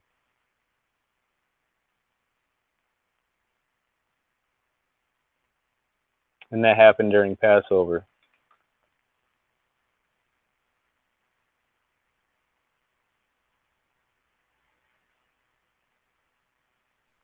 Yeah, so let me expound on what he said earlier about the mycelium. Yeah. Yeah, the mycelium. When you brothers look at the mycelium, it's basically a system grid that expands all throughout the world. This mycelium system is nothing more than basically the nervous system of Mother Earth, because Earth is a living entity. It's herself. So when you look at mycelium, it's basically the network that has been acquiring all this information all throughout the ages for thousands upon thousands of years. So it's like a neurological system of neurons, bro, that are alive. They're vibrating. They're glowing, bro. It's And really powerful. when you eat the mushroom, it actually changes your neural pathway system. Yeah, it's called neuroplasticity. It creates neuroplasticity. It expands your neurological pathway, and then once you come out of that amazing trip, it changes your life forever, because now you're not the same, because you just expanded your consciousness, and so on and so forth. So imagine people doing that for months or years when they were in the wilderness. Imagine that. You know what I'm saying? So, our people, basically experience like the most amazing encounters with the Alahayim, all the time. The Messiah was in the wilderness for 40 days and 40 nights fasting, and I think that he was actually living on manna. Right. Yeah. I mean, could be. I believe. I mean, right here, and I'm gonna read some stuff out of Psalms chapter 78. If I go down to verse 22. Yeah, bring it up. It says, because they believed not in Elohim and trusted not in his salvation, though he had commanded the clouds from above and opened the doors from heaven, and had rained down manna upon them to eat, and had given them of the corn of heaven. Man did eat angels' food. Yeah, can you hear me? Can you hear me? Shalom, are you there, bro? Yeah, I can hear you. I can hear you. I don't know if I yours. Anyway, Yisrael. So we're not. I just want to do a disclaimer, for anybody else who's watching. We're not promoting any drugs. We're not promoting any harmful drugs for anybody else to take in. This is just a teaching. We're bringing out information. You guys do their own research, and I say this for disclaimer purposes only, right? Because myself, I've taken mushrooms 4 times in solitude and in sacredness, because these things have to be taken in sacredness, just like we read it in the scriptures. Brother went into the scriptures and he read it in Exodus, and Mosai give us a law, like, listen, bring, grab what you're gonna eat, and so on and so forth. Boil it for tea, which I've done. I boiled it for tea, and so on and so forth. And it's, you guys are missing out. Yeah, you can hear us. But I've also have them dried out, and so on and so forth. So this is what Jose Vega and I have been saying and talked about in private when we talk about that our people have always had this affinity, this knowledge that was given to them by the Alahayim. To have knowledge of psychedelic plants like mushrooms, ayahuasca, we can hear each other, but certain can't hear us roots right now. and medicine, remedy, natural remedies, and so on and so forth. I mean, I already shared my testimony when my sister got bitten by a scorpion, and how my uncles knew what plants were supposed to be mixed in order for her to be healed, and so on and so forth. So yeah, man. There's a video that I would like to post on our channel, regarding mushrooms and the actual breakdown on that, the going into depth, and I'm gonna post that out. But Shalom Yishai for bringing scriptures out and explaining a little bit of the mushroom You can topic, hear because us? a lot of brothers are freaking out. They're thinking that the ancient watchman is pushing out for brothers to do drugs. That's not what we're doing. That's not what we're saying. So You can hear us, Ayash? exactly like the monoatomic gold cluster. That's like drops. I think you can drink them and stuff, and that's basically the idea that goes back to the Anunnaki. Can you hear us? Can you hear us, Ayash? We can hear you. We can hear you. Can you hear us? All right, I'm gonna send the link again. Hold on. Jose Vega, I can hear you, bro. Can you hear me or no? You can hear me? Yo.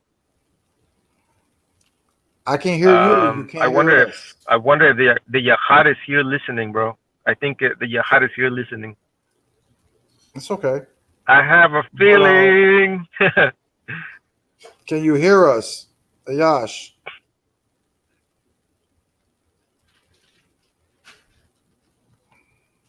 The link.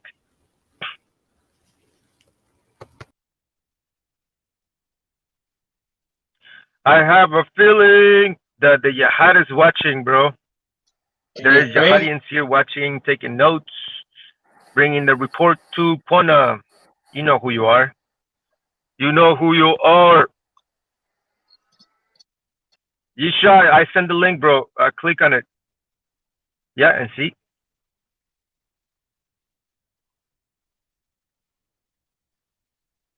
Shalom, Yashral. Moises. Masha. Masha. Yeah. What's up, brother? What's going on, man? I'm just listening. How is Guana doing? Shalom. Who's this? Moses. Yo. Masha. Yo. Yeah.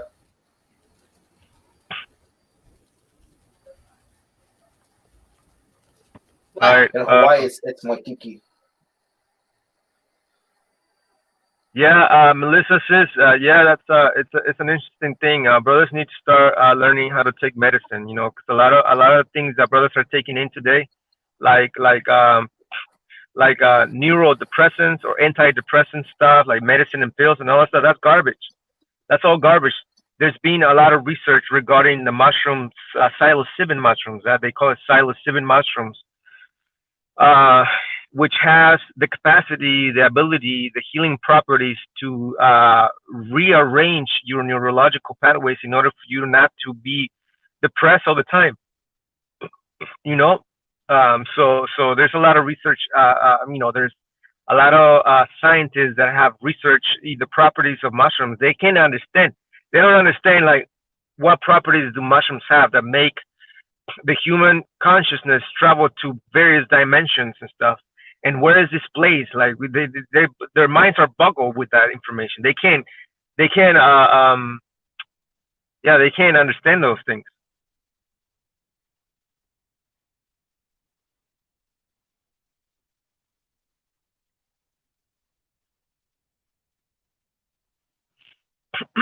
Yeah, exactly, Melissa. They're using mushrooms in psychology. There's actually like studies done on these. Like this is not, we're not making this up. Like you brothers can go ahead and research. There's a lot of research when it comes to psilocybin mushrooms, basically being used within the psychological spheres to heal people from depression and sadness and anxiety and various things, man. But it doesn't just do that. It actually elevates the minds of the people to encounter the Elohim, your creators, the engineers. That's what they show me when I did my mushroom trips. I had a meeting with the engineers. There was my third mushroom ceremony. I don't call them trips. I call them ceremonies. In my third mushroom ceremony, I was able to travel 1,000 years into various civilizations and planets and dimensions that are not from here, bro. Like whatever you see on this planet, like all these cars, all the digital technology, this is nothing. This is way primitive stuff than the things that these places have, like in the various dimensions and the other worlds.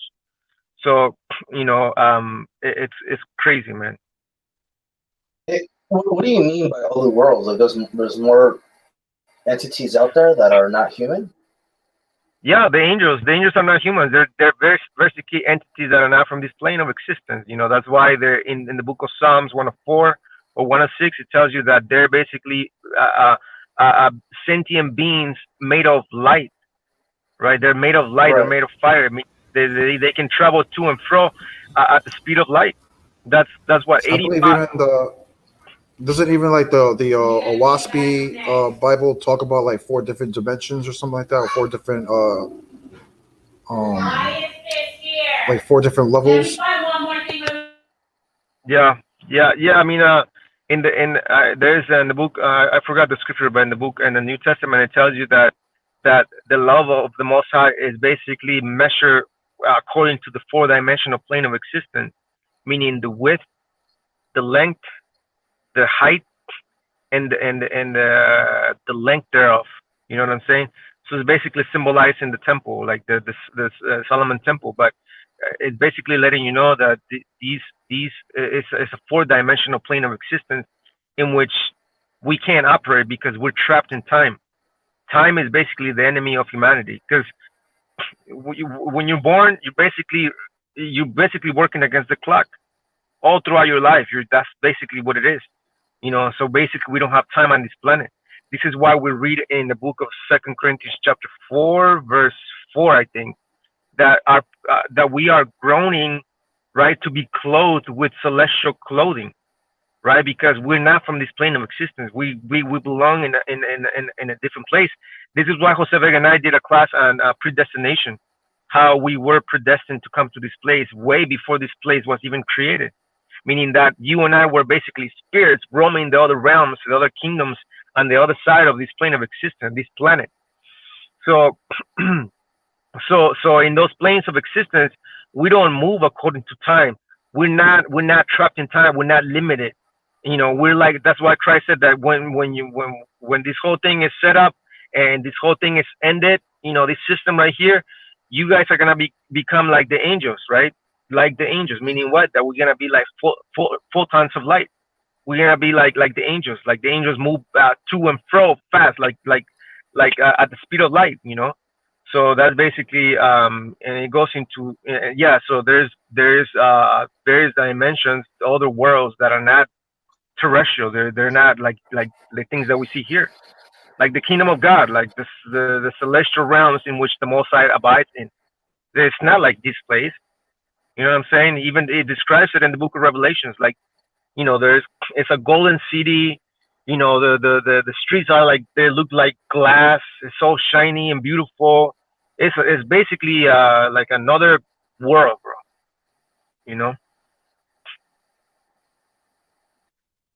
And then once we're done with our captivity, are we gonna go there?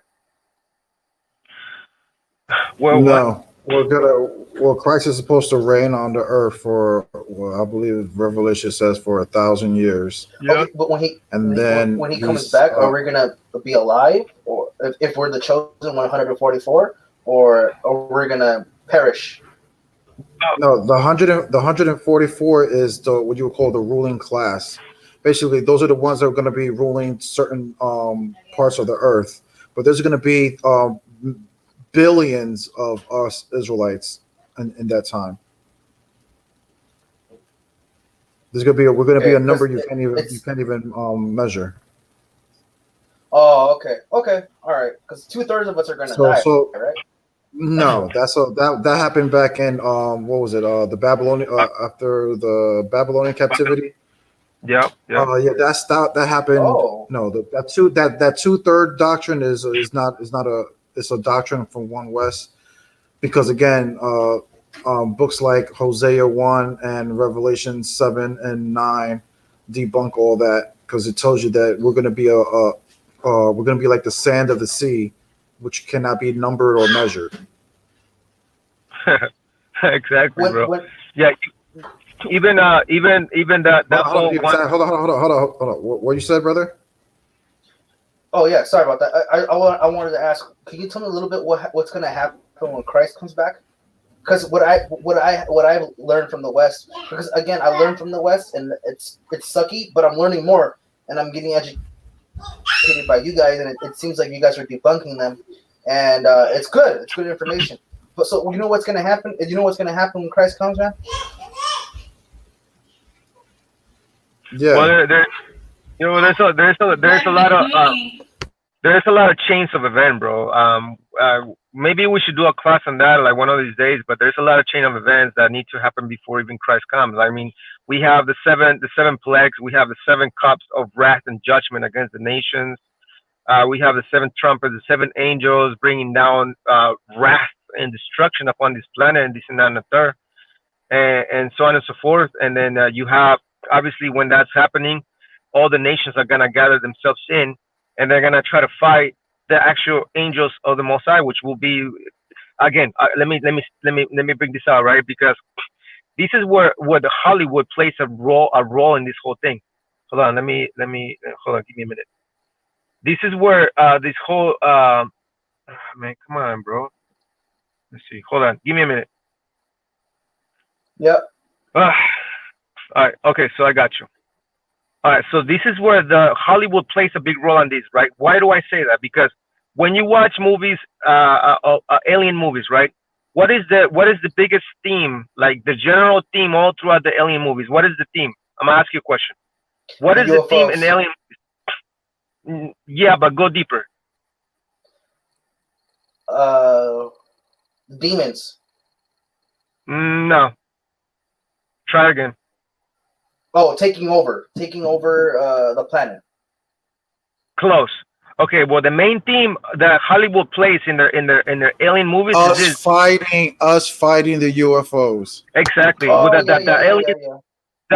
the aliens are evil. That's basically what the theme of Hollywood in the alien movies is. That whenever aliens come, they're always the evil ones. They're like, "Whoa, my gosh, evil! Destroy them! Like Independence Day, right?" And various other movies all throughout Hollywood. There's always this theme that the aliens are the evil ones. You know why? Because all the nations on the world, they're psychologically and spiritually and emotionally preparing the entire planet and the entire army psychologically. So when that day comes, and it is coming, that the entire world is basically going to unite. This is what we read in the book of Revelations. It says that and the nations gathered themselves together, and they fought against the man that was sitting on the horse and the armies of the Most High, the host of heaven, right? But obviously the angels are gonna like basically tear them down, destruction like this, because their technology is way advanced. So that's gonna happen, and then there's gonna be like all sorts of death on this planet. Blood is gonna be shed on this planet, and this is why it is part of the law. You know why? Because the law Torah says that the law has the land has to be purged by blood. So that's not just talking about here in America. It's talking about throughout the entire world, because the entire world there has been blood that has been shed unrighteously by various nations. So blood has to be basically purged the entire planet. And obviously, I can go into another detail when it comes to blood and killing and shedding for the gods and stuff. But that's another subject for another day. But yeah, that's what's gonna happen. What does that mean for us civilians, us Israelites? What does that mean for us when war starts to happen? Are we safe? What should we do to be prepared? Well, you gotta be prepared now. Like brothers gotta start preparing mentally and spiritually when it comes to that. This is why the brother brought out the mushroom stuff, because the mushroom is gonna make you understand. It's gonna lead you to understand certain things that nobody can teach you. I can't teach you that. Jose Vega can't teach you that. Juana Lagua cannot teach you that. Nobody in this planet can teach you that. You're making a lot of noise, bro. So. All right, you there? Yeah, I hear you. You have to get on your own spiritual journey. Exactly. So everybody has to go into your own spiritual journey, a journey of discovery, a journey of dealing with your darkness and dealing with your demons, dealing with the inner demon battles that everybody has to face on this planet. And so the mushrooms is basically that, because the mushroom basically elevates the subconscious self to another level in which you're able to see like with the eyes of an eagle from above, like a real watchman does. You know, you have you're flying above the storm, and you can see everything from a different perspective. And so that's basically what the mushrooms does, and that's part of your spiritual journey. That's part of your spiritual evolution as well. So again, we're not promoting drugs. Nobody should be doing drugs. None of this, none of the third. So Okay, I'll keep that in mind. Thank you. so yeah, so that, but at the same time, we understand that it's gonna happen the same way it happened back in Exodus, when we noticed that Egypt was being destroyed, while our people were basically in a pocket dimension in the land of Goshen. Remember that we were in the land of Goshen, in this beautiful bubble. You know, there was darkness over there in the land of Egypt. There was destruction and crying and bloodshed and this and that and the third. Meanwhile, our nation was being enjoying peace and security and safety under the protection of the angelic beings. Why? Because we did a sacrificial spell of protection, which is what? The lamb. The whole putting blood on the post on your windows was nothing more than a blood sacrifice to protect the Israelites from the angel of destruction. So that's basically what's going to happen in these last days, when the Moses is going to bring us into the wilderness, and then we're going to be protected into this pocket dimension in which we're going to be protected from whatever is going to be happening to the planet Earth. So meanwhile, the planet Earth there's gonna be a destruction and bloodshed and this and that and the third.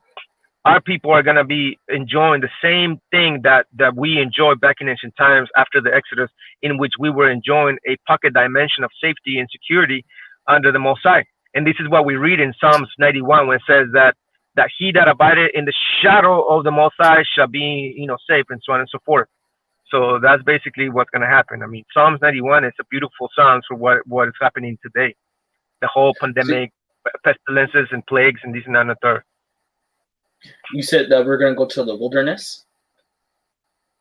Right. Oh, okay. We're going to go to the wilderness. Okay, hold on. Let me write that down. Yeah. There is a scripture on that, bro. Let me find it. I think it's in Ezekiel.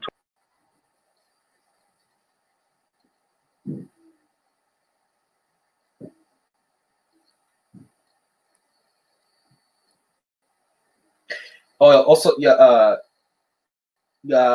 Shai Issachar, how many mushrooms should I take? Should it be a handful? And this is for Shai Issachar. How many should I? What do you recommend? How many?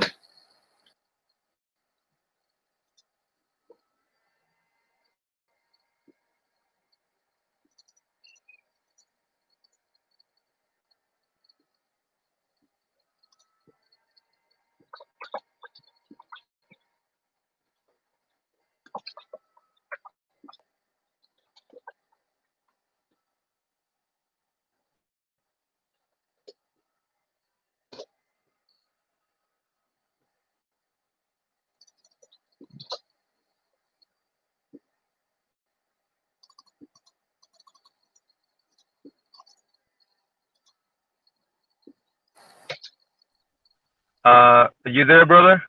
Yep. Okay. So I'm gonna read.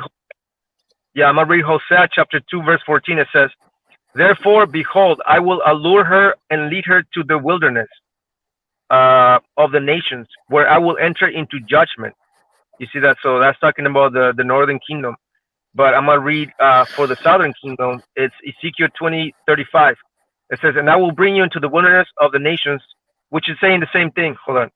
Let me click on it.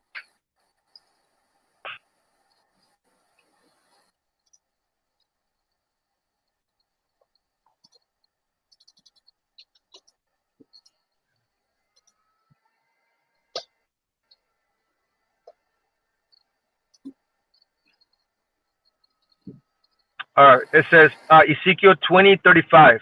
It says, "I will bring you into the wilderness of the nations, and there, face to face, I will execute judgment upon you." So yeah, so that's basically what's gonna happen. Even though the nations are gonna be being judged, we're still gonna be in a pocket dimensions. But in that pocket dimension, the Most High is gonna deal with us.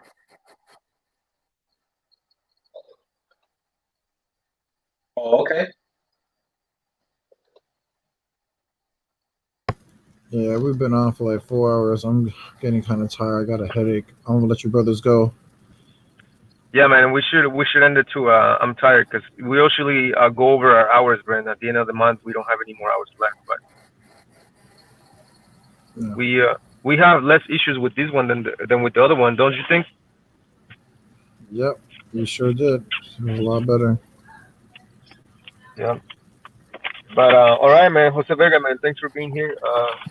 We'll see you on Monday, I guess. Most I willing. All right, man. Shalom, shalom, Moses. Shalom. You guys. Bye. All right, Moses, you got any more questions, bro? Or anything else you want to ask? Anything else you want to add? No, not right now. But next time when you guys do a live session, I'll write down my questions so I won't forget. But thank you again for doing the live calls. It's really been helping. Yeah, hopefully you wrote down those scriptures I shared with you as far as the wilderness and going out, the Most High bringing us into the wilderness. Okay, cool. And also, right. I'm gonna send you the video. I'm gonna send you the Spanish breakdown that I did about the Native Americans, indigenous being our people, so that you can share it with your father. Oh, okay. Gracias. Thank you. Right. Exactly. All right, Demo. I appreciate it, man. I really do. Yeah, man. Thanks for being here. I appreciate your presence.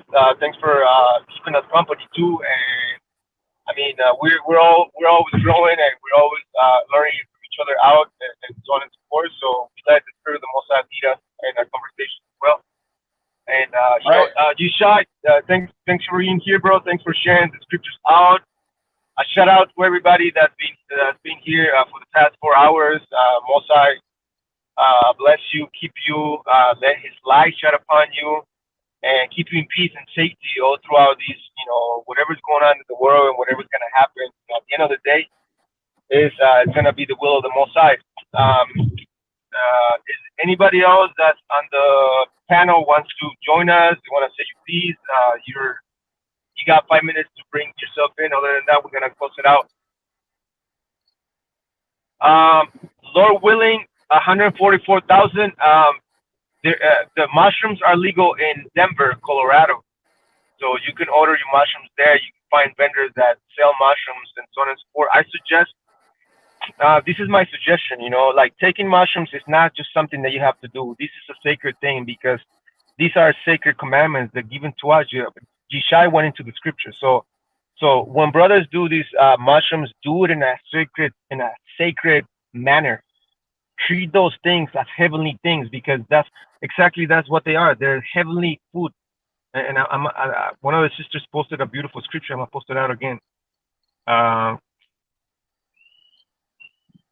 it is. You see, Psalm 72 verse 25. It says, "Man did eat the angels' food. He sent them meat to the full." You see, so mushrooms is not just some herb or some root that you find out in the ground. No, bro, it's angelic food. Why is it angelic? Because these foods basically what the hell?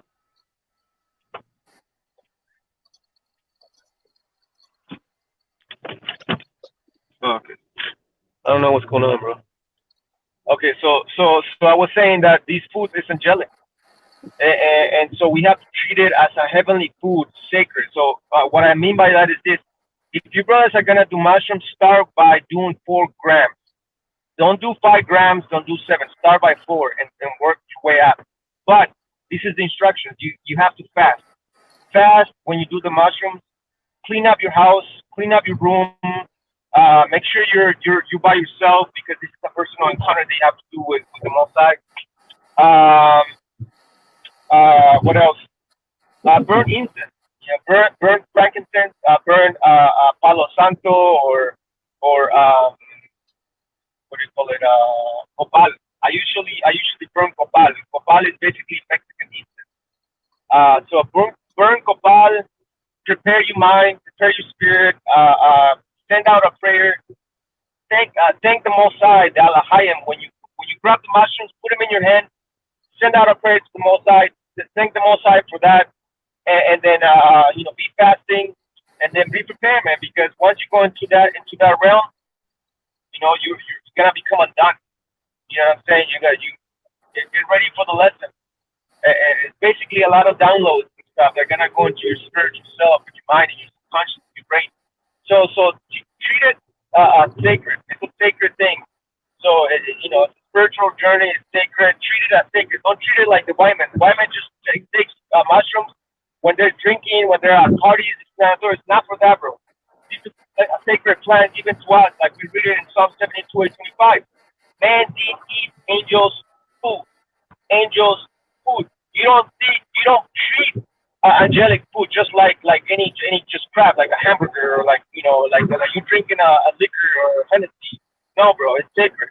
So I admonish everybody else that if you're gonna take mushrooms, prepare your house, prepare your room, clean your house, take a shower, burn incense, send out prayer, grab the mushrooms in your hand, send out prayer, thank the Most High and the Alahayim, and then eat your mushrooms and have an amazing journey, brother. And with that, we're gonna close it out. I'm gonna read the next scripture in Psalm 78, verse 24. It says, and had rained down manna upon them to eat, and had given them of the corn of heaven.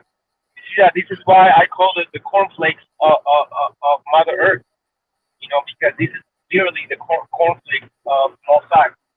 You understand? So it's a sacred thing, man. Don't ever treat ayahuasca, plants, herbs, medicine as some garbage. No, bro. You know what the garbage is? The medicine that people drink till today. The pills, the jarabes, the GMO food, McDonald's, and all this crap that a lot of our people are eating today. That is not sacred to our temple. You know what I'm saying? I mean, what do you think? Why do you think Mosai gave instructions to Moses on how to build the temple? What do the temple have inside? Gold, precious metals. Well, these food from the angels. So you have to treat it with respect and sacred. It's a sacred thing. It's a ceremony. So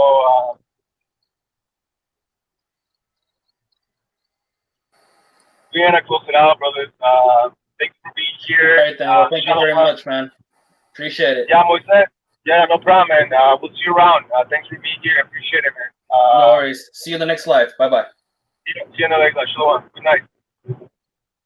All right, brothers. We're gonna close it out. We are gonna close it out.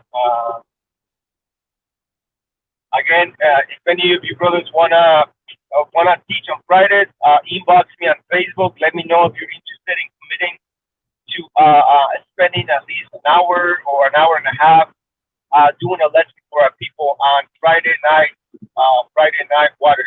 That's basically what we're gonna call it. This is episode 1. Welcome to be thank you for being here. We'll see you on the next one. Shalom. Have a great night. Happy Shabbat. Yishai, Shalom. Lord willing, 144,000. Shalom. Walter Trujillo, Shalom. Yeah, man. You gotta try it out, bro. Do 4 grams, like I said. Brother's gonna start doing 4 grams because 4 represents Earth, right? There's 4 cardinal points: north, south, west, east. 4 elements, 4 seasons of the year. So take 4 grams. Start with that, and then once you do that and you experience whatever the Alahayim are gonna show you, then actually you can move up to 5 grams and so on and so forth. Me myself, I've done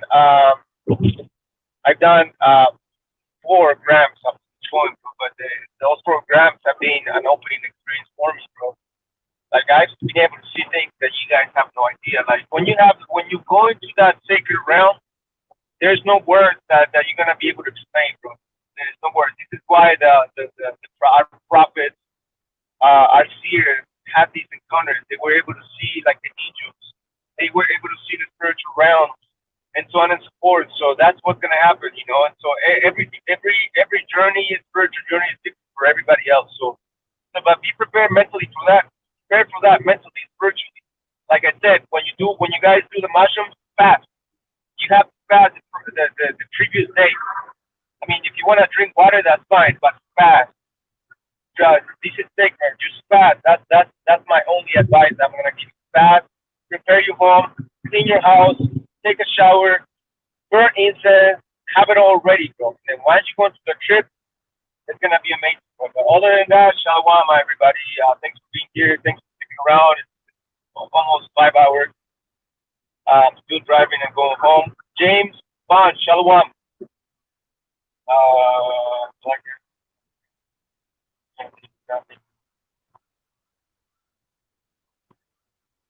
All right, brothers. We're gonna turn down Moises Hernandez. Shalom, everybody. We're gonna end with that. Mosai, bless you, keep you, let His light shine upon you, and protect you all the time. And with that, we'll see you on the next one. Don't forget to subscribe to our channel. Check out our videos. We have a Facebook group called Guardians of Truth. Check us out. Join the group. We share a lot of things there to initiate brothers into different various types of knowledge, history, and things that are happening in the world, and so on and so forth. So with that, I said, shalom, you brothers have